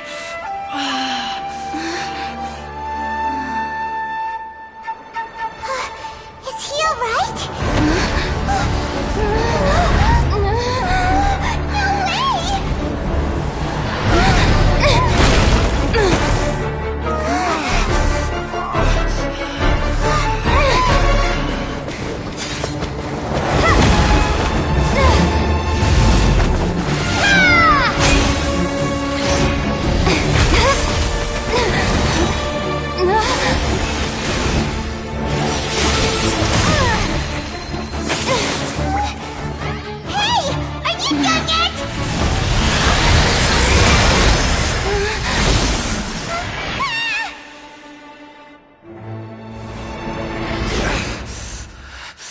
All worthless dross will be purged. That's why this won't be the end.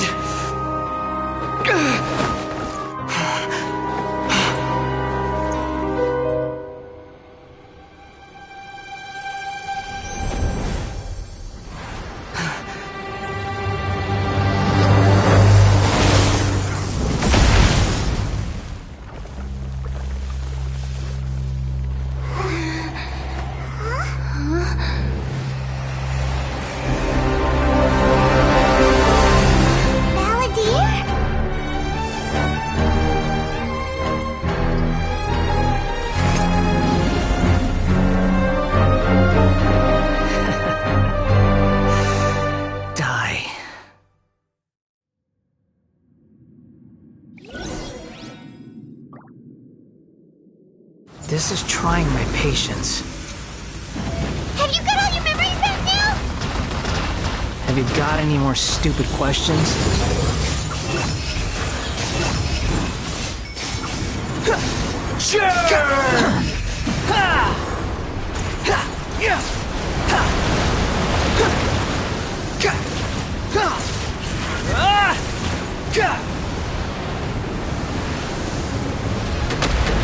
Behold! At my command, you shall fall! Upon the gale.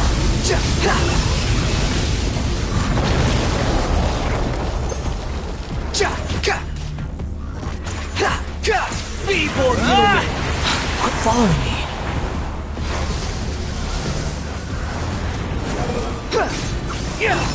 Search for it.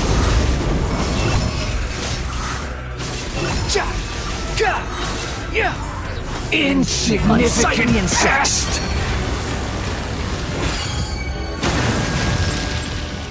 The wind rises.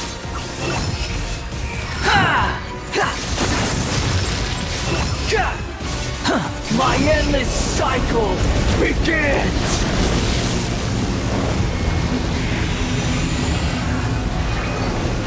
Behold! Upon the gale. Insignificant pest!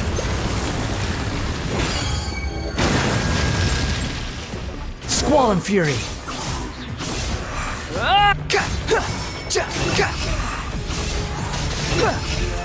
Feeble human!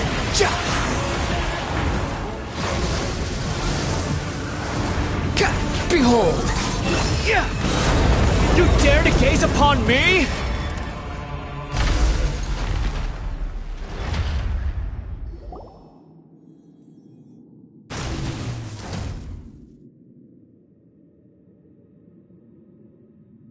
Imbecile! Get out of my sight. It disappeared. What did you expect? I'd never lose to that. There's the tone of voice again. You're definitely back to your old self.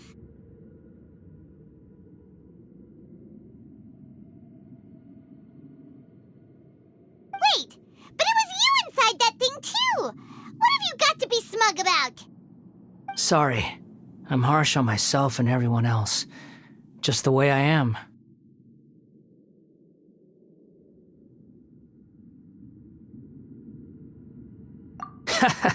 You sound like you're concerned about me. But don't worry. Thanks to you, even if I didn't change a thing, at least I now know the truth. The memory recovery seems to have been a success. This dream has served its purpose. Come on. Let's continue this outside.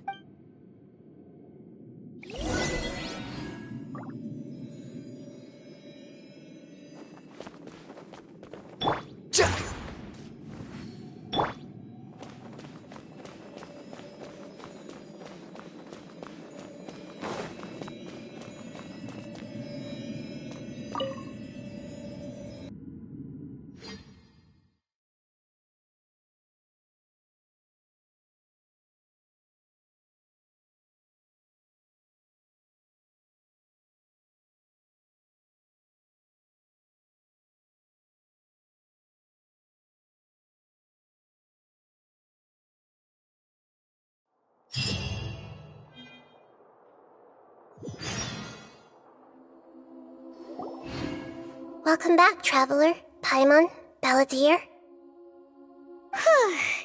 feels like we just went on a really long journey. You don't like being addressed by that name? It's fine. But I was just thinking, I should probably change it. After learning about everything the doctor did, there's no way I can carry on using a name connected to him. I'm not planning on returning to the Fatui, and they wouldn't take me back anyway. Recent events will have affected a lot of people, and they might not even remember who the Sixth is. So, you're quitting the Fatui for good?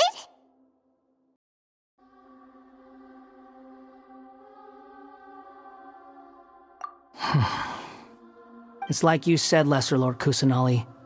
Everything may look futile, but it wasn't completely meaningless. At least I made a lot of people forget about me.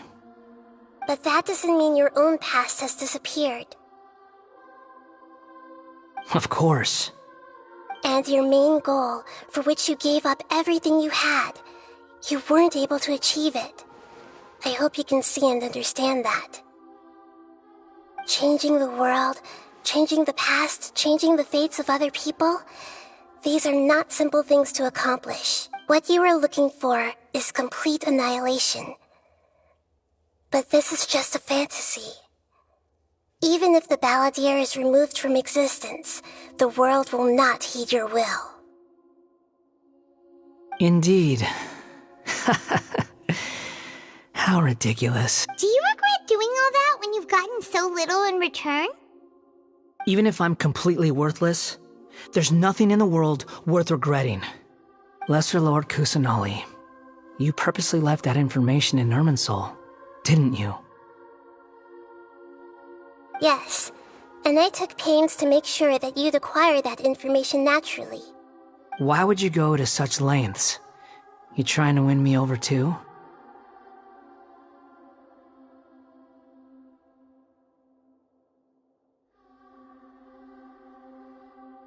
In all honesty, your past experiences have made you a useful asset to Sumeru and to me. Winning you over was indeed a part of my plan. But before that, I wanted to tell you the truth about your past. If all I wanted to do was use you, then I'd be no different from the doctor.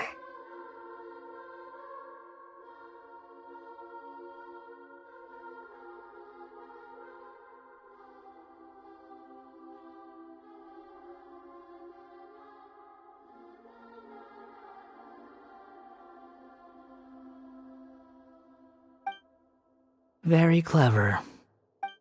I guess you could say that's one of my virtues.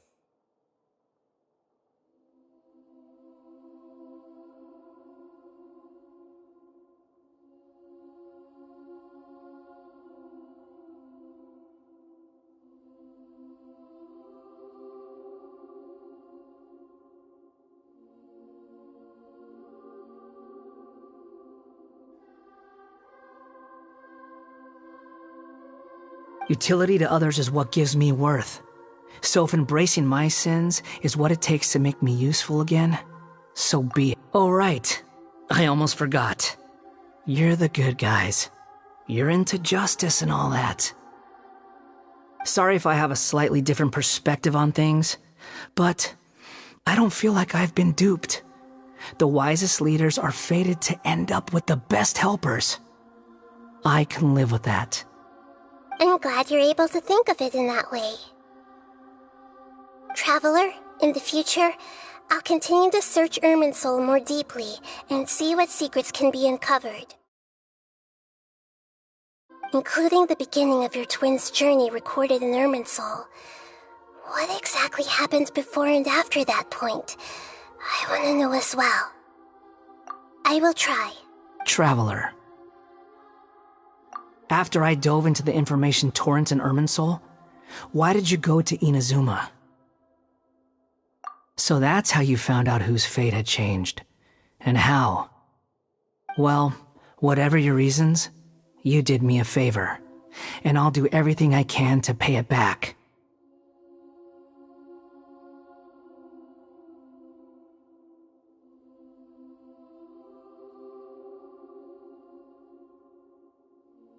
Borrowing and returning are the only real relationships between individuals. I'll balance the books one day. Don't you worry. That's not true. A relationship between two people is not simply a ledger that can be reset to zero. I think deep down you realize this. People who show up in your life don't just evaporate like water drops and leave nothing behind. There is no such thing as balancing the books. Some things in this world can never be brought back, and they can never be changed, which is why there is emotion in the human world. Everything that you feel is real, and whatever is missing in you will not be made whole.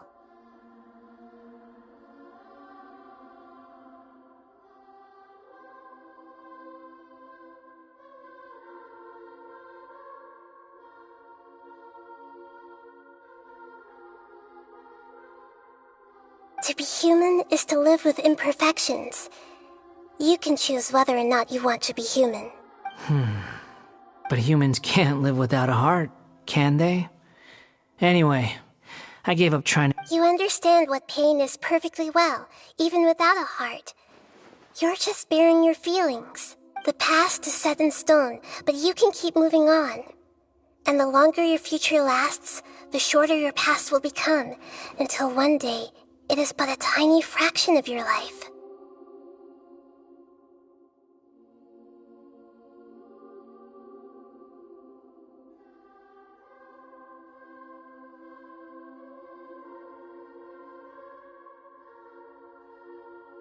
Sounds like you've got a future planned out for me.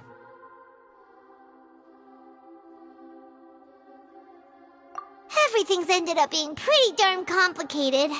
Paimon doesn't even know where to start, but the most important thing now is that you need to follow Nahida. Otherwise, all our efforts will have been for nothing.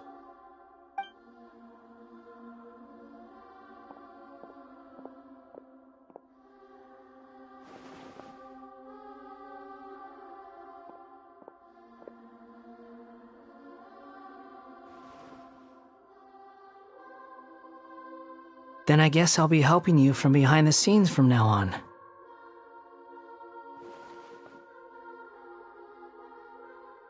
I'm glad that you've accepted our proposal.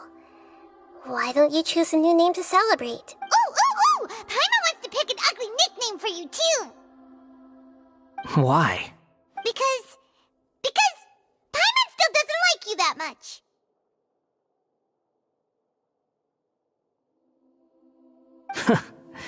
Then I hope we don't see much of each other in the future. A name is life's first gift. You didn't say it out loud, but I know that's what you're thinking. The Traveler and Paimon have helped you a lot. If you can't decide on a new name, maybe you can ask them for ideas. No! Paimon only does nicknames! If it's a serious name you're after, it's all yours.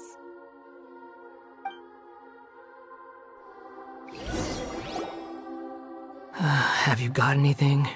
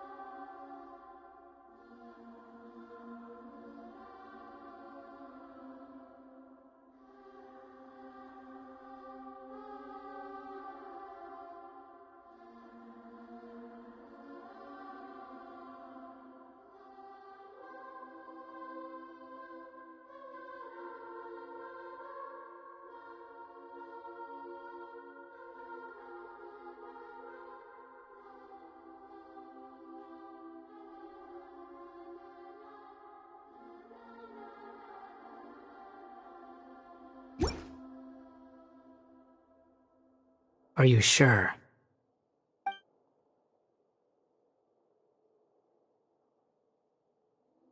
Oh, alright.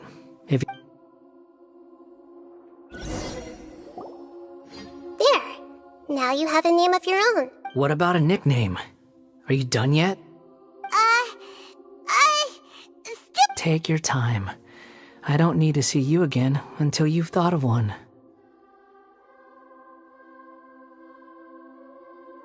Everyone who manipulated me and made me suffer will have to pay the price. You mean the Fatui? The doctor, at least. Now that your stance has changed, I believe your future path will change accordingly. But it won't be immediate. You still need some time to compose. One more thing. There are still some descendants of the Raiden Gokuden living in Inazuma. Some of them know. Well, they ought to know about the connection between Raiden Gokuden and myself. I don't plan to leave Sumeru for the time being.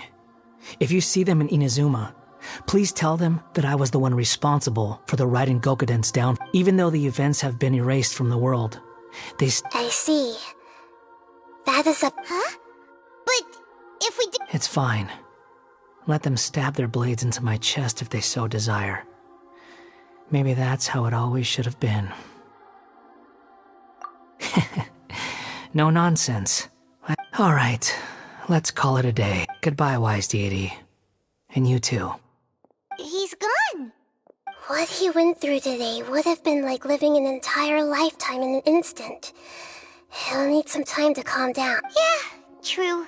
But even so, after everything that's happened, he doesn't seem quite as fierce anymore.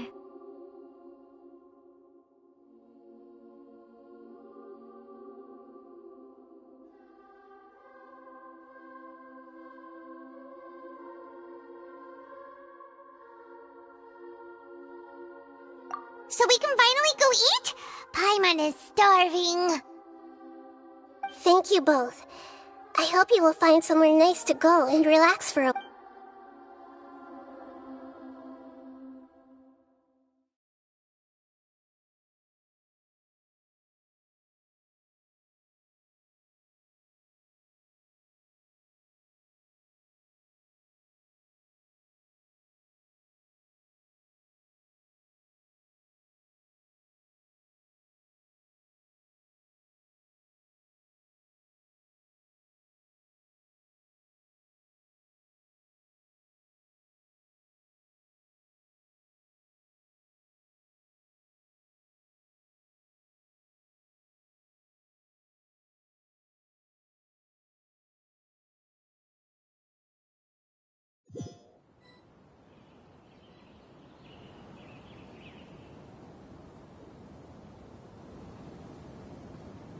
I've got it! I can end my novel with some words from Miko... You mean because everyone else in the story is dead? Yeah! I heard that Mikoshi Nagamasa died at a ripe old age. He's the perfect fit to be the narrator of the epilogue. The dark clouds had dissipated, but they continued to... Then, one night, as an old man, he had a dream. On the night when all these expressions of joy melted down in the furnace fire and turned into red clouds that rallied around the final sunrise. Life is a story too long to be told. A journey that you must walk.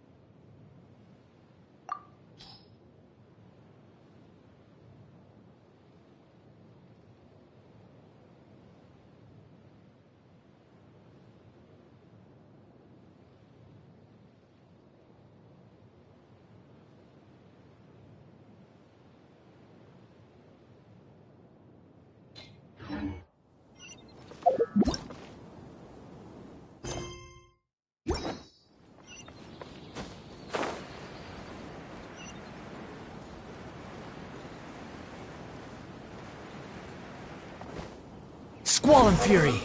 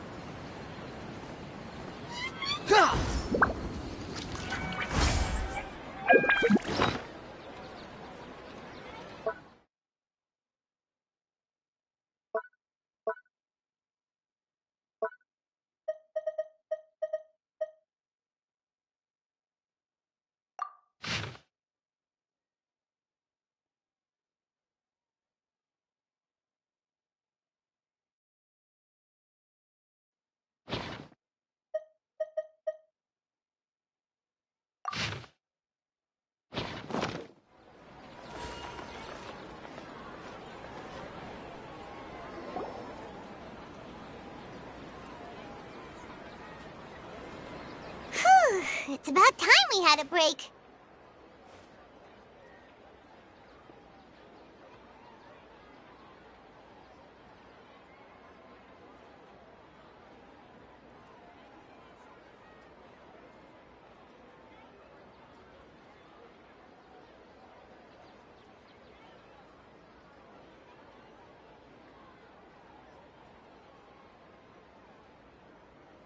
As soon as you stop, all the tiredness and hunger comes rushing back.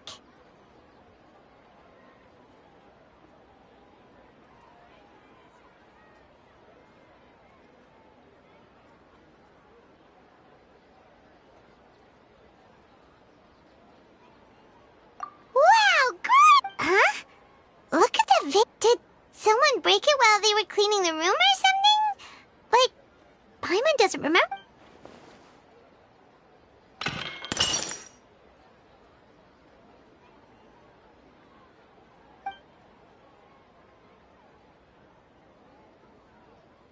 You sound lost and confused. I know why you are troubled. Any who knew of this would find their mind overwhelmed. Huh? Is there someone here talking to us?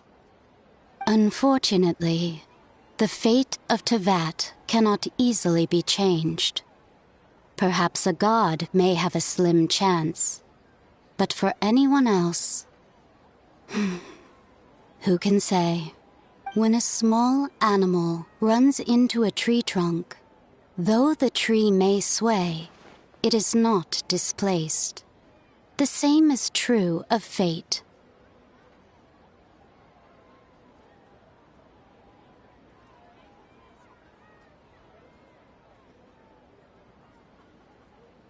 Like a vase that falls to the ground, whether it is broken by a cat or by a bird, the result is still a broken vase. Who are you? History does not change easily, but human hearts can. Believe your own eyes. Only that which you see is true. What is unseen is but... The voices disappeared. And who the heck was that? And what were they doing coming out of nowhere and saying all that scary stuff?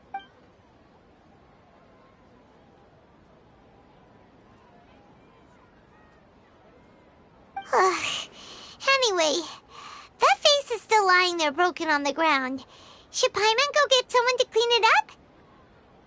It feels wrong just leaving it there. Just a moment. Paimon will be...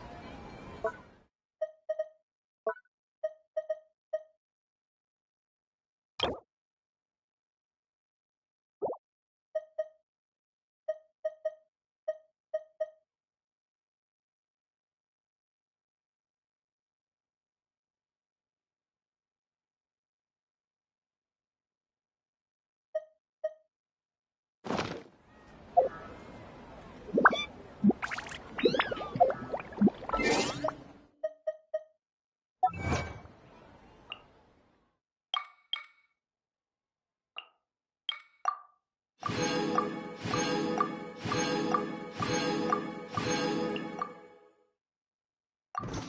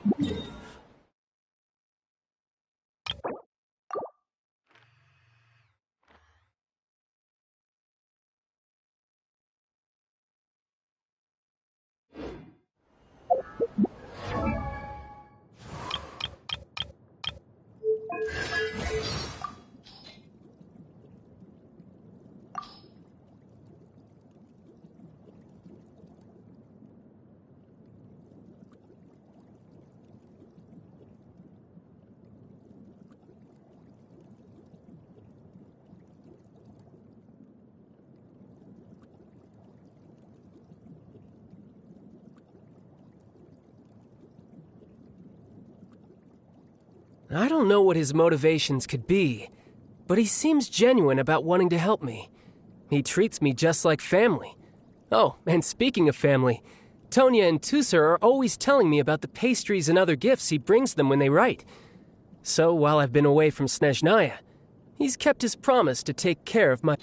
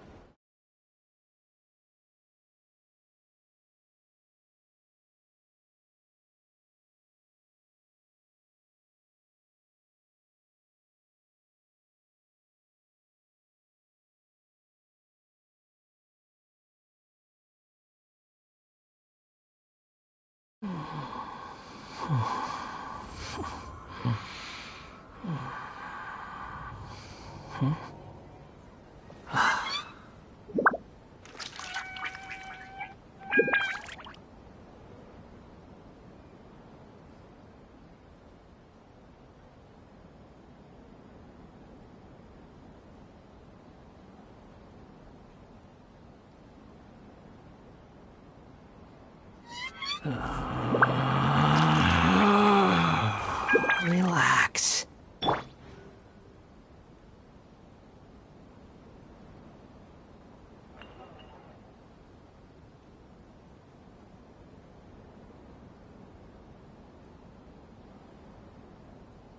Benny's Adventure Team, assemble!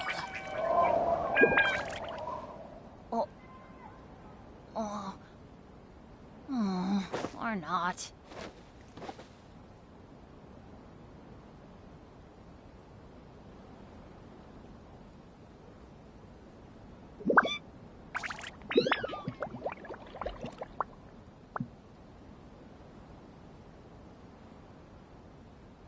Good things come to those who don't wait around. That's what they say anyway. Knowing my luck, the opposite is probably true for me.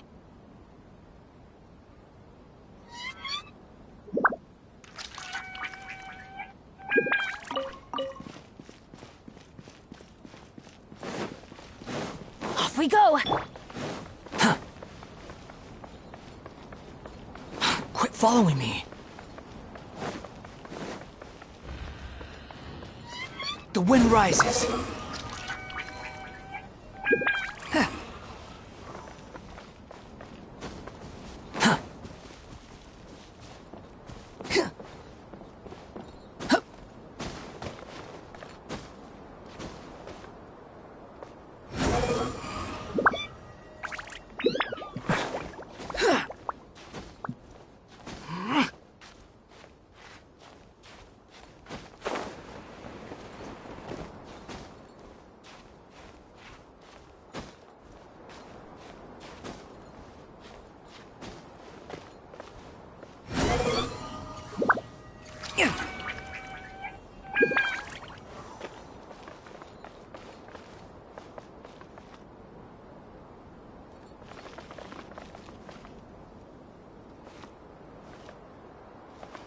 Behold!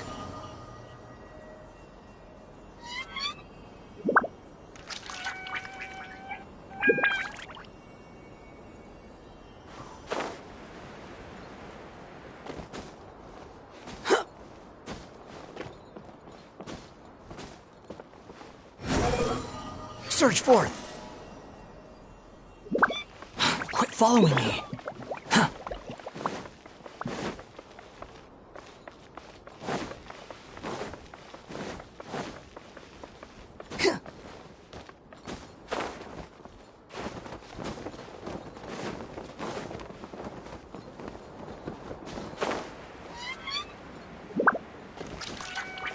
Squall and fury!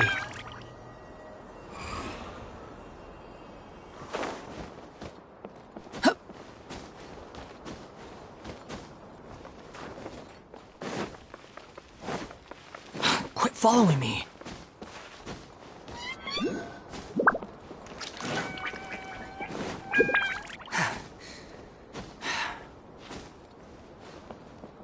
The wind rises!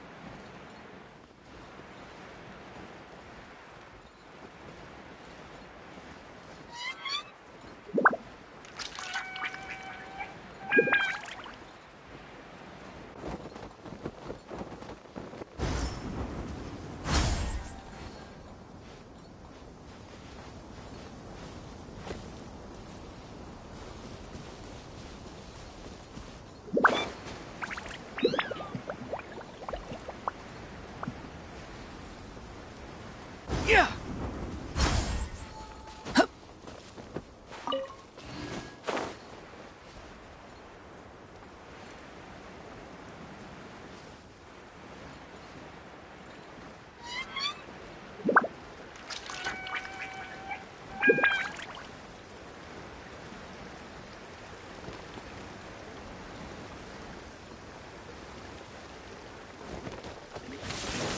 Squall Fury!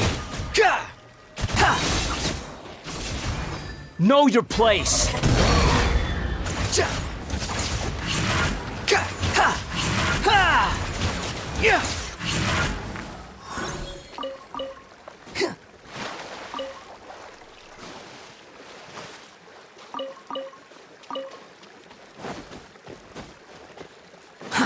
Too slow.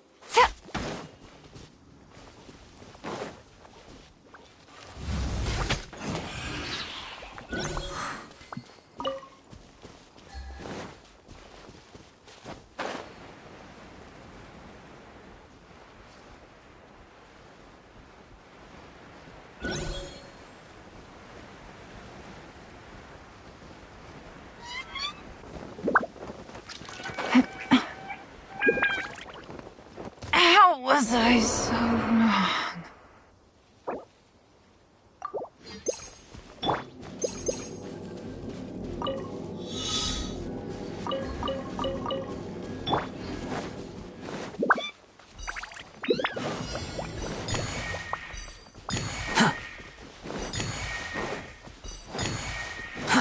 Too slow.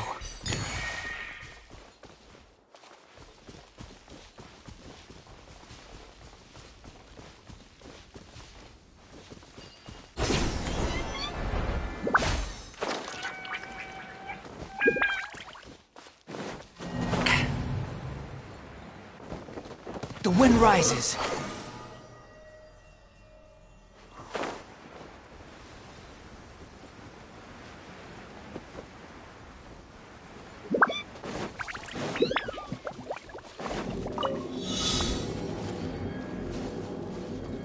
Quit following me. Huh. Behold!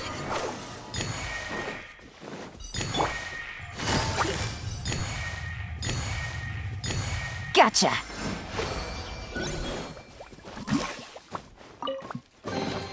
Treasure. One way to draw your target out of hiding.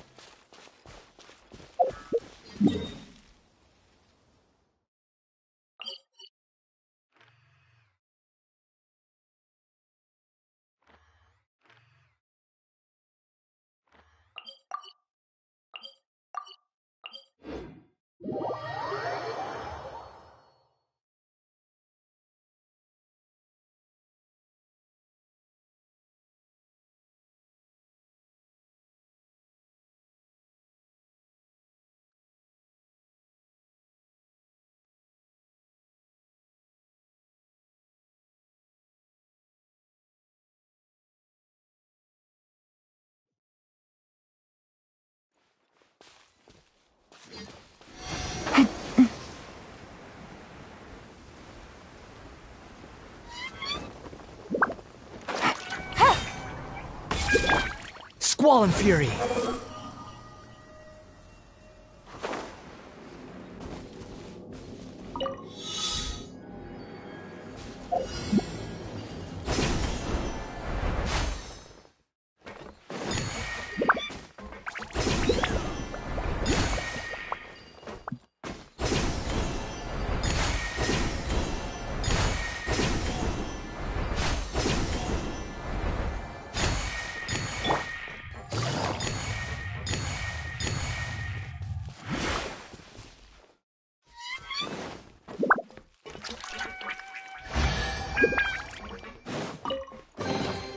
A chest full of valuables, and a trove of potential clues.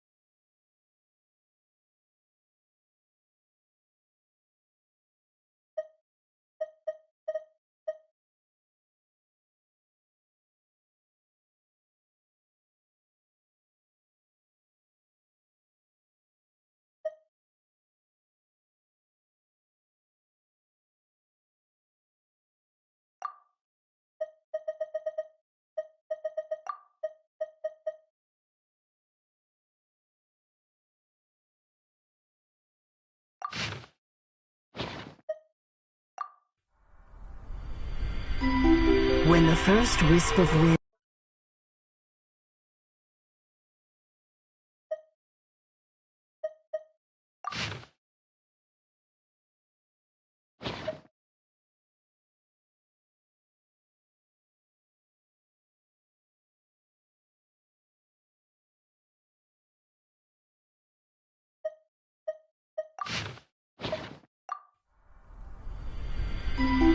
When the first wisp of wind brushed across the land, birds that yearned for the sky had wings, but no way to fly.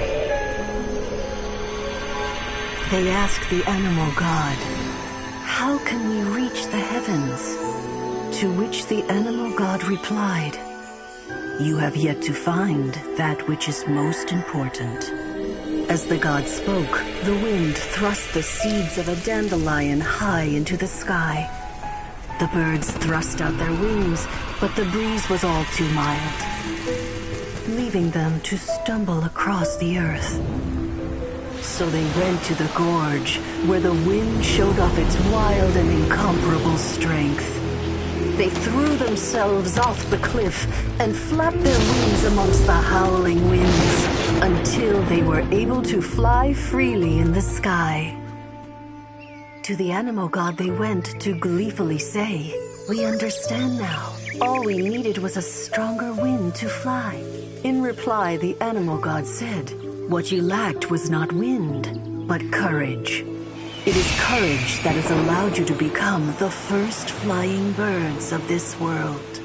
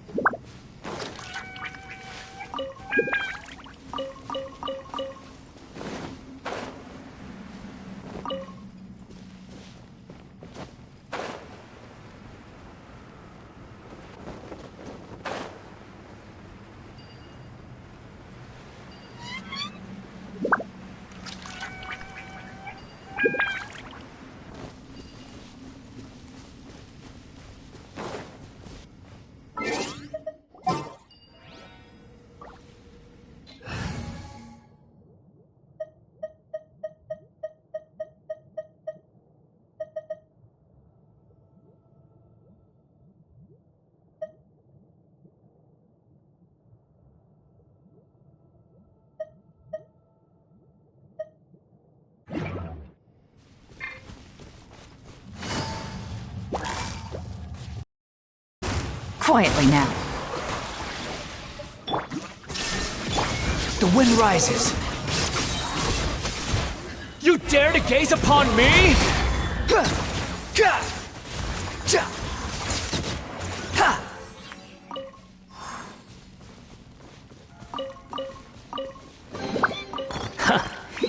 You even want this?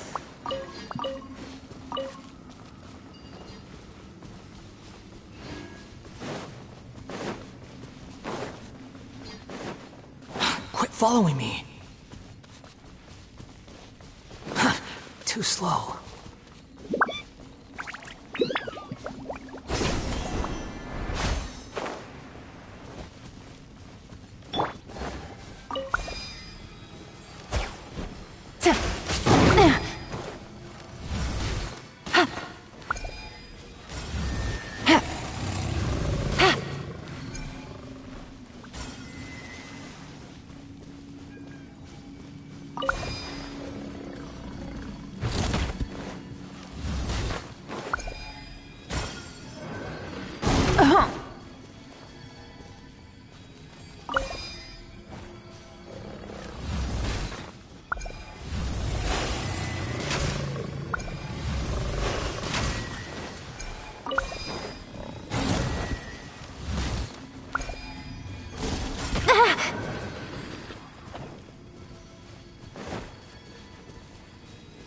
Take it easy. Take it easy. Take it easy.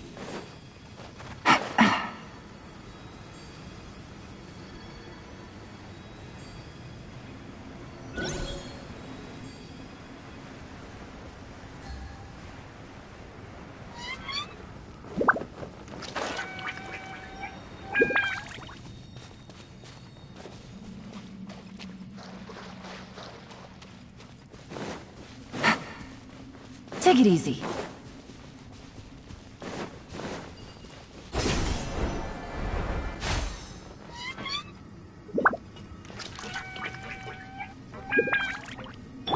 Squall and Fury.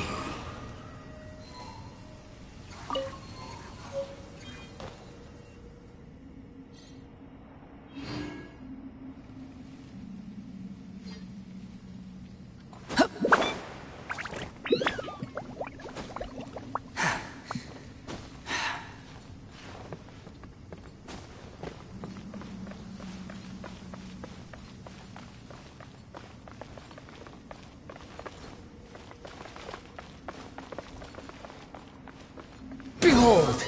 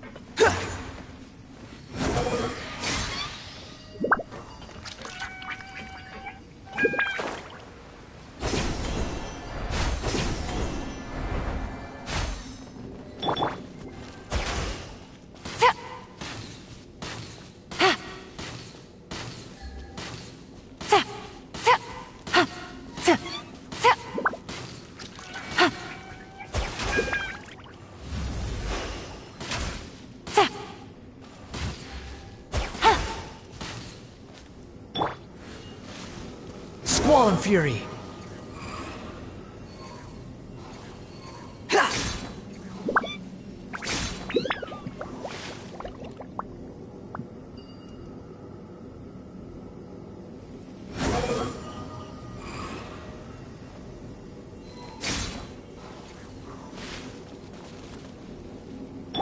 Shine down!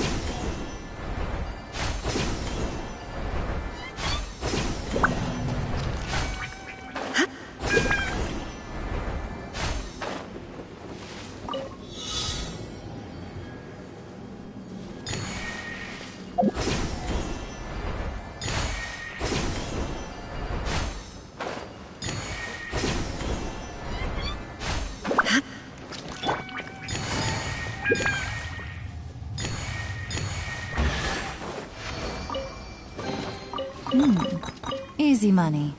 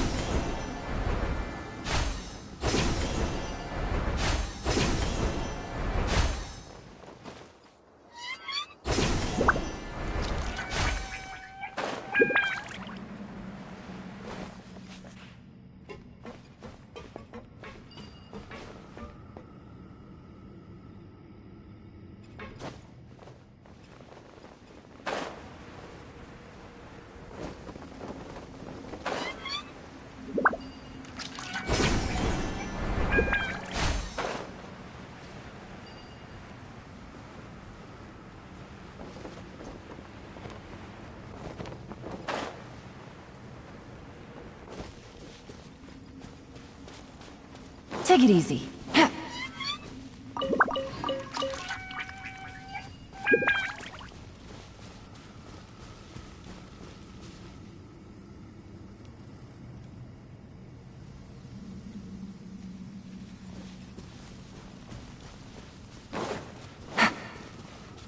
Take it easy.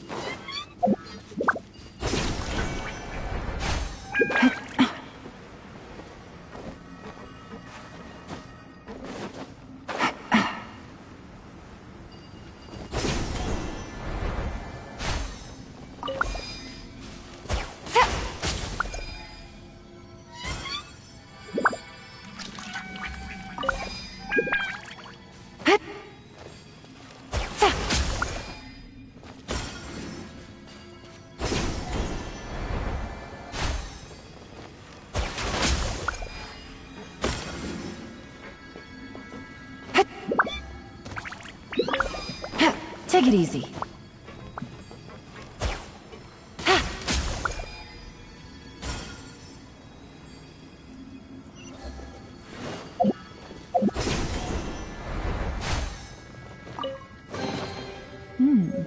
Easy money.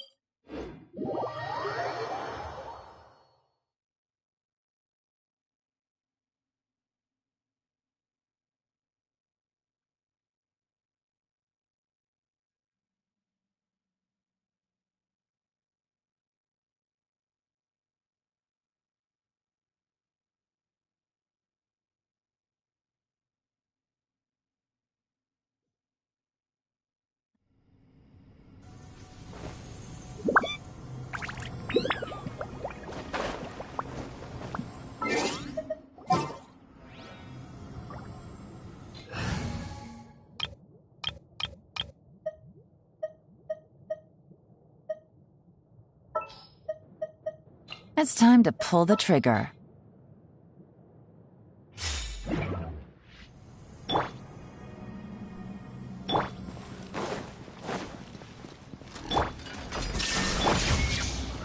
Get out of here! Out of the frying pan! What a drag.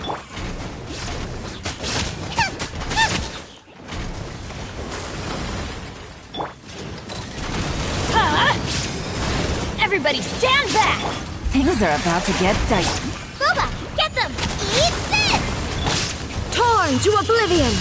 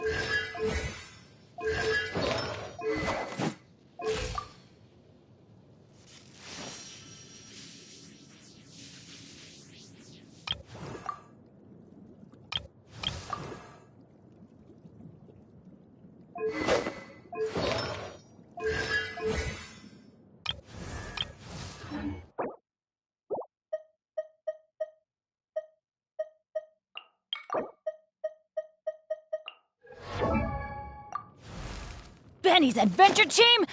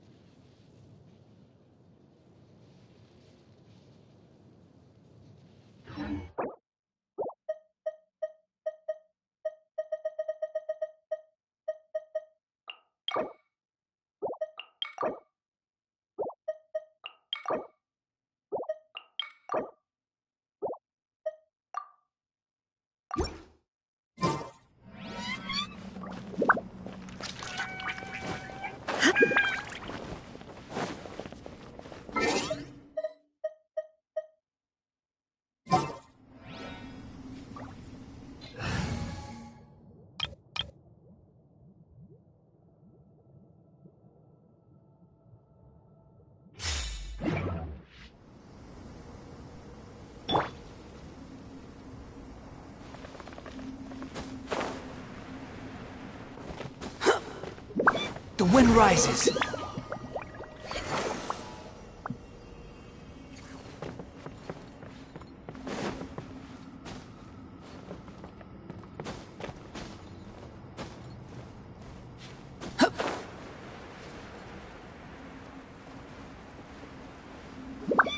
Squall and fury.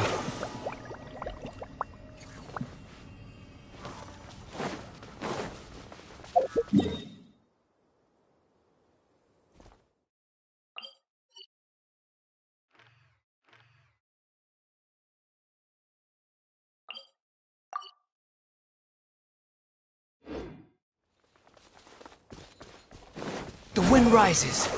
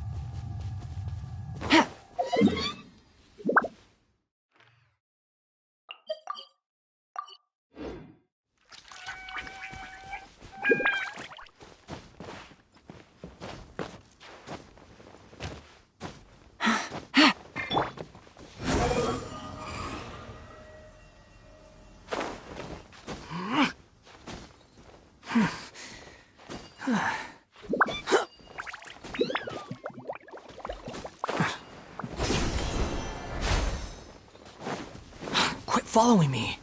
Hup.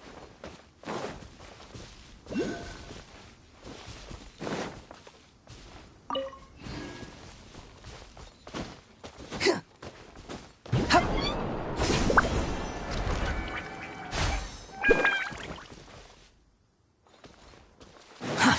Too slow.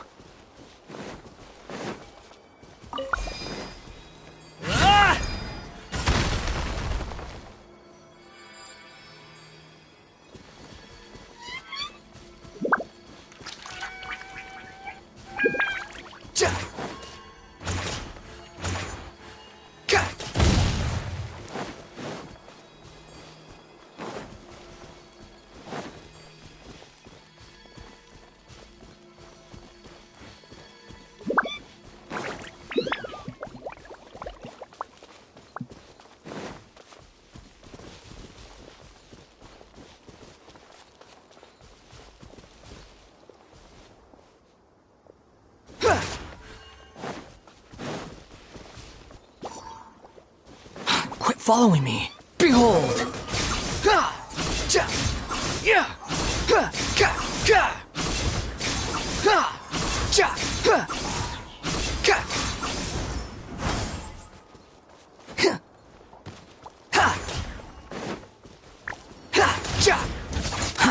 Too slow.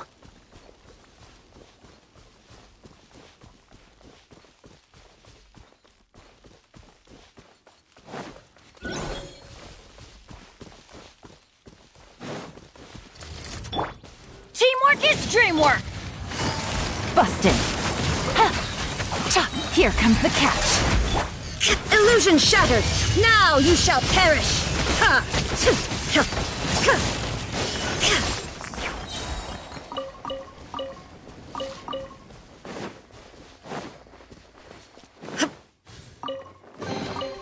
but a momentary distraction.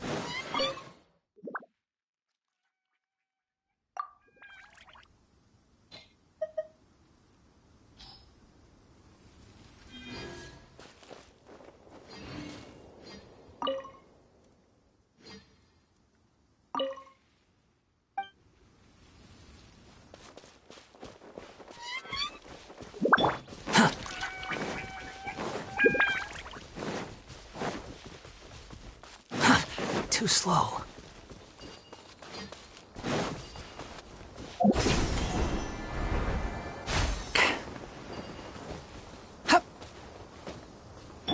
Shine down!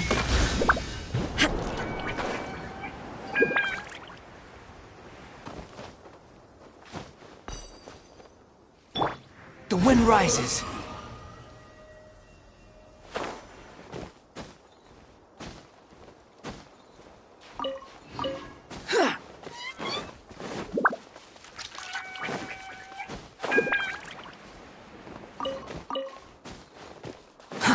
Too slow. Behold!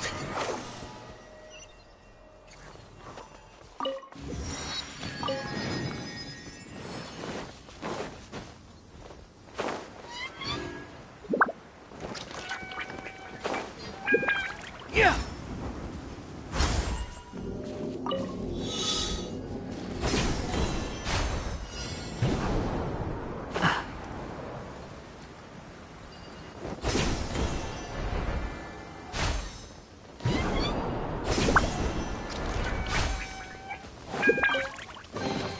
Unnecessary.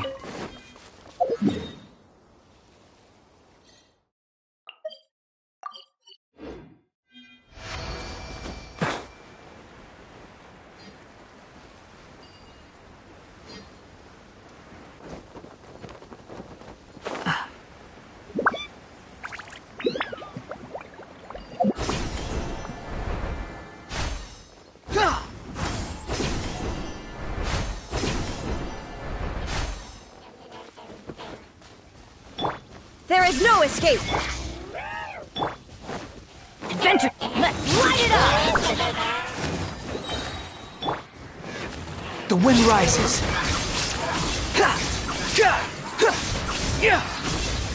Upon the gale.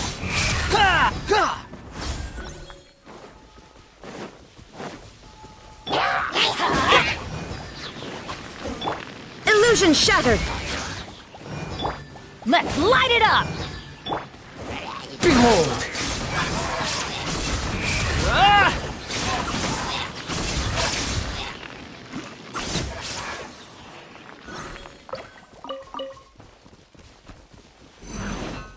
Quit fall. Adventure time!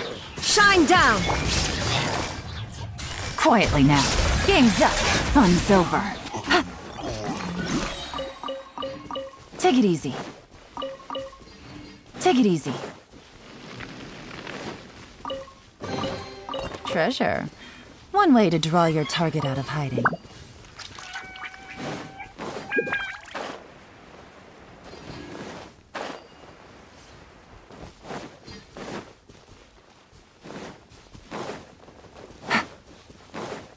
Take it easy.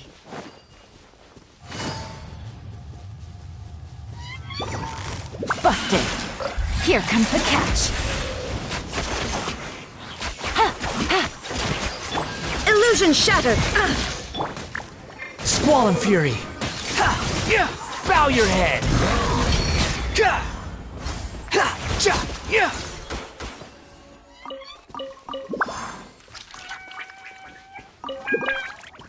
Behold!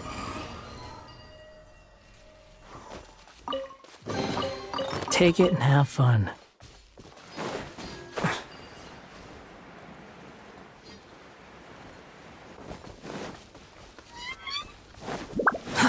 Too slow.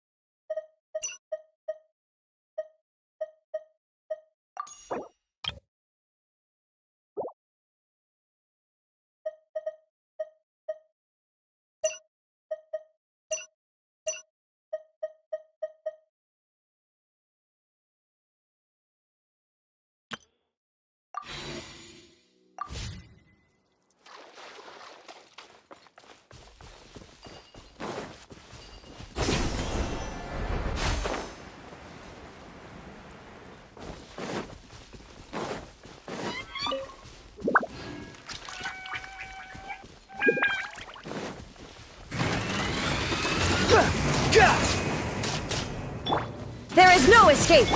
I'm going in! Squall and Fury!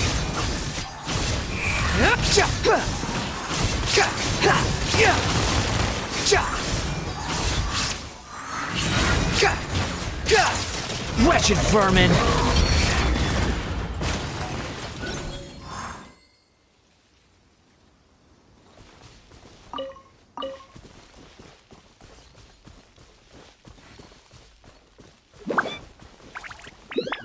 Quit following me. Too slow. Quit following me.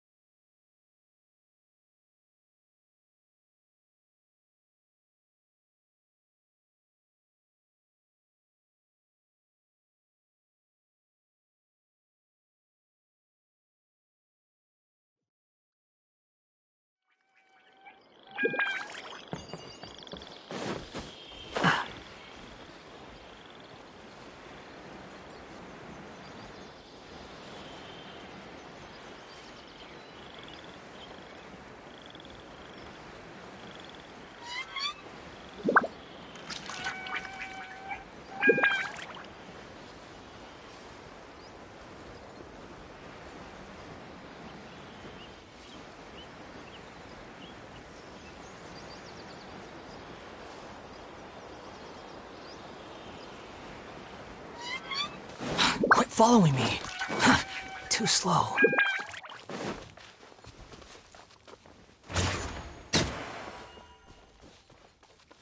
Quit following me.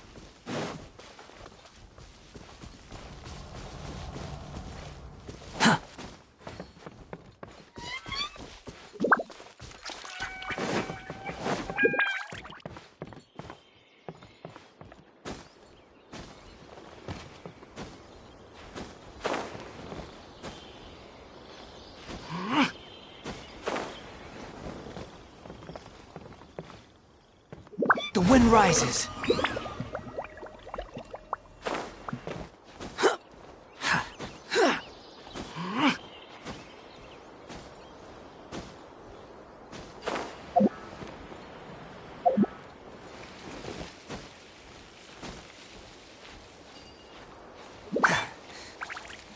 You want to use my hat as an umbrella? The audacity to even make that request.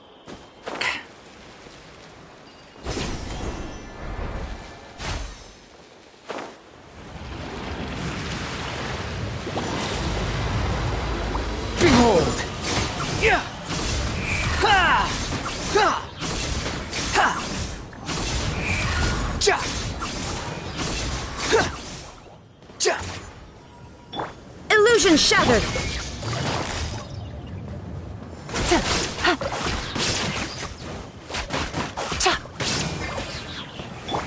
Squall and Fury! Ah! Huh. You even want this?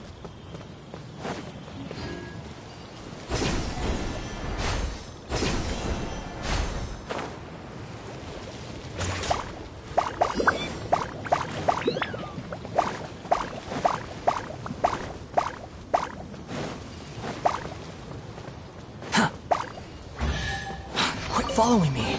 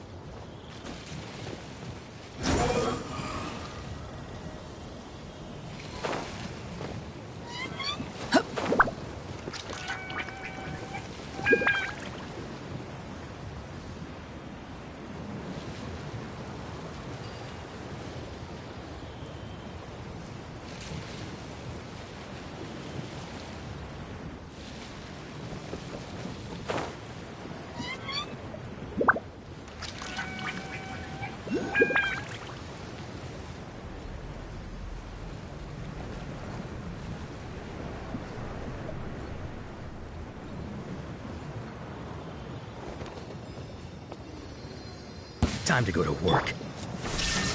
Inazuma shines eternal! Now you're testing my patience. Will meet. You are not welcome here. Gotcha. Everybody stand! Behold! You dare to gaze upon me? How regretful.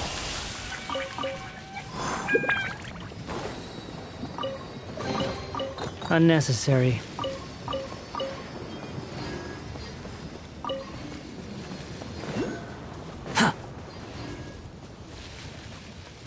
Quit following me. Quit following me. Too slow.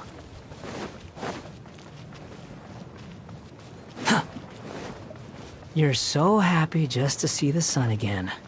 How childish. Too slow.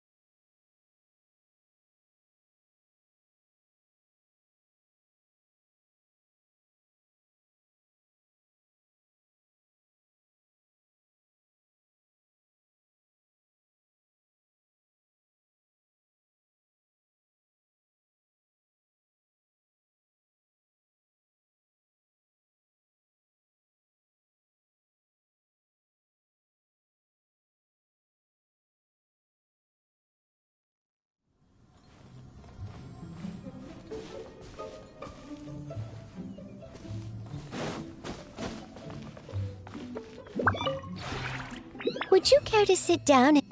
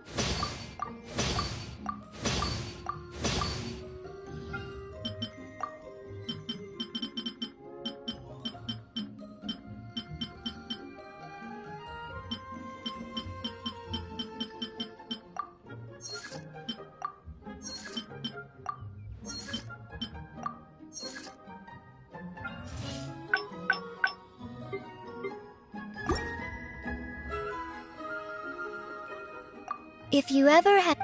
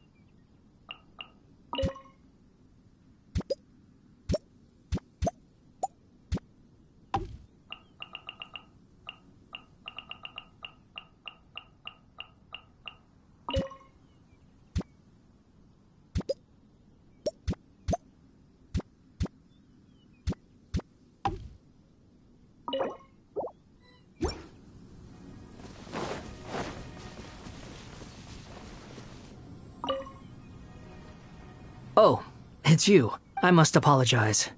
I nearly mistook you for the type to leave your guests alone to fend for themselves.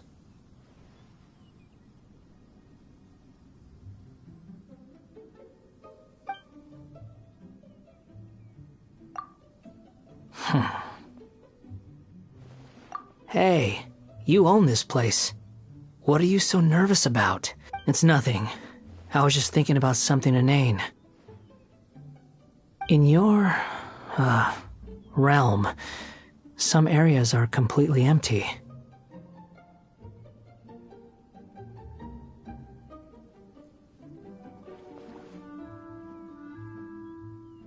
I get it. There are always going to be those things that are just beyond our ability to manage. With some things, they improve over time. With other things, the most you can do is to maintain the status quo.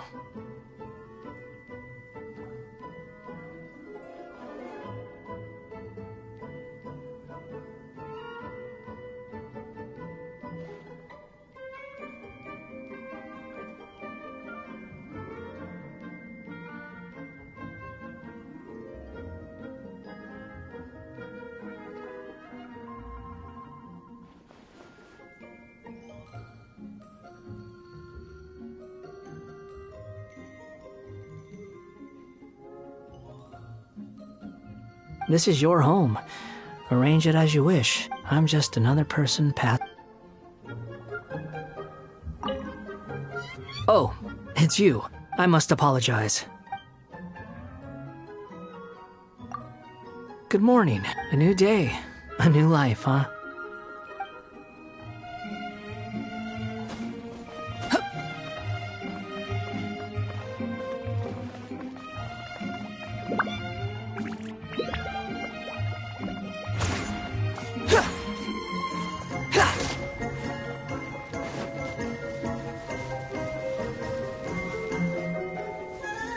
Quit following me.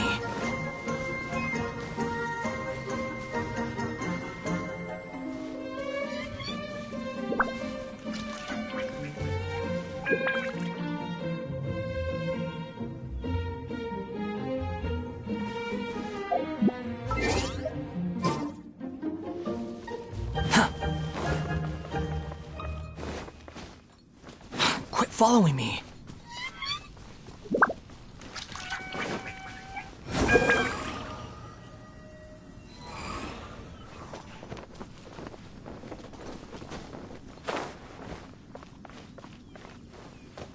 The wind rises.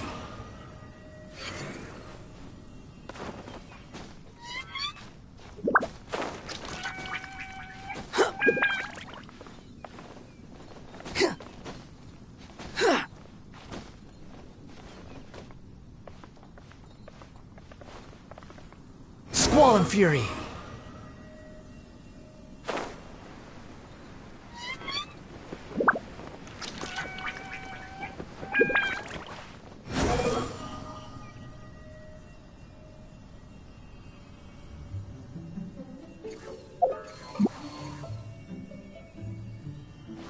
Yeah.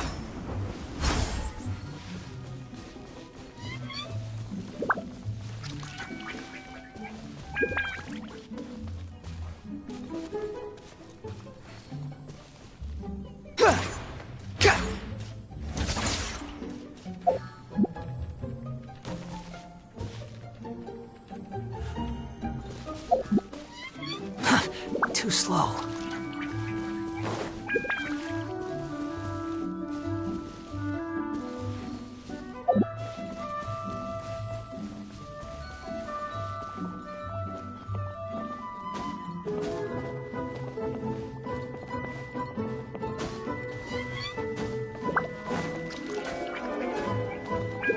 Quit following me.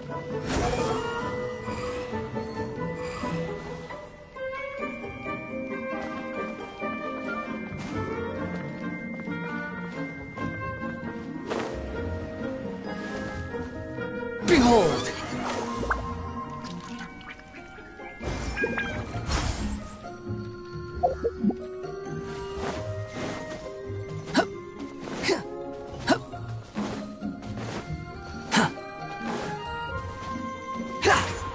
wind rises.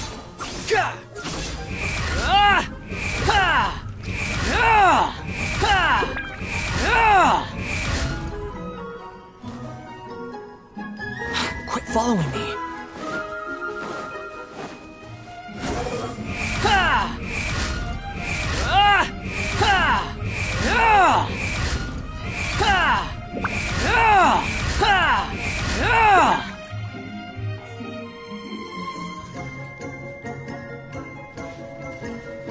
Squall and Fury.